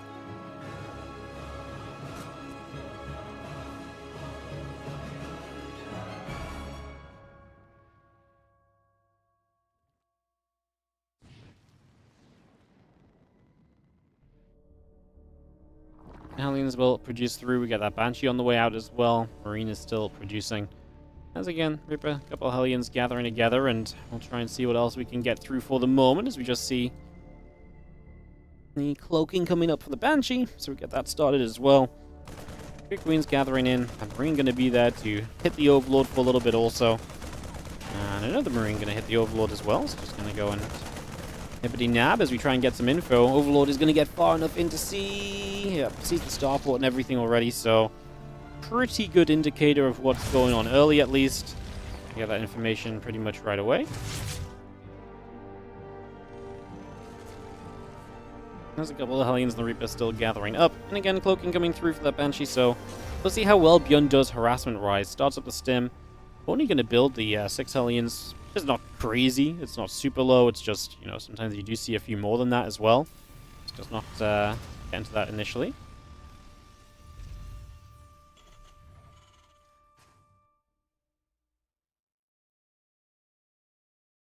Lab just still coming online. The drones are coming up. A couple of spores are coming over as well, so we continue to get that through for now as the Hellions and the Reaper will just hit the hatch. We actually get a cancel on this 4th base. That would be amazing, wouldn't it?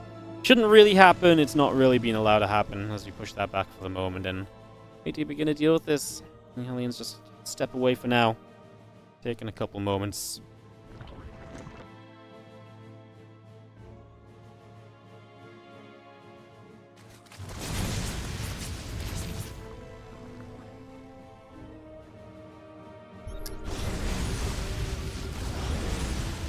Hellions will just shoot. It's going to be seeing the creep team taking some damage as well. It's just going to knock that down also here. There's the Banshees actually finding the Queen's a little bit too far forward. We try and get the first, but the transfusion is going to be good to save that Queen mispositioning.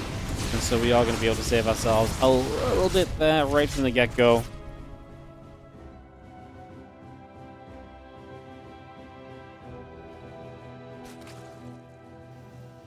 So a few Marines still gathering up, a few SCVs gathering around. Still got the 1-1 upgrades and that stim building for the moment. So we continue to bring all of that through just for now.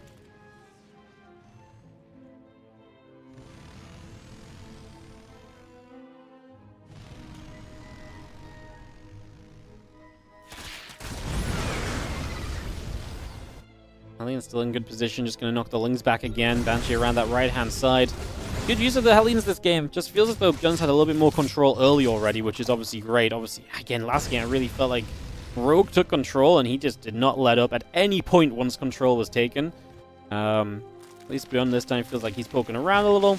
Rogue gonna go for a different approach, heading into that Hydraless Den. Just gonna have Hydras, Lings, and Banes here this time around. Last time was mostly just Ling Bane, right? If I'm not mistaken. And kind of going into tech from there. But yeah, didn't really see too much of him Hydra-wise. It was just a lot of Lings, a lot of harassment, a lot of run-bys. Very run-by heavy from Rogue last game. That is something that has potential to change, of course, right? That's the sort of thing that can, you know, maybe this game he doesn't run by as much, maybe the map doesn't allow for it, maybe he just wants to play a bit differently. If Byun overcommits to run-bys, which then don't arrive because of the fact that we're playing a bit differently as Rogue as well, right? Like, that also works in your favor. Like, there is benefits to switching up your tendencies from game to game. And Rogue is the player that, you know, in terms of being able to switch up how he plays, has always been able to do that. You know, he's one of a very creative player. He usually has a high repertoire of being able to, or a large repertoire of, you know, stuff he can bring out. And that's always been one of his largest strengths, being able to mix in some aggression or just do something very different to the expectation. It's always been a big factor that Rogue has been able to kind of catch on to. Right now, he's going to try and get a wraparound on this group of units down in the bottom right side. This is off creep with slow Hydras, or at least they feel like slow Hydras. They actually have the upgrade, no? No, they have Hydra range, my apologies. So, has the Hydra range upgrade? I don't know about that, just because I don't feel like that army was in a position where it was immediately getting anything done, right? Like, it wasn't on top of a base. I guess if you push further up, then your mineral line does get sieged a little. So I guess that's not ideal. We do lose the topside base. A great multitasking from Byun. I think this was, I mean, obviously it was just a bad fight from Rogue. The question beyond it being a bad fight was, is it a bad fight that really comes back to haunt you, or is it kind of, you know, has it, you know, one of those ones that kind of turns out to be okay? I have to say that's a pretty reasonable question to be asking ourselves at the moment, it feels like. And actually do continue through his Rogue, though, and the follow-up from Rogue feels a lot better than anything else he had going on there initially. Absolutely gets himself pinging back the other side. Still don't love these Hydras going across the map. Give them some speed. Upgrade that. Give them that muscular augments, bro. Oh, no. Hydras are left alone, and they can't run away from Stim Marines right now, Rogue. This was a gift you've just given to Byun. There is absolutely no need for those Hydras to be on the map like this. Not in the slightest. Absolutely 0 point of that at all. That is brutal as our Marines, Medivacs join back up together. We have our Siege Tank coming back over as well. The Command Center is still building up as well. Get that on the go. 2-2 upgrades coming online as we are going to be seeing our Marines and our Mines continuing to settle in for the moment.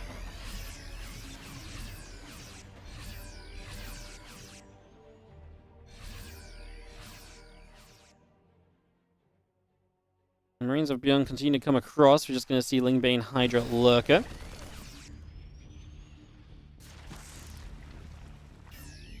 Marines still gathering up, getting settled down for the moment. So we join all of that together as well. It's just going to be seeing, can Rogue recover from what was a couple of bad fights for sure. I mean, it does feel like Byun is going to... The notice I have as well is just look at the creep spread. It's really... It's not non-existent, but it's not really kind of controlling the map. As those Bane lanes, oh my god, just move commanding around the Marines. Okay, guys, Lurkers are out. Maybe that will save Rogue for a little bit. That has the potential to turn this around. It feels like this has been such a good game from Byun, and then I'm looking at the supplies, and Rogue's got Lurkers. The supply is okay. Drone count's still good. Somehow Byun is not just dominating this game. That's how I feel like the situation should be based on what we've seen so far. A wraparound! There's not enough Medivacs to retreat away. One Medivac units can get out of here. Great catch again by Rogue. Okay, now Rogue's turned this around. Resources lost is reasonable. I mean, it's not great for 10 minutes in the game for Rogue, but it's playable. And he's taken some better fights for sure to kind of push Byun back and to give some room in this game. Ghosts on the way out, 3-3 upgrades on the way out as well. Rogue's starting to get some of those better Lurker upgrades onto play. That's something that obviously he's not really had just yet, so needs to start getting toward. There's the Feelings, the Banes, the Lurkers coming over just for the moment.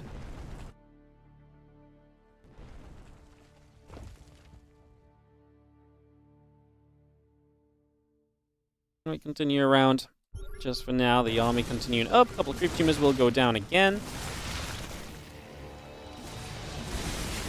Drone Claws will come around. Just going to have ourselves the Bioforce getting set to move up that ramp. But there's lurkers on the high ground as well, so you don't really want to go running up there. Not right now.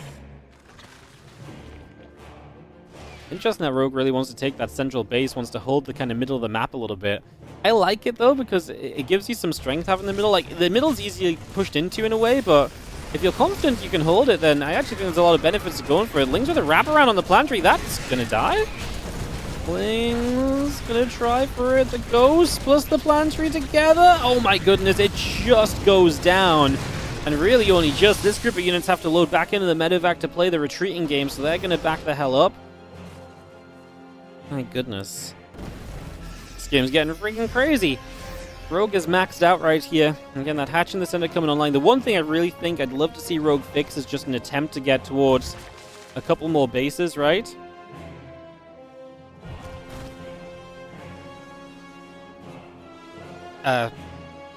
No, that's not it at all. Not a couple more bases. A couple more creep tumors in front of his bases. Sorry, I've got a puppy right here who's begging for my attention, guys. She's being a little distracting right now. She's staring at me like, hello, I would like some love. I would like to play. Ellie, I'm caster. I'm working. Trying to earn you some treats, okay? Chill out. Yes, I would like to see him get some more creep spread in front of the bases right here. I think that's one of the big things that's missing currently for Rogue in this game is that Widowmine shot comes off. A couple upgrades still coming through. We get extra Liberators coming about, plus 2 vehicle plating going around as well.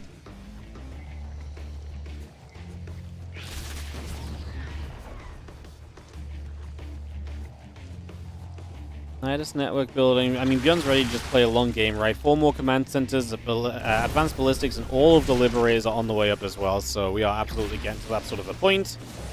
But the Lings are going to come running through. The Bio Ghost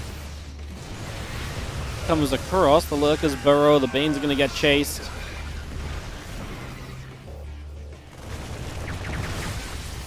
Bioforce going to be there. A few Ghosts just going to go sniping along.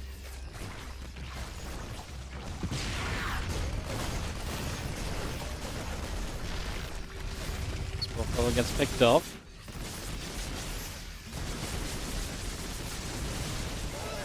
Bane's going to continue through. Just going to see the Ghost taking a few more shots. A few more snipes going to set up. We're going to see the rest of the snipes coming down. A lot of those Lurkers getting hit at the moment. So again, big damage being done here. Bio pulling back over the right side. Liberator going to siege. The Lurkers are going to step down this ramp once again. Bane's Lurkers going to come across. Lurkers are going to siege. The Banes are going to come running. The Bio loads up, but we lost a full medevac there actually. So one of the full medevacs that loaded just goes down. Nice counterattack as we lose some drones. We actually get rid of a bunch of SCVs. I believe it's the Liberator that's getting some of the drones as well. So some problems to clean up around the map. It's being cleaned up now, right? Yeah, that Liberator is getting jumped on, so we will get that picked off. And turns out Byun Rogue is an absolute treat of a matchup to watch. Could have probably guessed that anyway, but like, hell yeah. What a great set of games these two are giving us today. Absolutely beautiful StarCraft 2 so far. Let's see the Bio and the Ghost continue to gather around. Cloaking coming up as well. Neo Steel Plating coming online. We get this Advanced Ballistics also added on as more Lurkers, Hydras, and Banes are being produced as we speak. So we continue to bring a lot of this up. Still got ourselves a +2 melee upgrade coming around also.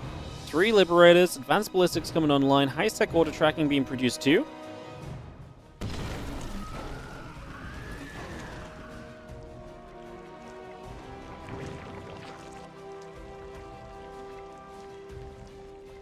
Spires continue to come about here as we just have ourselves the Liberator going to go around the back. The Queens are going to be there. The Liberator goes down. Another Liberator siege up, and the Hydra Bane going to be there to pick it off. I mean, I think just getting rid of the Libs right now, they're one of the main ways Byun is clearly trying to find consistent harassment. So if you can figure that out, figure out a defense against that, you're going to have a much better time continuing in this game as Rogue, whose Spire really is just going to be a game changer. Getting some Corruptors to be able to deal with this is going to be so much nicer than having to rely on Hydras. And also those medevacs are going to be a little bit more exposed here and there with the Corruptors too. So the Corruptors really are a big dub right now. And get those on the map. Start working on them.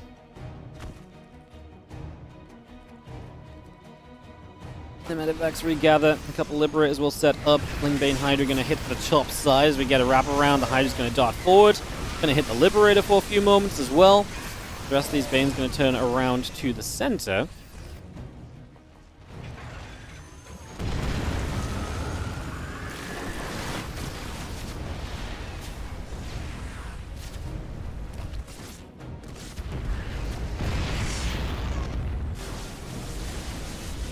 seeing our force continues to come about. Just going to be seeing the lurkers continuing to get shot at by the liberators, so we'll see that coming about as well.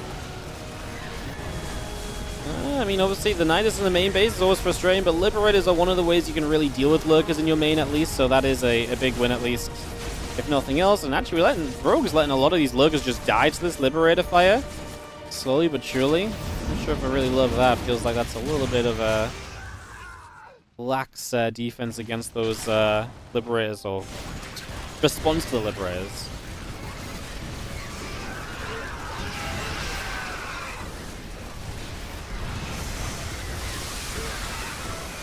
I'm just going to see jump across the board here. Obviously, is going to come in overhead. Actually knocked down a base. As Byun getting picked apart a bit too much here. These lurkers going to reposition, try and go after some of the production. Going to be seeing another Nidus coming around as well. Lurker gets picked off. Lib's going to reposition. Again, liberators are just such a problem to deal with when you're kind of going in with those Niduses. Like, they are the best defense you can really have.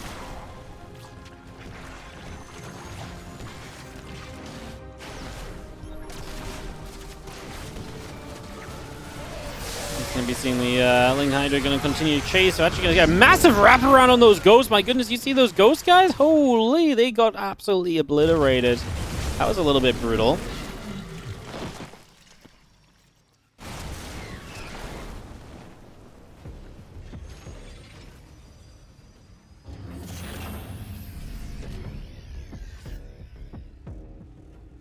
Still got +3 missiles, +3 melee coming about as well.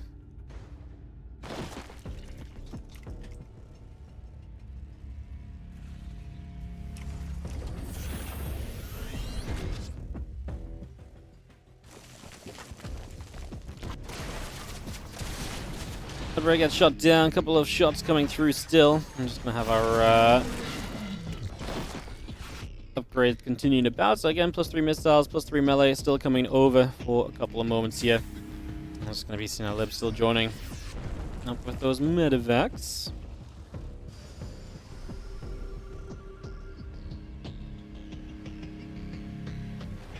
Step back into the center, just going to get one Lib sieging. The drone going to go down. The Lib's just going to come back through. Skull going to be going down. And a couple of drones still nearby getting chased away. So if you're getting a good pushback, Rogue is taking some of the corner bases, so has good economy for the rest of this game if you can keep those up. And dive on forward here. We are going to see the Hydras again going to go after with the abducts as well. Did he just abduct his own Baneley? I think he abducted a Baneley instead of one of those Liberators. A little bit awkward, a little bit strange, not quite what's meant to go down. Not quite the play we were expecting to see right there.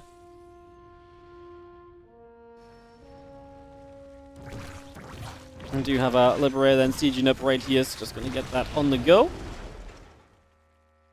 And that gets cleaned up as well. I mean, nice to get rid of the Liberator count. We're building a lot of Libs. Libs are a major focus here right now, quite clearly from Byun. I mean, that's why I really thought we were going to go into some Corruptors. We got the Spire right, we've got it, it's alive, it's there. Really felt like that's come about. Hydra's Lurk is going to go, Knight is going to go around. Medevac's going to come through.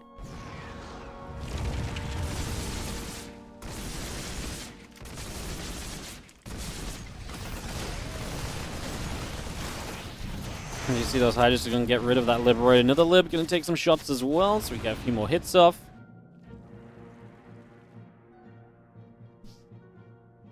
Again, Lib's coming about. Widow Mine's on the way. Look at that Liberator siege in the bottom right side. Going to get rid of a bunch of drones off of this. It's again nice. Anytime you're chipping away that Zerg economy, you're going to be pretty happy. As the Lib gets over to the corner. Again, the rest of this army coming up to the top. Continue to gather.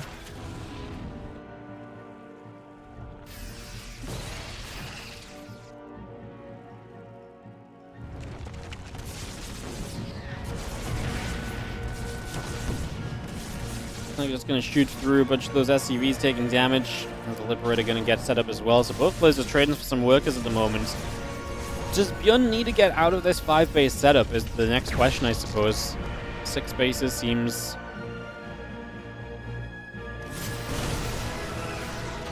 pretty reasonable. It's going to be seeing the medevacs loading up, a little parasitic bomb going down.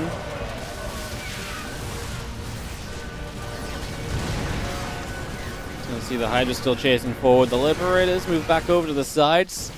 I mean, this is a fight that's going Rogue's way, and he's got more money to rebuild on the back of this as well, so this is looking beautiful for Rogue. Knocks another base down.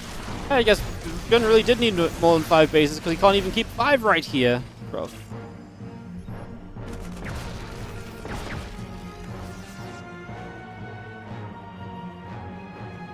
What we're going to set up is in the upper left side. Again, the +2 flyer attack coming in. The Libs all sieging again. Spore going to fire.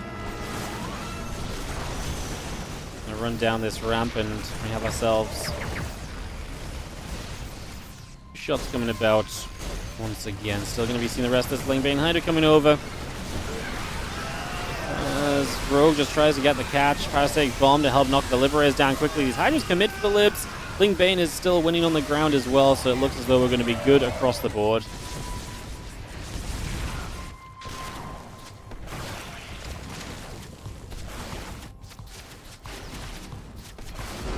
GG's. We're going to take a 2-0 lead.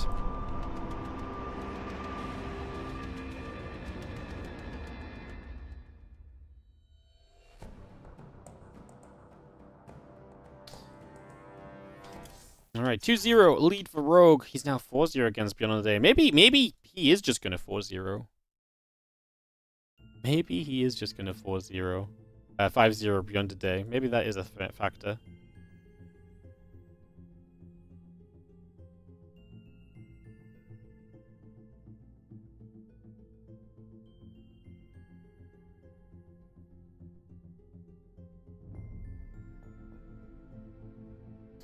Alright, we will,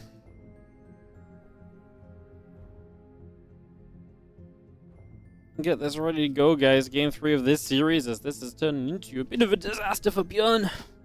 Rogue's just looking good. Like, he's genuinely just looking really good in this matchup at the moment, so... like I say, that's pretty great to see. As we'll have ourselves... next game coming through in a moment.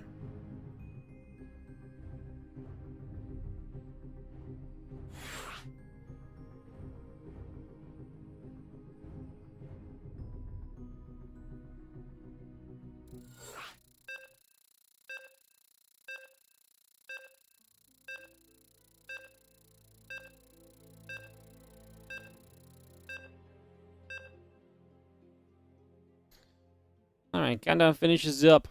Got ourselves ready to go into Amygdala.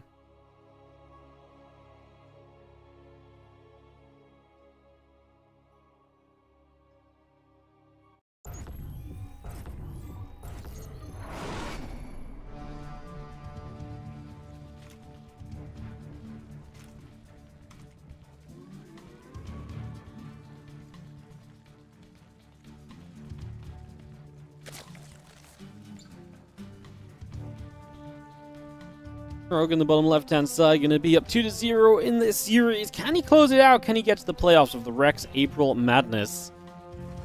As we have in the top right side, our red Terran is going to be Byun.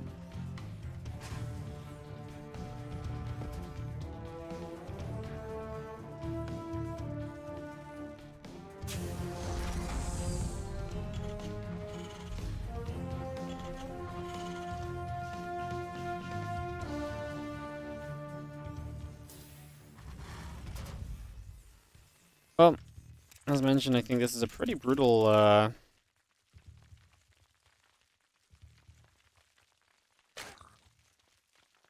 situation for Byun, because now it feels as though you've played a bunch of different games and seemingly nothing is really working. You know, like, there's just... you're just having a bad time. You now 0-4 against Rogue on the day. He's dominating you in the macro games, the last couple of macro games at least. He's absolutely jumping all over you. Like, the last game as well was pretty nice for Byun. Like, he got some good trades off early, got some good positions.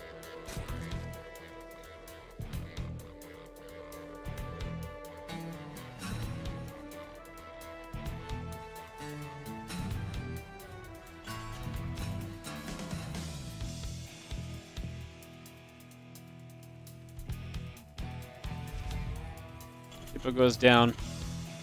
Let's just have ourselves the Opal coming up, the Reaper coming through. Get settled in here with the hatch coming about as well. So just going to get that rolling.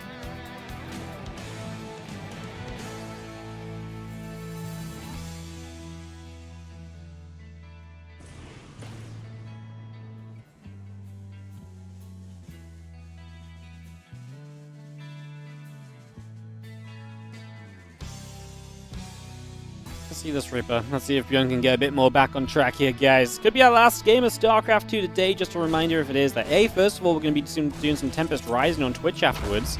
New RTS game has just come out, so come join us for that. It would be a lot of fun to have you guys.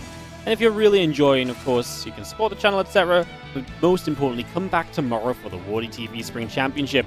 We'll be starting 1 hour earlier tomorrow, guys. I have a sponsorship to do after, and I've got evening plans, so we'll be starting 1 hour earlier for our Group B of the Spring Championship, so come and join us across the Easter weekend. We've got a couple Spring Championship groups. Should be a lot of fun. Should be awesome.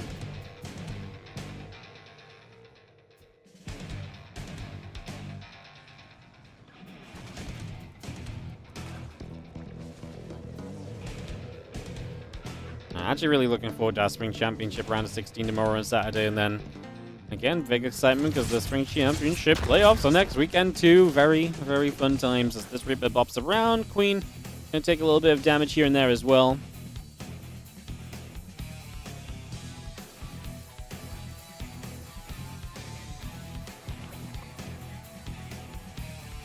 Well, the Marine coming about. The Stim Pack is coming up also, so we just bring this through and we get ourselves underway. With the, I think you're just going to take the watchtower down in the bottom right there.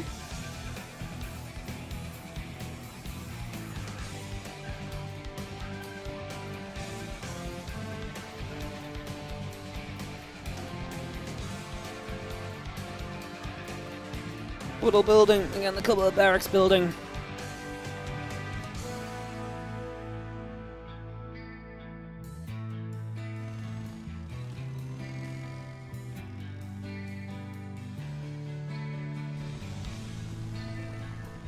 Those engineering bays coming up along with the couple of racks, so we continue to settle right now.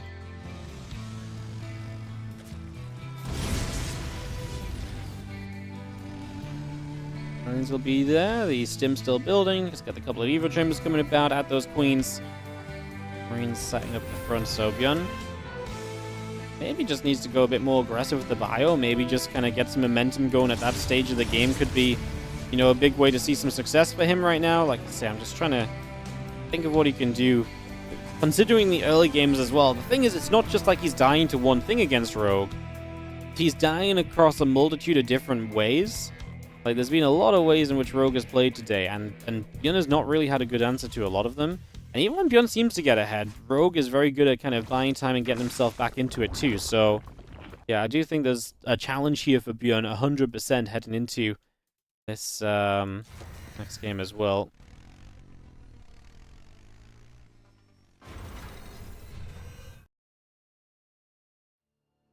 Step up, couple creep teamers will fall.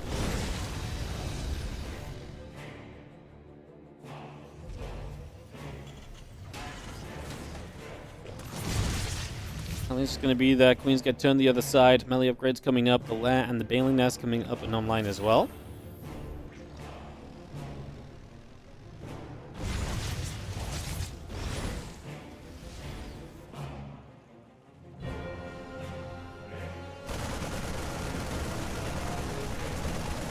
I'm just going to get a set of rocks in the center, obviously open up the access to the gold base. One of those positions where if you can yeah, mine that gold base out, that's obviously a very good place to be potentially.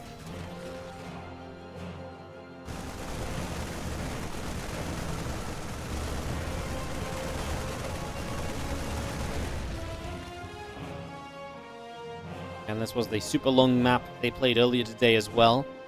So, yeah, I wonder if that's on the mind a little bit. Earlier today, they played the super, you know, it's a map you can camp out on quite nicely as a Terran.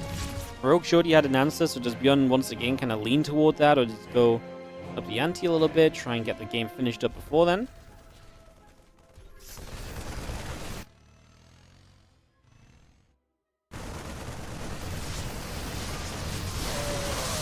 Oh, well, Okay, guys, here's some expert analysis. Letting your Marines get rolled into by Banelings is not going to improve your chances.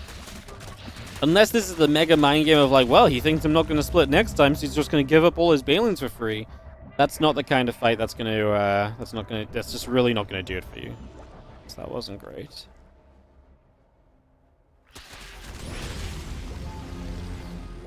It's going to be that Rock's taking damage.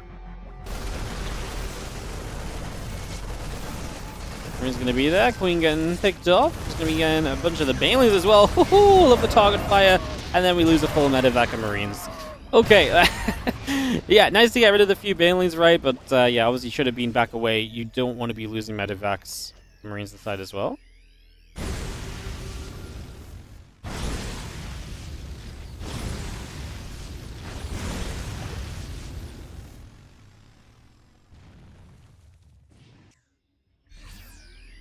Units gathering on the bottom right side, taking that watchtower. Medevac's going to regather up. As you see the little bit of a stim through, a couple crew teamers begin to go down.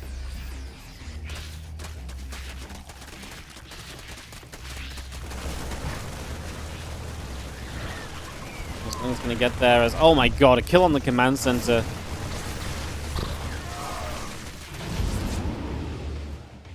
All gone wrong? It is all going wrong. Like this is the sort of thing which isn't going to have an impact right now, but it's the sort of thing that give it a couple of minutes and you're going to see Rogue really be in just that little bit more of a dominating position. And it's moments like that, you know, not canceling the CC, having that, you know, even if it got cancelled, it was a good cancel for Rogue, right? And then not canceling it's 300 more minerals. The little things that add up in a game that's already not going good for you as going well for you as Byun is not exactly ideal. Things move back through the center. The 2-2 upgrades coming up as well. Glan's building. Again, I got our Ultra Cavern coming through. The extra Lings are all building up as well.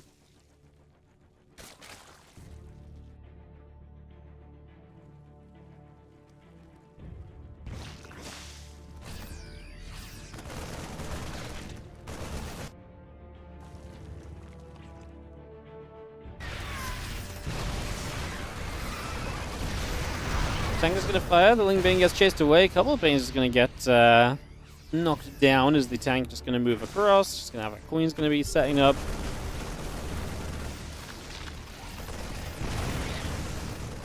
Byun with a good push. Actually has an army supply lead as well. Rogue is going to fight into this to try and clean it up right now. Big moment here as we are going to get the siege tanks fairly effectively. There's still that one on the watchtowers. There's not a full commitment from Rogue, who is trailing a little bit on the supply tab.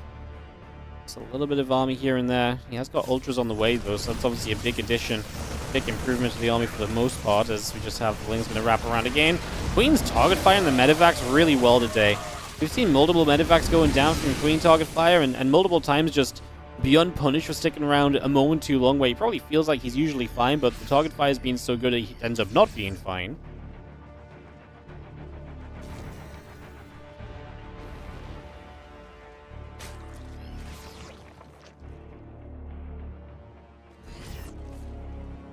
Host Ultras building through, the 3-3 coming about, kindness planting also. Marines will get a couple of crew teamers there. The Queens getting pushed further back. Extractor gets jumped on. Our drones will take some damage. Ling Bane trying to get on top of the rest of it. Well, on top of the siege tank and everything else. Just going to clean up a little bit. We're going to continue to see the rest of this going through. Oh my god, the Marines, they're not going to get split, are they? Just a disaster for Byun again. Like, his supply doesn't even drop that much. It's just... it just feels like the fights are going badly. I mean, he's got a lot of units back over at home already, so I guess that part's okay. We continue to ping between a couple bases here with this dropship.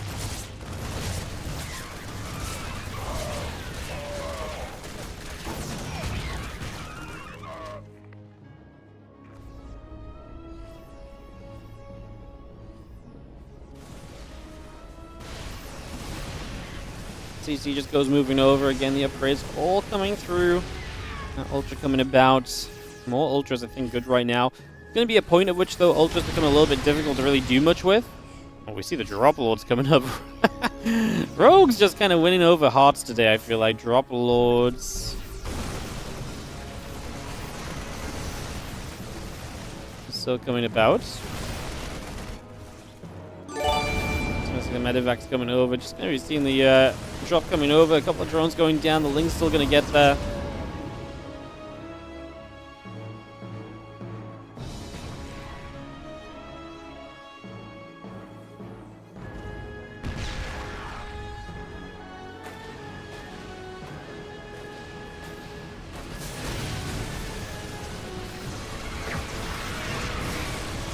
Bane's Ultra's just going to continue to go in. The Planetary Fortress going to get knocked down as well. We see a couple of tanks there also going to get pushed back.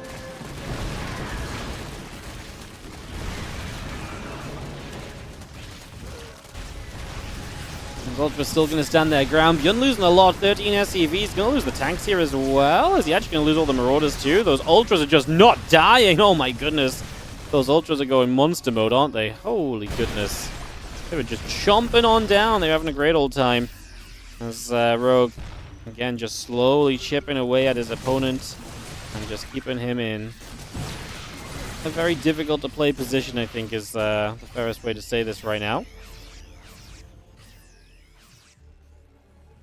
Definitely becoming a little bit tougher. Thank you, by the way, Rakyak, for the 14-month resub on the Prime. Appreciate it, buddy, as always.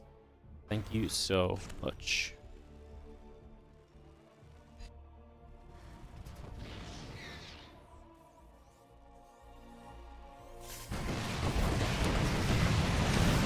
Overlords will not do anything there. Woohoo! We get some snipes off, which is going to kill one of the full Overlords, but that's about it for now. Those Lings get turned away. We're going to come back through. Oh my god, because those Overlords were sniped earlier, they're going down quickly, so this is not a good play from Rogue, unfortunately. It is bringing a lot of units over here. Maybe opens the doorway for these units to dive forward. We're going to try and hit this gold planetary.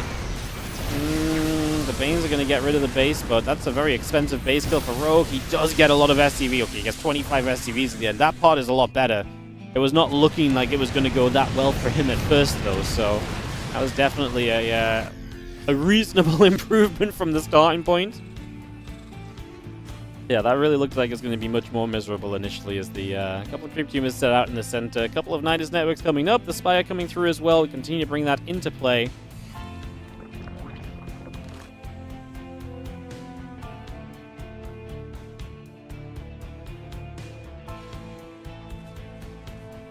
And those Nidus are still building. We just have the Bio gathering. The Ling Bane coming over too.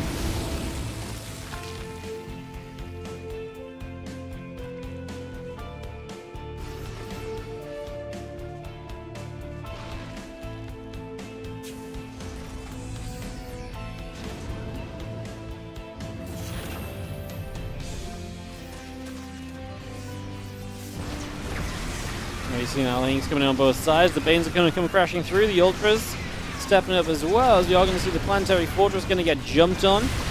Those Banes actually get very close to the Ghost, but they do just about live through. But obviously the Planetary goes down. There's another 20 SCVs dead as well.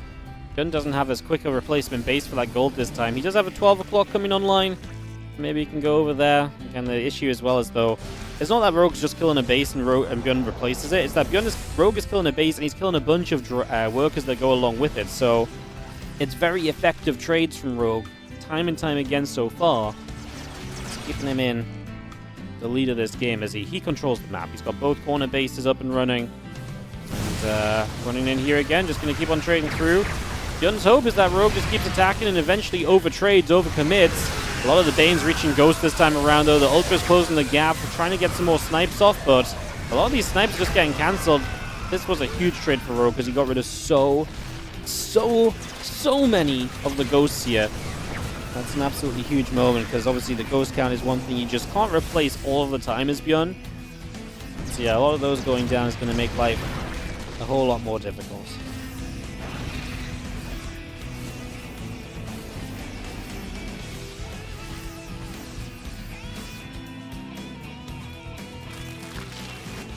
Another round of Banelings on the way.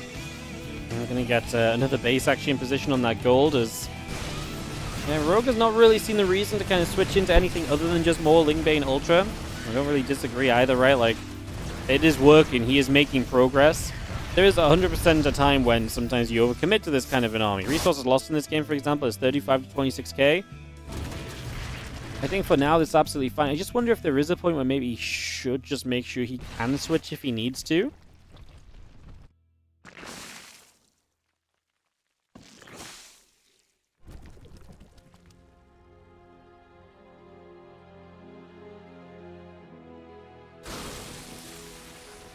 Throws a couple of the banelings there, but they do get scanned. We do recognize that.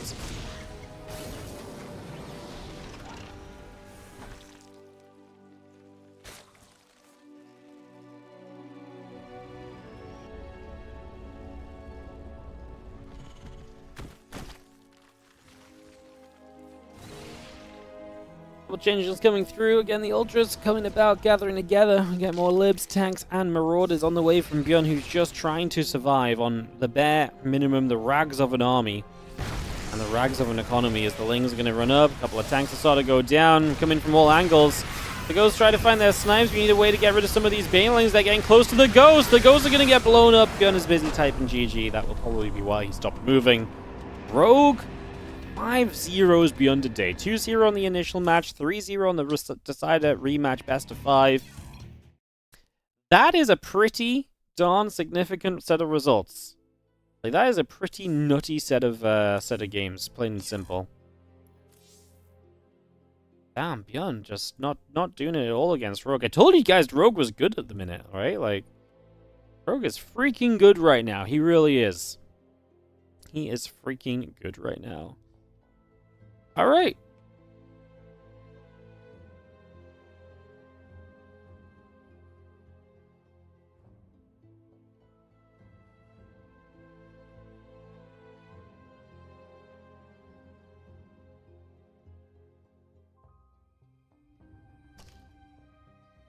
All right, guys. Thanks so much for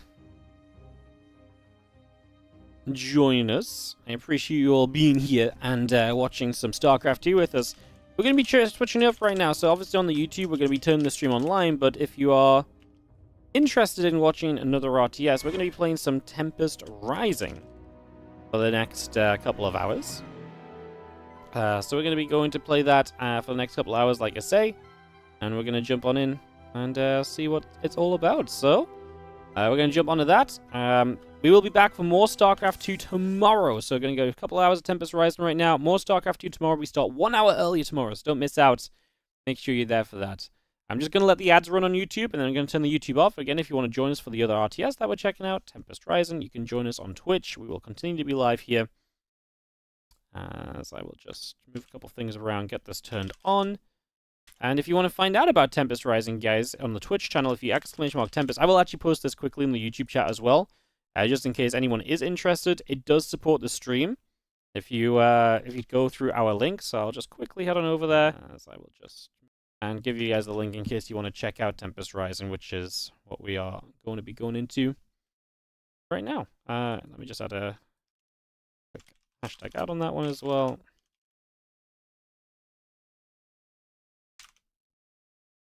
Cool. Cool. Yeah, so this game is out. You can check out Tempest Rising with the deluxe edition today for early access. Let's update it and go. Apparently it's just had an update. I think it officially launched like an hour and a half ago, so yeah, let's jump in and check out this RTS. I think we're good on the YouTube, guys, so farewell YouTube. I'll be back tomorrow with more YouTube content for you all. Thanks so much for dropping by. Appreciate you guys. Good to see you.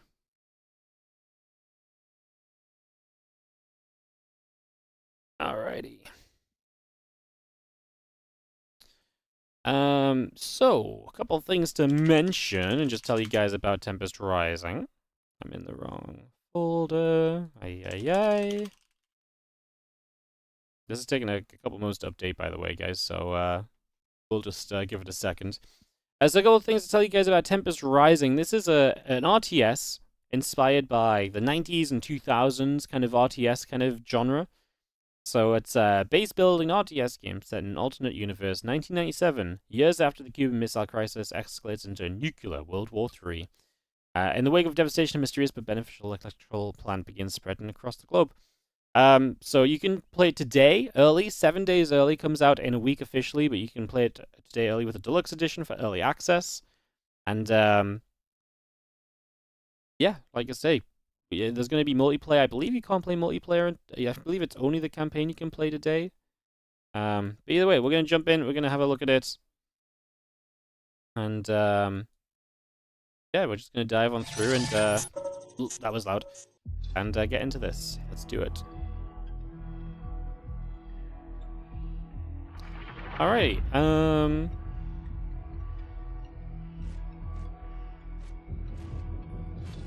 let's throw this over here. Have a look together. Beautiful. We have an intro video. It's always exciting when you put an intro video. Several nuclear warheads have